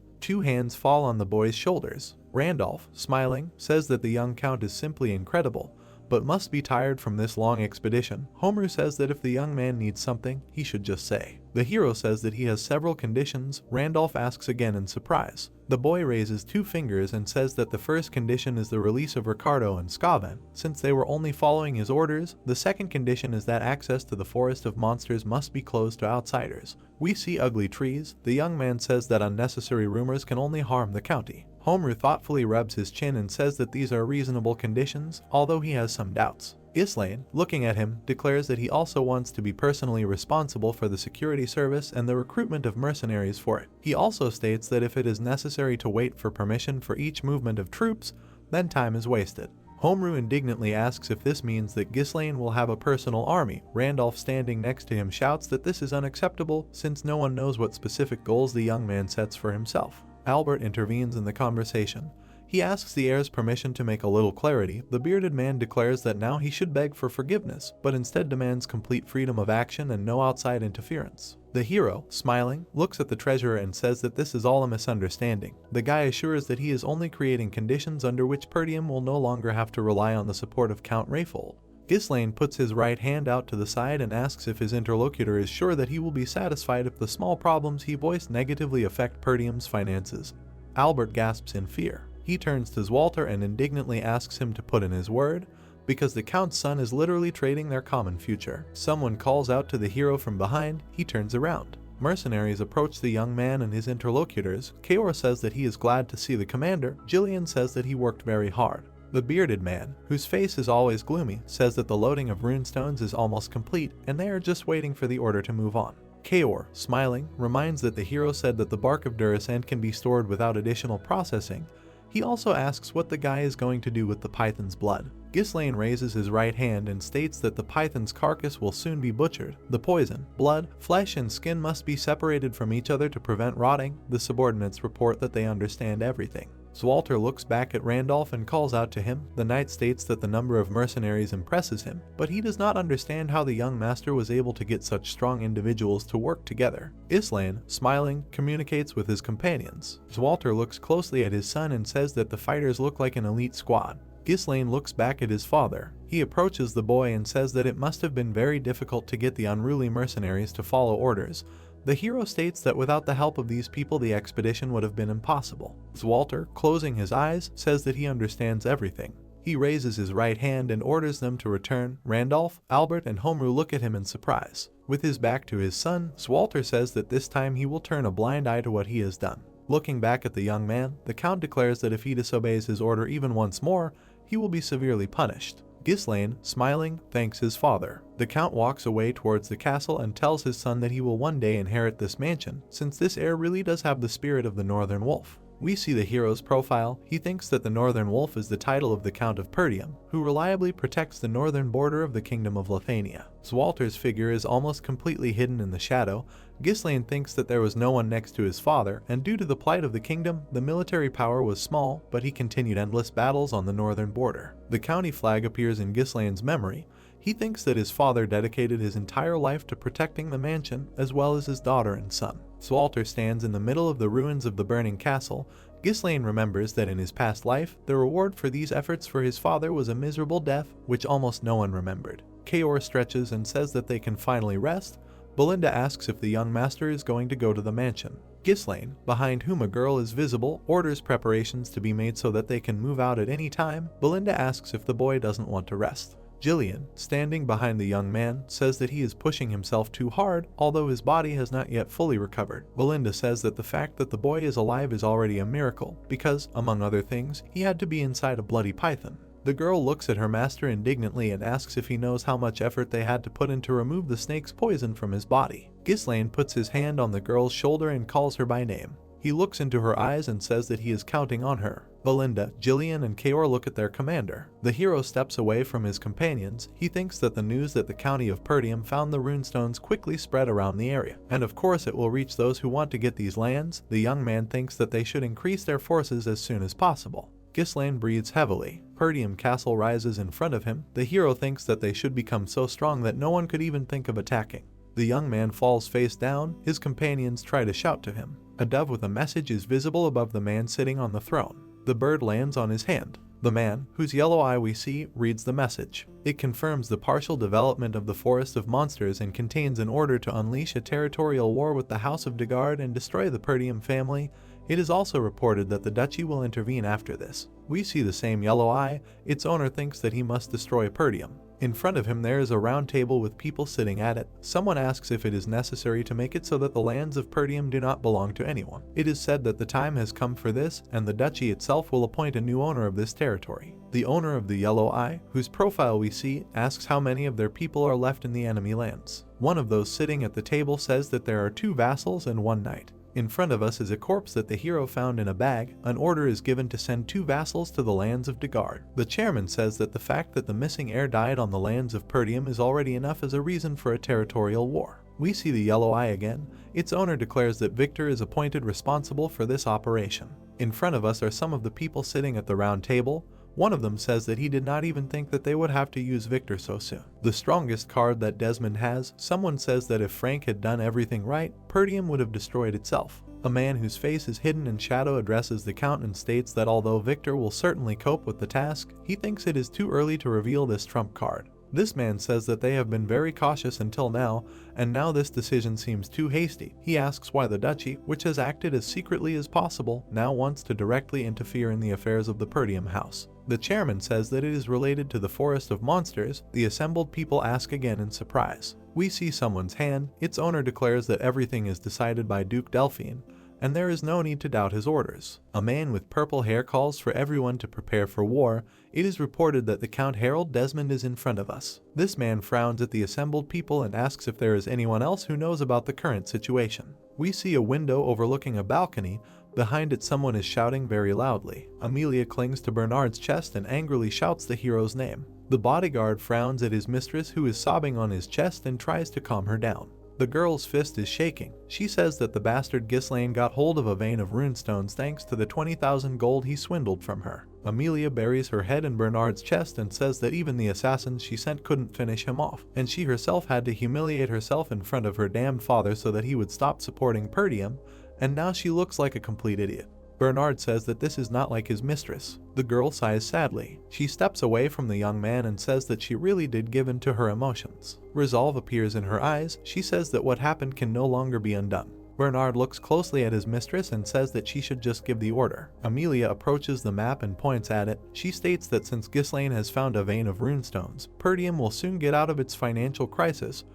Bernard says that it looks like the county will celebrate this occasion. Amelia looks at the young man with displeasure and states that perhaps they will celebrate, but the main thing is that they have not yet managed to sell the runestones. Bernard asks again in surprise. We see the starry sky. Amelia says that the vein was found a maximum of 2 days ago, and there was clearly not enough time to organize distribution channels. We see the girl's left eye. She states that this weakness must be used, especially since it is completely clear to whom they will try to sell these stones. Bernard says that he understands that they need to act before the stones are sold. He asks what buyers the girl is talking about. She replies that in the north there is only one place where you can sell runestones.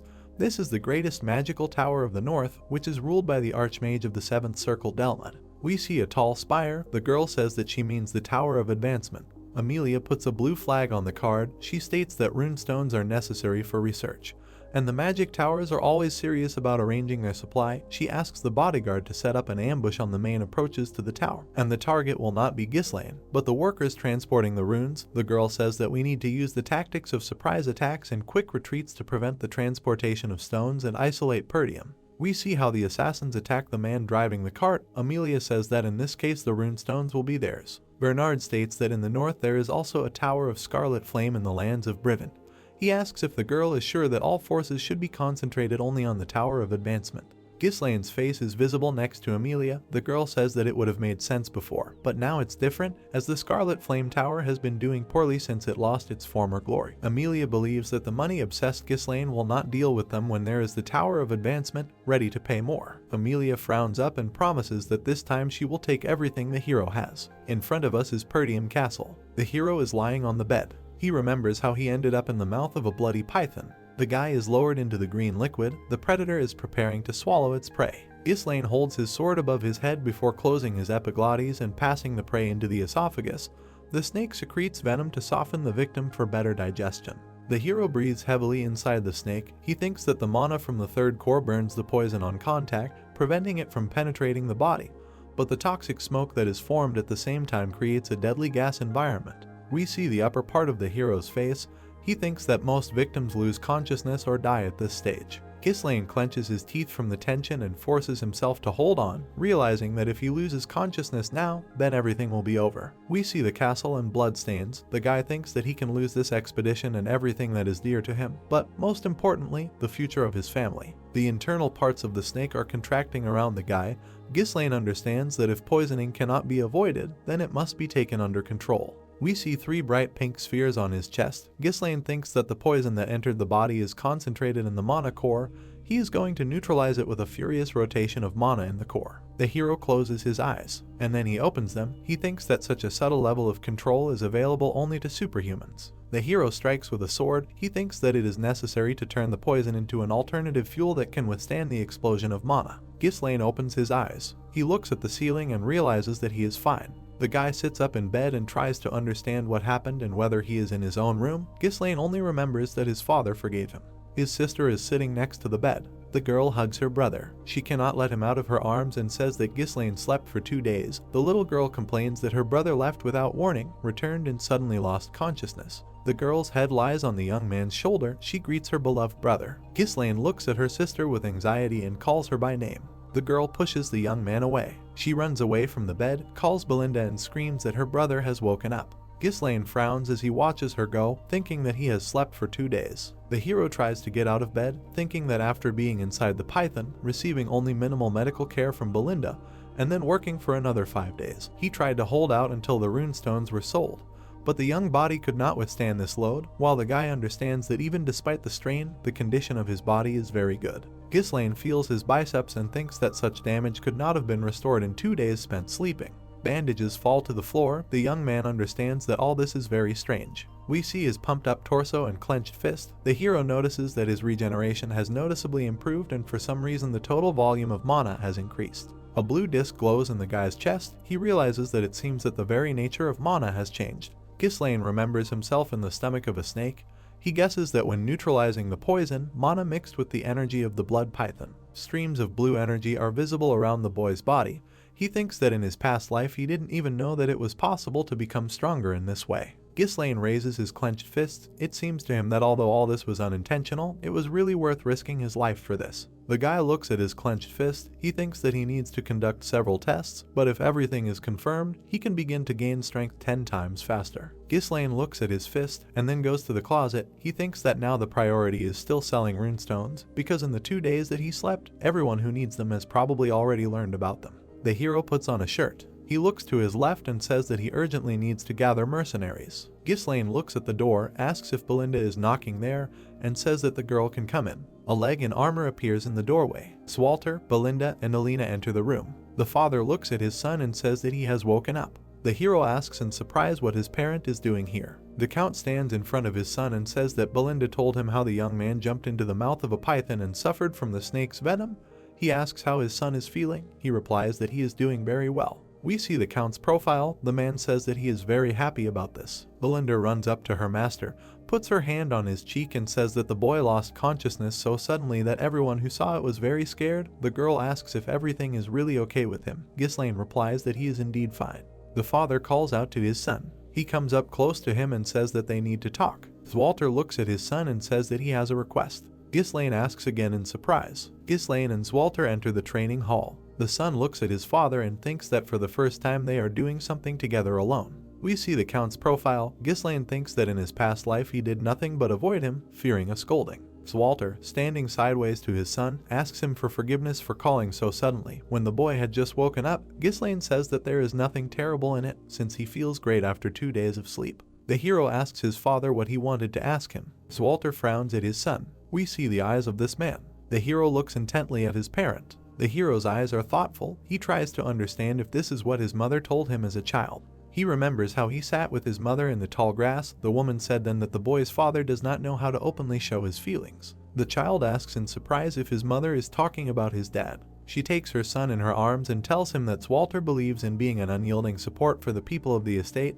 He always puts others before himself and never shows his true feelings. The boy looks at his mother, who says that the only exception was the confession of love he made to her. The child hears his mother asking him to forgive his father for this awkward behavior. She says that he simply does not know how to express his feelings. Swalter looks at his son and tells him to pick up his sword. The hero looks at his father and agrees. The opponents stand opposite each other. They begin to exchange blows. Swalter holds his weapon with both hands. He strikes, but the hero blocks it. An intense exchange of attacks takes place. Swalter strikes. Ghislaine blocks the attack, covering himself with his sword. The hero stands, pointing his weapon towards his father. He stares at the man and thinks that his father's sword is very heavy. Swalter points his weapon upwards. He strikes several blows, but Ghislaine blocks them all. The boy thinks that his father has enough strength to tame the wild barbarians from the north, and at the same time there is a gentleness in him that can protect everyone. Zwalter, holding the sword with both hands, looks at his son. He strikes again. Ghislaine spins his weapon and blocks the blow flying at him. Judging by the expression on his face, Zwalter realizes something. The battle continues. The hero looks at his father. He raises his sword above his head. The opponents, having taken fighting stances, stand opposite each other. In front of the hero is his father's sword. In turn, the boy's weapon is aimed at the neck of his parent. Zwalter, swinging his sword, says that his son's skills have improved significantly. The hero thanks him. Ghislaine looks at his father. He rubs his chin thoughtfully and states that, however, when the boy crosses swords, he should try to ease the pressure on the blade a little. Zwalter says that his son has the strength and reaction to cope with huge monsters in the forest, but an experienced warrior can easily guess his intentions. The hero looks at his father thoughtfully. He thinks that he usually intuitively feels what the enemy is doing in a fight. Surprise appears in the boy's eyes. He understands that his father is teaching him something for the first time in his life. The hero holds a huge sword in his hands. He thinks that his fencing is based on practice and experience, so it can be called instinctive. Ghislaine remembers the moments of sparring. He realizes that due to the lack of proper training, he could miss some important points, but his father accurately pointed out the shortcomings and helped his son understand them. The hero's eyes are closed. He always thought that he could rely only on himself and suffered alone, but as it turned out, learning from others is not so bad.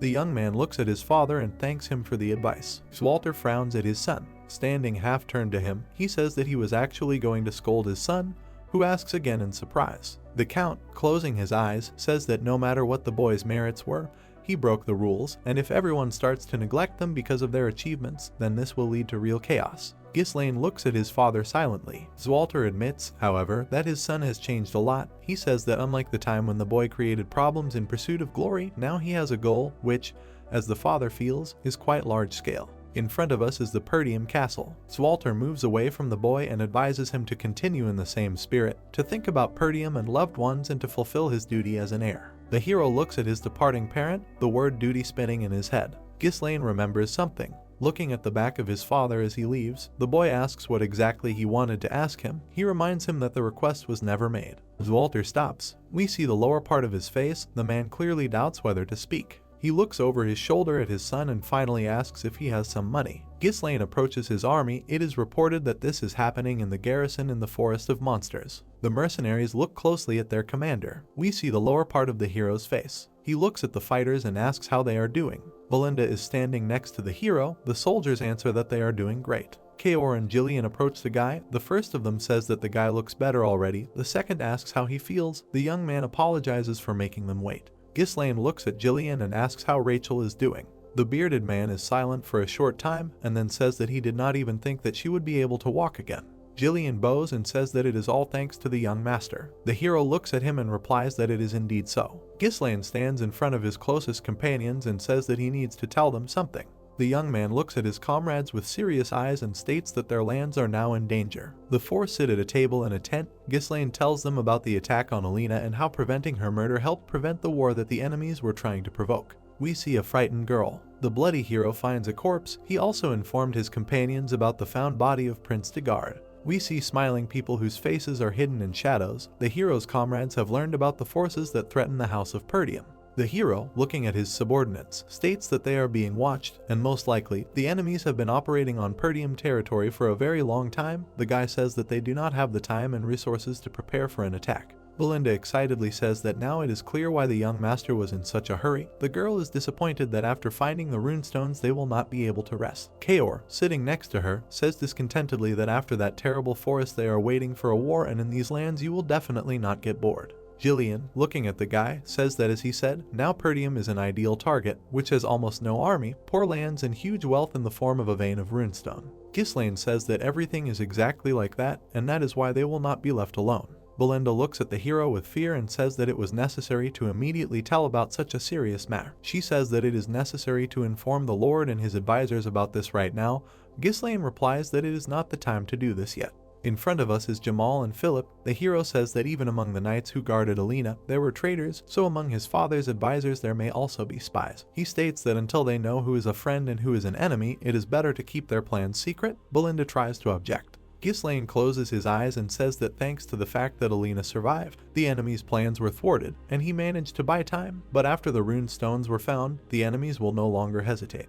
The guy looks at his comrades and says that a difficult battle awaits them. A heavy silence reigns in the tent. Kaor looks at his commander and asks him to simply tell them what they need to do. The commander of the Cerberus squad, smiling, says that it is always interesting to be around the guy. Smiling faintly, Jillian says that he has already dedicated his life to the hero and will be with him until the end. Belinda raises her clenched fists. She asks who, besides her, will protect the young master. The hero smiles. In front of us are the guy's enemies. Ghislaine reports that Pertium's main opponents are Duke Delphine, as well as Count Desmond and Amelia, who carry out the orders of the first of the mentioned. Ghislaine looks at his comrades and reports that they will now head to the Scarlet Flame Tower. Kaor leans back in his chair and says that they will finally sell these stones and live like people. Belinda, sitting next to him, asks why the hero chose the Scarlet Flame Tower, because the Tower of Advancement is closer and gives a better price. The hero, looking at the girl, says that there will be fewer unnecessary problems in the Scarlet Flame Tower.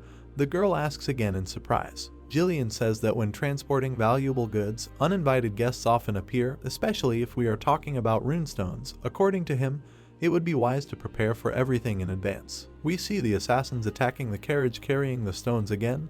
Belinda confirms that they may be ambushed like last time. In front of us is the hero's left eye. The guy thinks that after Delmud, the head of the Tower of Advancement, became the Archmage of the Seventh Circle, the Scarlet Flame Tower fell into disrepair, and since then it is considered more profitable to sell runestones in the Tower of Advancement, which has the reputation of being the best in the north. Now the Scarlet Flame Tower is trying to restore its former glory, but it is not easy. Ghislaine looks to his left. He thinks that the reason why they are going there is not this. We see the Scarlet Flame Tower. Among many books sits a long-haired girl. She remembers the teacher Lenato. The girl sadly holds a staff in her hands and asks when the light will appear, which the mentor spoke of. The detachment, which the hero leads, passes under a grandiose structure. Someone exclaims in surprise, seeing the Scarlet Tower for the first time. Gordon puts his hand to his forehead and is amazed by the height of this building. The one-eyed mercenary says that he has heard about the Scarlet Tower, but could not even think that he would ever see it with his own eyes. People walk along the streets. One of the guests of the settlement notices that even by appearance it is clear that this is a completely different level compared to the lands of Pertium. In front of us are magical accessories. Someone says that this is the place where scrolls are created. 3 magicians are laying road tiles. One of those who arrived with Ghislaine draws the attention of his companions to this amazing sight. The passing guests look in surprise at the wizards doing roadwork. One of them asks what this is and says that for the first time he sees magic that works without a scroll. The magicians look at the guests with displeasure. They seem to dissolve into thin air. A moment later, they disappear from sight. The mercenaries look at this trick in amazement and shout that it is simply amazing. Ghislaine frowns at the mages and says that they are using invisibility magic. Since they do not seem particularly happy to see guests here, Kaor turns to his fighters and demands that they stop acting like uncouth blockheads. Belinda looks at the tower in admiration and notes that even if it has lost its former grandeur, it is still impressive. Jillian says that the lands of Brivant are considered one of the richest in the kingdom. The hero looks up and thinks that from the outside everything really does look magnificent. The procession approaches the fortress gates. The hero thinks that he could never have imagined that this mighty tower would fall into decay. Ghislaine, sitting on a white horse, declares that they have arrived. Kaor admits that his neck hurts from looking up. Belinda declares that the territory is so large that it is still a long way to the main gate. Surprise appears on the girl's face. She asks where the guards are. There is armor lying in front of the gate. Belinda pays attention to this. Someone above stretches out a hand and orders everyone to stop. The armor lying near the gate flies into the air. A knight's vestment grabs a huge halberd. Unusual guards block the guests from entering the castle. 2 mages are visible at the top of the tower. They shout that entry is prohibited without permission. One of them puts forward a hand from which blue threads stretch. He demands to name the commander and the purpose of the visit. Belinda is surprised that the armor moves like dolls. Kaor is displeased that the mages did not even bother to go down to the guests and behave like typical tower guards. Jillian looks up and, pointing at the hero, says that this is the hereditary Count Ghislaine Pertium. The mage looks at the young man in surprise. Jillian looks up sternly and demands to call the person responsible for trade, since they brought excellent goods. The mage says that no one here is interested in this. Belinda indignantly raises her fist and asks what all this means, since the mages did not even see what they were offered. The gatekeeper looks at the guests with disgust and says that Pertium is an impoverished domain in the north, and from there they can bring only trophies from low-level monsters and cheap products. He shouts that they are not going to waste time on such visitors. The ghostly guards point their halberds towards the guests. The mage from above shouts for the visitors to go to hell. Belinda shakes her fist indignantly and asks how the magician dares to call them beggars. She demands that he go downstairs. Jillian turns to the hero and asks the young gentleman what they should do. Ghislaine frowns up. He asks if the magician is all right in the head, who does not let them inside. He silently looks at the hero. Ghislaine raises the runestone over his head and says that if there is a magician in front of him, then he must understand perfectly well what it is. Surprise appears on the magician's face. The runestone is reflected in his eyes. The man understands what is in front of him. The procession stands in front of the entrance to the castle. The magician asks if all these carts really have this very goods. Ghislaine, smiling, asks if the inhabitants of the castle are interested in these crystals. The magicians, standing on the red carpet, bow to the visitors. One of them apologizes for not recognizing such important guests. We see the man's face. He says his name is Sylvain and he is responsible for trade in the magic tower. The magician asks the guests to say what they want. Ghislaine raises his thumb and says that, as the magicians see, there is quite a lot of goods, so they need someone who can complete the deal. The guy says that he wants to meet the head of the tower in person. Sylvain asks again in surprise. He turns to the second magician and says that he will immediately report on the guests, but they must wait a little. The man asks his assistant to take the guests to the reception room. He says that he will do it. Belinda looks at the magician with displeasure and says that this is how it was necessary to behave from the beginning, and not insult someone else's property. Ghislaine and Belinda follow the hooded man past the graceful columns. The hero notices something and asks what happened. The magician says that the guests should not worry, as these are the usual sounds of magical research. Ghislaine looks up suspiciously. A long-haired girl runs into the room in a cloud of white smoke. She falls to the floor. The magician who follows her asks if he was not clear enough, since the girl who was forbidden to enter the laboratory was there. In front of us is a young man with green eyes. He states that the girl does not know how to use magic, but takes a place in the laboratory. The guy asks how she dares to ignore him. Alfoy, the heir to the tower and the master of the third circle. The young men standing behind Alfoy are talking. One of them says that the girl is incomprehensibly considered an accepted student. The second says that she should be grateful that the great leader of the Scarlet Flame Tower allowed her to be here. The girl sighs heavily and tries to object. She holds onto her staff and says that she, as a mage, also has the right to use the laboratory. Alfoy looks at the girl mockingly and asks if she really thinks so, after which he says that he agrees to consider her a mage. The girl's eyes are very sad. A tongue of flame appears above the staff. Alfoy asks if the girl, who is a mage, can repel a simple attack with a defensive spell. He raises his hand above himself and demands that the girl show her magic. She looks at Alfoy in fear. The young mage throws a red flame at the girl and declares that he is using Fire Throw, the first circle magic. The girl puts her hand forward and tries to defend herself. The fire approaches her head. Someone appears in front of the girl. It is the hero, who reflects the fire bolt with his sword. Alfoy and his comrades look at the guy in surprise. He asks if magical research really takes place here. Ghislaine, lowering his sword, looks at the mages and asks if such things are really done in the Scarlet Flame Tower. In front of us is a closed door. It is reported that it leads to the meeting room of the head of the tower. The guy with white hair asks if the runestones are really running out. It is reported that the head of the Scarlet Flame Tower, Hubert, is in front of us. This man is holding a meeting with 4 other mages. He curses loudly and asks how they got to this point. The head of the tower declares that if this continues, the gap with the Tower of Advancement will only increase. Hubert raises his index finger and shouts that he warned them about stocking up on runestones in advance. He asks what the elders have been doing all this time. One of them, in a yellow cap, thinks about how when he tried to arrange supplies, his superiors put them off with the words that there are more important things to do. His comrade in a red cap reflects on how all this time it was spent only on jewelry and luxury items for communicating with nobles, and this is simply unbearable. Another mage, in a gray cap, says that it is not only about the stones, but also about the fact that the head of the Tower of Advancement has already reached the 7th level, and their master is still at the 6th. Hubert angrily shouts at the old man to shut up and not even mention that guy. He says that if he had more runestones he would quickly reach the 7th circle. The old man asks what Hubert intends to do, because without runestones they won't even be able to practice magic properly. Hubert, with beads of cold sweat running down his face, looks up. He asks how that damn upstart Delma dared to bypass him and reach the 7th circle. The head of the tower assumes that he probably bought up all the runestones. Sylvain runs into the meeting room. He calls out to his master and says that the matter is very urgent.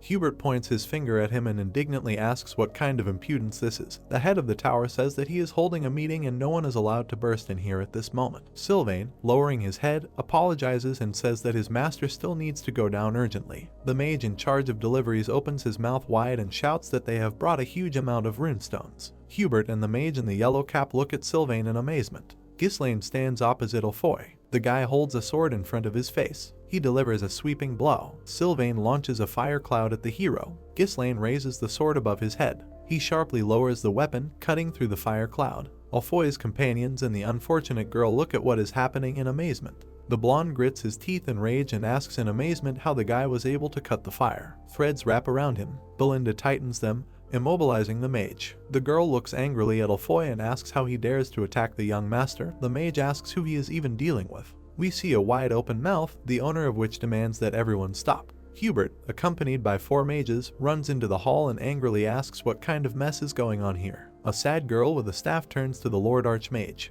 The hero orders Belinda to let the young man go. She immediately does so. Alfoy, almost crying, calls his teacher. He throws himself on Hubert's chest. The head of the tower asks what is going on here. The blonde says that he tried to keep Vanessa out of the lab, but the girl suddenly attacked him. Alfoy trembles with indignation. He says that he just wanted to protect the girl since she does not possess magic. Belinda sighs heavily and reproachfully says that Alfoy whines like a girl.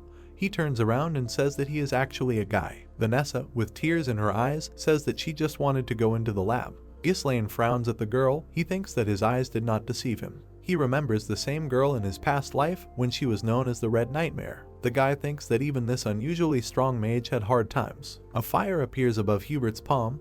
The mage angrily shouts that the girl not only invaded the tower, but also dared to offend his student. He threatens to burn Vanessa so that not even ashes will remain of her. Belinda looks at the hero with concern and asks what they will do, because the situation seems to be very dangerous. Ghislaine turns to Hubert, who is preparing to burn the girl, and apologizes for introducing himself so late. The guy declares that he is the heir to the county of Pertium. Ghislaine. The guy puts his hand to his chest. Looking at the head of the Scarlet Flame, the hero says that he came to discuss the deal on the runestones. Hubert asks again in bewilderment. Alfoy, gritting his teeth in anger, says that this simply cannot be. The hero calmly states that his men are waiting at the castle gates and offers to look at the goods right now. Carts with runestones are lined up in front of a huge tower. Hubert looks at this wealth in shock. There are 2 elders in front of us. They do not believe their eyes. One of them asks where Ghislaine could have gotten so many runestones. The old man in the yellow cap tells his master that there are at least 10 carts here and asks what they should do next. Hubert's face is hidden in shadow. Inwardly, the head of the Scarlet Flame rejoices, amazed at the number of runestones. He thinks that this is a sign from above, and with this volume they will finally be able to surpass the damned Tower of Advancement. However, holding back his emotions, the man coughs into his fist and declares that there are much fewer crystals than he expected to see, and they are not of special quality. Kaor reaches for the sword hanging on his back and angrily asks how dare this mage belittle what they worked so hard to obtain. Vanessa, standing behind Hubert, says that it is simply a huge amount of crystals and, for all she knows, even 1 cart would last for weeks. Hubert holds out his hand with his fingers spread out and angrily demands that the girl shut up. He sends her away, claiming that she has no idea what she is talking about. The head of the Scarlet Flames angrily states that the damned Lenato left them with a huge headache in the form of this girl who has no abilities and is very slow in thinking. Ghislaine frowns at Hubert. He turns to the elders and asks if they agree with him. One of the swindlers takes the crystal in his hands and says that he now understands that the quality of the goods is very low, as his master said. The second old man says that it is very strange that valuable rune stones were found in such a poor possession and, perhaps, they are fake. Belinda, looking angrily at the magicians, asks them to repeat their words. She says that her young master obtained these crystals with great difficulty, and that she will not tolerate them being called fake. The elder in the yellow cap answers that the difficulties of obtaining these stones do not concern them, and there are really a lot of swindlers now. The second old man says that you can't trust only the words of the seller. The hero calmly asks if the magicians refuse to buy this product. The elders do not know what to answer. Ghislaine walks away and calls his comrades to follow him. The young man says that the Scarlet Flame Tower does not need rune stones, and they will go look for buyers elsewhere. Hubert shouts for the hero to wait. He exchanges glances with one of the elders and mentally exchanges short messages with him. The old man, smiling, raises his hand and advises the head of the Scarlet Flame to buy the crystals after all, since the sellers have come a very long way and it would be very bad to let them go empty-handed. The magician says that this would be a gesture of goodwill. Hubert, stroking his thin mustache, says that the elder is probably right, and listening to the opinions of old people is his style. Hubert puts his hand to his chest and, smiling, declares that in his great mercy he has decided to buy all the runestones at a price slightly below the market price. Ghislaine, without turning to the magician, declares that there seems to have been a small misunderstanding. The hero tells Kaor to leave 1 cart and drive the rest away. He asks again, perplexed. Looking slyly at his comrade, the hero says that they only wanted to sell 1 cart here. Hubert looks angrily at the young man. Smiling maliciously, Kaor declares that he had completely forgotten about it. The leader of the Cerberus squad approaches the drivers and orders them to drive away the carts. The leader of the Scarlet Flame Tower crouches and asks in amazement what is going on here. Ghislaine apologizes to him and says that it seems that his subordinates made a mistake with the amount of goods. The guy, smiling, says that they are heading to the Tower of Advancement and they just need some cash for the road. Hubert, amazed, asks again. He puts his hand on the guy's shoulder and says that he was just joking, after which he offers to go upstairs and talk in detail. The elders call out to their master, feeling great shame for him. Ghislaine calmly looks at his interlocutor and says that he agrees. The guy sits at a low table with the mages. Hubert stretches his hand out to the side and asks permission to introduce the elders of the Scarlet Flame Tower. We see 4 identical faces. The leader of the tower says that they are all mages of the 5th circle. The hero, smiling, says that this is truly impressive. Raising his left hand, Ghislaine declares that this is an amazing power, and nothing else can be expected from the 2nd most powerful tower in the north. Hubert coughs into his fist and declares that his interlocutor seems to have heard rumors that are completely untrue. He declares that the Scarlet Flame Tower still retains leadership in the entire north. The hero pretends to agree with the words of the interlocutor. Belinda cautiously says that the young master seems to be offending the mages in vain. She is afraid that they will show aggression. Jillian, standing behind her, says that the guy always has his own opinion and offers to let him do whatever he thinks is right. Hubert irritably waves his hand and says that he is tired of empty chatter. He asks how much the hero will sell his goods for, assuring that elsewhere he will not get even half of what they give him here. The hero shows 2 fingers. Looking confidently at the mage, he declares that he will sell the goods at twice the market price. The mages begin to get indignant. One of them declares that the guy does not know how the world works. The second complains that the price is too high.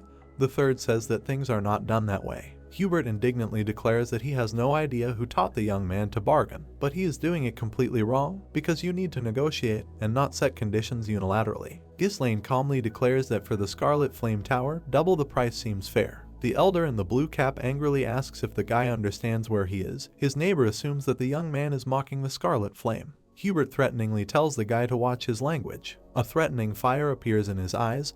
The head of the tower declares that it infuriates him when an inexperienced youth, not understanding anything, begins to show off. Ghislaine calmly looks at his interlocutor. The bargaining parties sit at the table. Hubert says that the guy is young and can make mistakes, but he will kindly forgive this offense if Ghislaine takes the matter seriously in the future. The hero gets up from his chair. Hubert agrees to add a little above the market price if the guy sells them everything. Ghislaine, looking to his left, says that his interlocutors do not seem to be in the mood for a serious conversation unless they agree to a very favorable double price for themselves. He says that if it does not suit them, then he will simply take his goods to the Tower of Advancement. Ghislaine heads for the exit. Hubert orders him to stop. A smile appears on the face of the head of the Scarlet Flame again. He asks why Ghislaine is acting so hastily. Since no one refuses him a deal, Hubert admits that he got a little excited and offers to sit down to continue the conversation. Ghislaine, slyly looking over his shoulder at the interlocutor, says that he understands everything. The hero's companions watch the negotiations in silence. Hubert raises his hand and admits that the guy has a character. He says that, well, since he first offered the goods to the Scarlet Flame, the tower will buy all the crystals at double the price. The magician asks if the young man is satisfied. To the man's relief, the hero declares that he agrees to sell the rune stones at double the price. Literally right there, Ghislaine declares that this will only concern one cart. The elder in the gray cap asks again in amazement. Hubert, smiling, wonders what the hero is talking about because he must sell everything he brought. Ghislaine raises his right hand and says that if it becomes known that the Scarlet Flame Tower bought the stones at double the price, the Tower of Advancement will give triple the price for them. The hero asks why he should now sell all the goods here at double the price. Hubert calls the guy a bastard and says that his patience is not limitless. Ghislaine heads for the exit again. Hubert shouts at him to stop. He raises 3 fingers and yells that he agrees to buy everything at triple the price. The hero smiles. He sits down in a chair and declares that now they understand each other better than ever. The guy says that he is glad to see a worthy decision from the best tower in the north. Hubert runs away, declaring that the money will be brought now and the guy should wait for them here. One of the elders tries to stop his superior. The head of the Scarlet Flame clutches his head. He thinks that he, the master of the 6th circle, allowed some idiot to twirl him around like a child. The magician does not understand why such hell is happening in these disgusting times. Hubert thinks that this time he will give in, since he really does not have runestones. But if Ghislaine does this again, he will simply burn him to the ground. The hero turns to the magician and stops him, declaring that he has one more condition.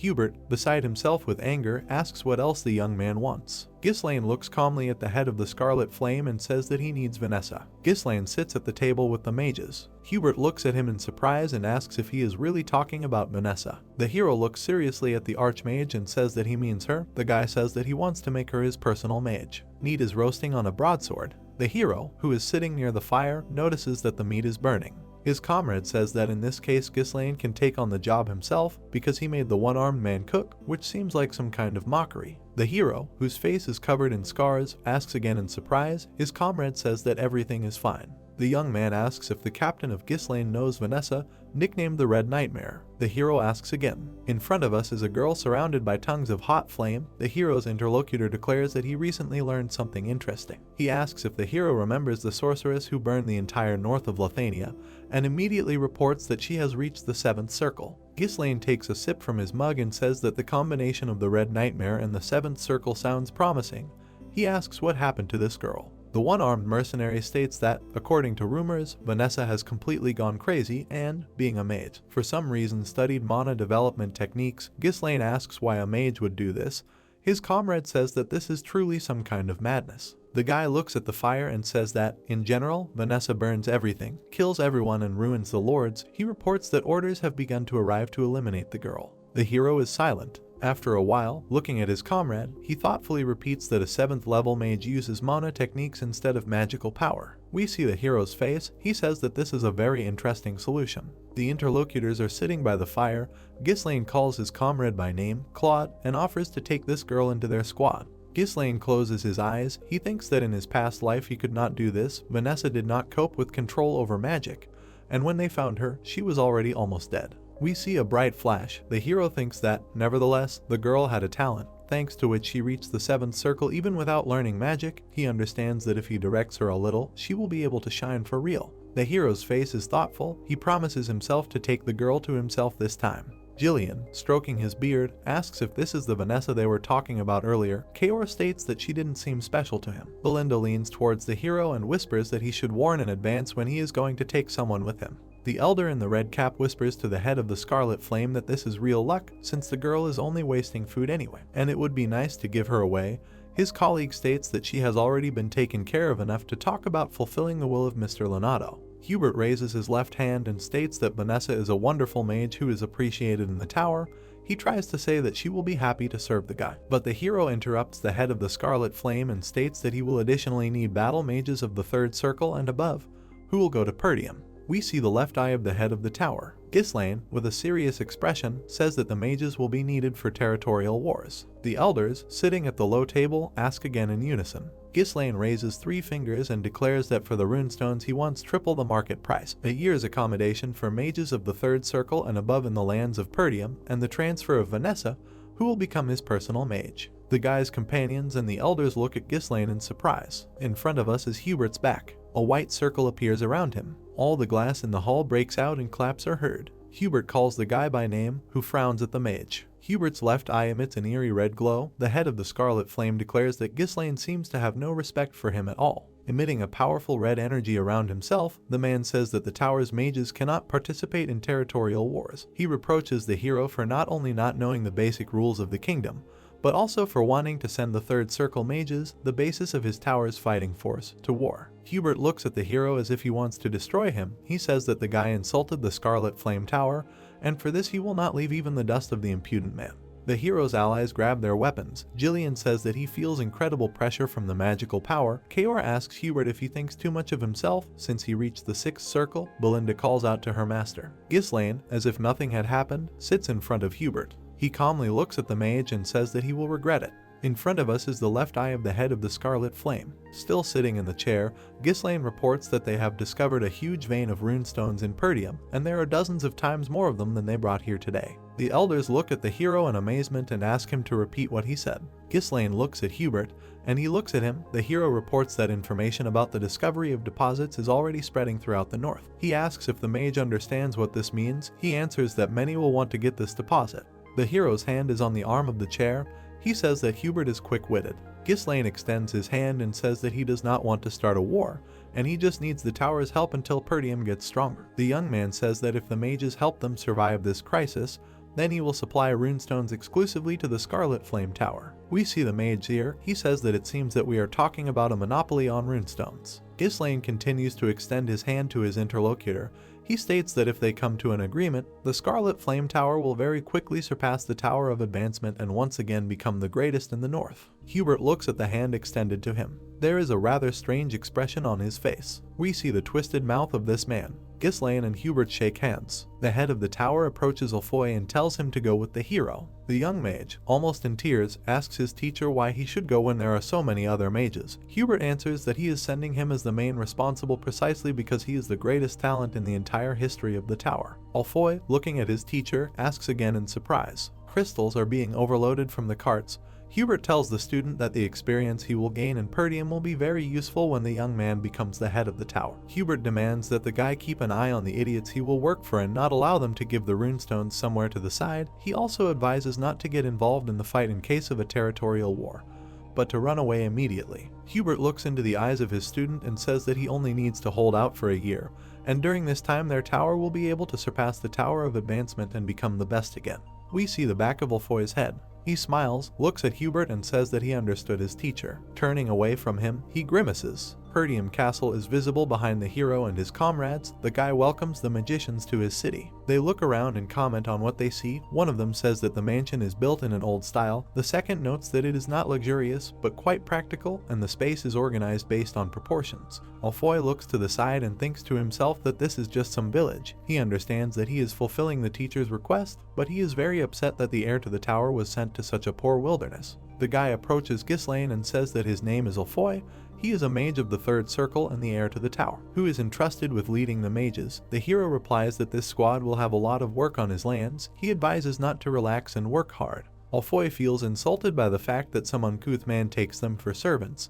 He thinks that he will take revenge when he becomes the head of the Scarlet Flame Tower. Ulfoy hears his name being called. The hero looks at the mage and asks where Vanessa is. The guy looks back and says that she is probably behind with the luggage. The girl is carrying 4 suitcases at once. She is breathing heavily. Vanessa approaches the hero, introduces herself and greets him. Ulfoy rudely tells her that she should work faster since she is making everyone wait. Ghislaine looks at the mage with displeasure. He extends his hand to the girl and tells her to leave her things and come to him.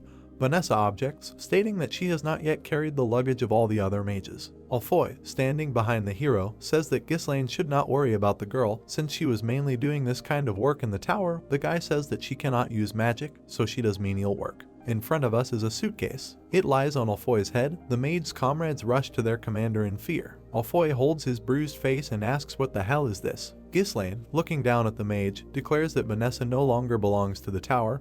He says that she is now his subordinate, and the guy must stop treating her the way he did before. The hero looks sternly at Ulfoy and declares that this time he will close his eyes, but if something like this happens again, he will have to pay for it with his life. Vanessa cries. Ulfoy grinds his teeth in rage and calls the hero a damn idiot. The guy's nose is bleeding. He angrily asks how some idiot dares to treat him like this, the heir of the Scarlet Flame and the master of the third circle. The mages grab their wands. They shout that Ghislaine may be a nobleman, but what he is doing is beyond any bounds. One of them declares that if they want, they can instantly turn Pertium into a sea of fire. The second even calls for a massacre and show the pride of the mages. Ghislaine snaps his fingers. His army surrounds the mages. They shout indignantly that this is some kind of savagery.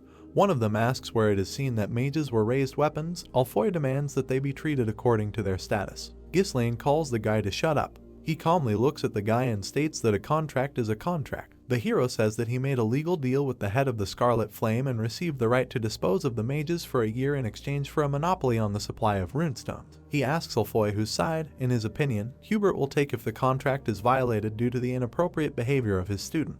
Ulfoy, whose face is distorted with anger, tries to object. Ghislaine calmly looks at him and states that in Pertium, mages are just a reserved source of living mana, and if the guy wants respect, he must fulfill his role properly. Ulfoy grinds his teeth in rage. He asks why some idiot calls him a source of living mana. Ghislaine steps aside and tells Jillian and Kaor to conduct educational work with the mages. A mischievous smile appears on the face of the leader of the Cerberus squad. He asks if the gentleman mages lived well in the tower. Jillian sullenly says that now they will teach their new allies how to behave properly in these lands. Ulfoy, beside himself with rage, calls the local inhabitants rude animals. Vanessa is in front of us. The hero approaches her and calls her by name. The girl makes it clear that she is listening to the hero.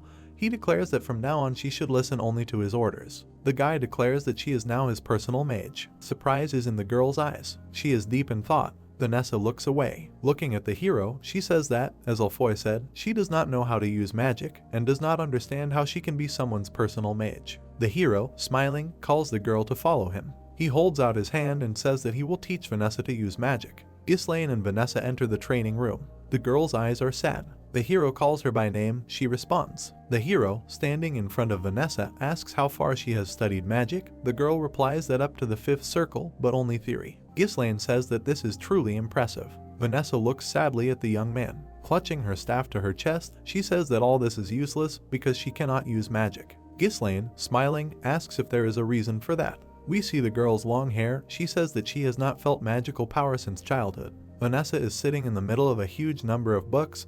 She says that she believed that one day she would be able to cast spells and studied hard, but the more she studied magic, the more she realized that she would never be able to use it.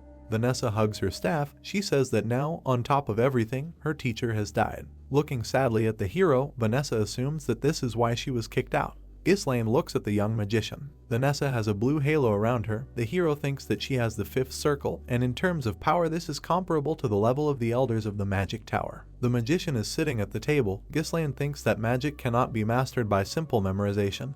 You need an understanding of the principles, insight, the ability to put your will and interpretation into it. We see the girl from behind. The hero realizes that Vanessa now understands everything with her mind, but her body simply cannot cope. He assumes that the girl has gone through many trials trying to solve this problem. Ghislaine looks at her and thinks that the girl's efforts were not in vain. Her path was simply wrong. Claude sits in front of the fire. The hero remembers his story about the sorceress who burned the entire north of Lithania. The blonde says that the girl reached the 7th circle and, although she was a mage, mastered the techniques of working with mana. Claude looks at the hero and says that this is sheer madness. Ghislaine smiles. The hero looks at the girl and says that he will now teach her the technique of working with mana. Vanessa responds with a very sad look. Clutching her staff to her chest, she asks why the mage needs all this. The hero answers that both magic circles and mana techniques are based on working with mana. Looking at the girl, he says that she has never tried to use mana techniques. Surprise appears on Vanessa's face. She shakes her head and says that using magic like this is pure madness, because if something goes wrong, you can remain crippled for life. Ghislaine holds out his hand to the girl and suggests that she just try. We see the hero's left eye. The girl silently looks at the guy. She hesitantly holds out her small hand. The girl looks at it and tries to understand if she can use magic. Vanessa clenches her fist. She kneels down, thinking about how incredibly eager she is to learn how to use magic. Vanessa unties the lace on her neck. The girl does the same with the lace on her waist. Ghislaine looks at the girl, thinking that in his past life she had the same look as he does. Vanessa flies down. The hero thinks that in this look there was regret, anger, and hatred, and the endless thirst for magic made her fall into a bottomless abyss. A sea of fire is visible around the girl. Ghislaine remembers that, having mastered unknown mana techniques, she turned into a real disaster, driven only by instincts, as a result of which she burned everything around her to the ground. Vanessa sits in front of the hero on her knees. He thinks that now he is next to her and will not let her fall into the abyss. Ghislaine stretches out his hand with spread fingers. The guy touches the girl's back. A trace of the hand remains on Vanessa's body. She screams in pain. It is evident that the girl is experiencing real torment. She is very hot. Ghislaine angrily shouts at her to close her mouth as the mana flows are curved. The guy furiously screams that now his mana is entering her body and she must not miss this feeling. Branching of white energy is visible inside the girl's body. Ghislaine demands that she feel the flow of mana. Vanessa closes her eyes. The hero says that mana spreads throughout her body, goes around the edges and rushes to the center. We see the girl's eye. A bright glow appears around Ghislaine and Vanessa. The girl whose eye we see remembers the conversation. Someone asks what kind of nonsense his interlocutor is talking about stopping support. A magician in a cap stands in front of Hubert. He says that Vanessa has talent, and without her they would not have been able to prove the pattern of converting mana into magical energy. Hubert scratches his temple and admits that there is some truth in the words of the interlocutor, but he asks Leonardo to admit the obvious. No matter how smart Vanessa is, she is completely unable to use magic, and calling such a person a magician is hardly correct. The girl stands in front of the door. She comes close to the door and hears the mentor asking Hubert what he is saying. The head of the Scarlet Flame Tower says that no matter how hard you try, the girl will still be of no use. Grown-up Vanessa sees her younger self in front of her. She remembers standing in front of Leonardo and asking him for forgiveness. The girl trembles with emotion. She says that if she had more talent, the teacher would not have to leave the magic tower. Leonardo puts his hand on the girl's head and says that he is not leaving the tower, but going on a journey to find a way to help her use magic. The magician stands in front of his little student and asks her to raise her head and look at the sky. Vanessa remembers sitting in the library among the books and her teacher's words that in this world the darkness cannot last forever. We see an outstretched hand. Ghislaine, as if in the place of the girl's teacher, makes a promise that one day the light will definitely come to her. The hero looks at the girl. She looks up and answers with a look. Two hands reach out to each other. Vanessa says that the teacher was right. The hands touch, a bright light flashes. The girl is lying on the floor. She thinks that the light has really come to her. In front of us is a small house with lit up windows. Inside, a muscular guy is twisting the knight's arm. Someone says that this psycho has already laid out 4 people and asks what kind of monster it is. The young man opens his mouth wide and demands that the weaklings gathered around him attack. He asks if they think they can defeat him with the toys they hold in their hands. Another knight rushes at the big guy and shouts at him not to make fun of him. The young man grabs the fighter by the arm. He throws the knight over himself and slams him into the floor. Another fighter flies up to the big guy from behind. The young man smiles. He throws one of the knights at the second. They simultaneously break through the wall and fly out into the street. The big guy claps his hands and says that he hasn't even warmed up yet, and all the opponents are already unconscious. The big guy throws back a mug of beer. One of his henchmen says that their brother is the greatest warrior of this time. The second asks how these non-entities dared to interrupt their feast, because in these parts they have no equal. The mug crashes onto the table. The moon is shining in the sky. Someone approaches the big guy, who is fishing with a rod. This person asks how the training is going.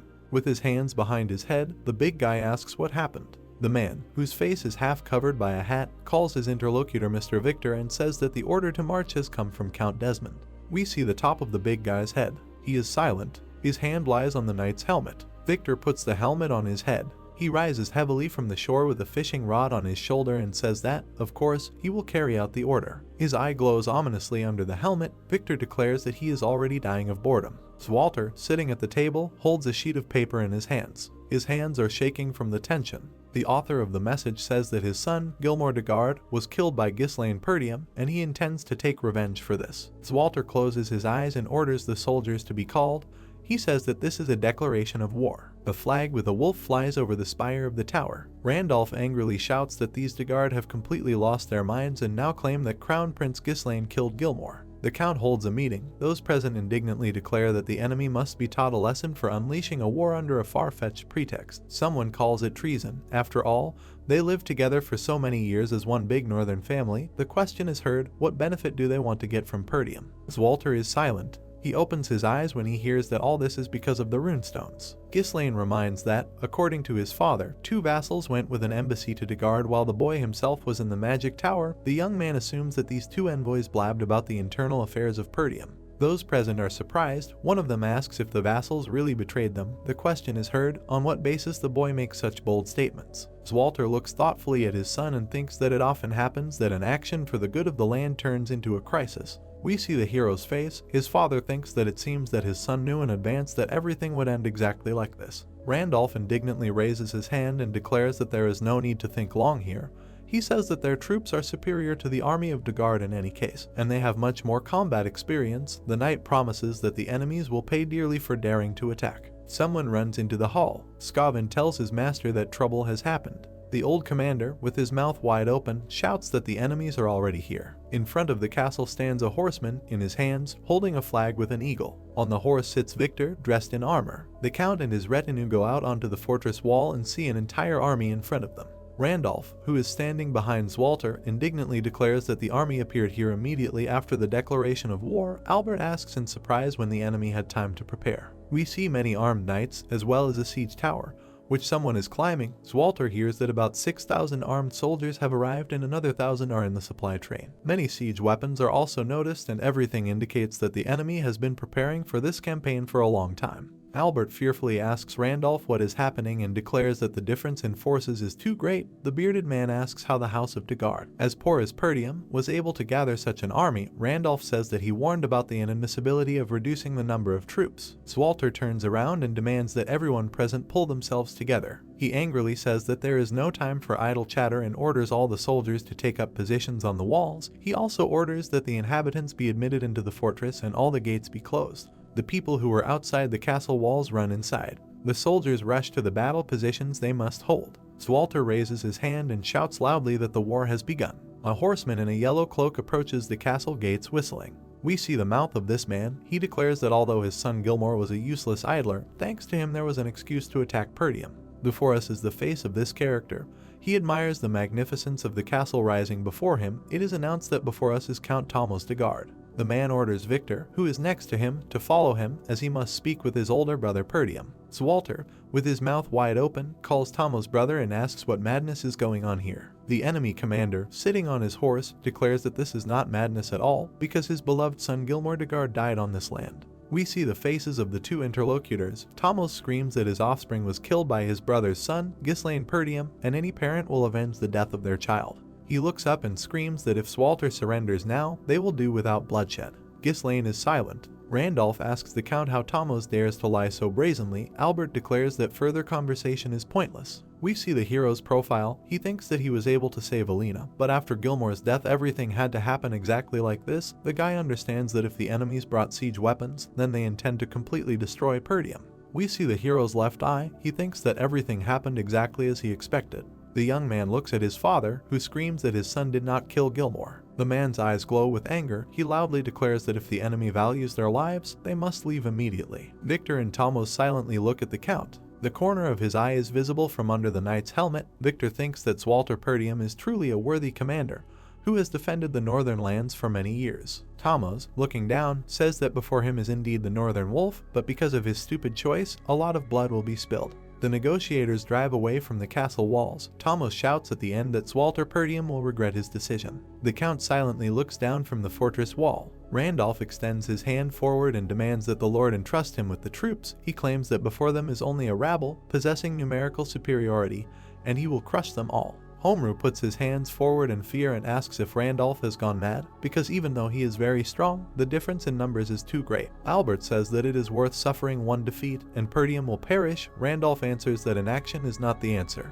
We see the back of the Count. He hears his comrades looking for a way out of the current situation. One of them suggests asking for help from other estates. The question is heard whether they will be able to hold out until reinforcements arrive. The option of leaving the castle and retreating to the northern fortress is voiced. Swalter closes his eyes. He understands that chaos is happening around him, and his own thoughts are confused. He looks at the army standing in front of the fortress walls and thinks that the enemy declared war suddenly and immediately showed up fully prepared. He is confused by the number of troops, which is clearly beyond the capabilities of de Gard. Swalter tries to understand who is actually supporting the enemy. Ghislaine stands next to his father, who is desperately trying to figure out what to do. The boy calmly says that they need to prepare for defense. The Count looks at his son in surprise and calls him by name. Father and son stand on the fortress wall.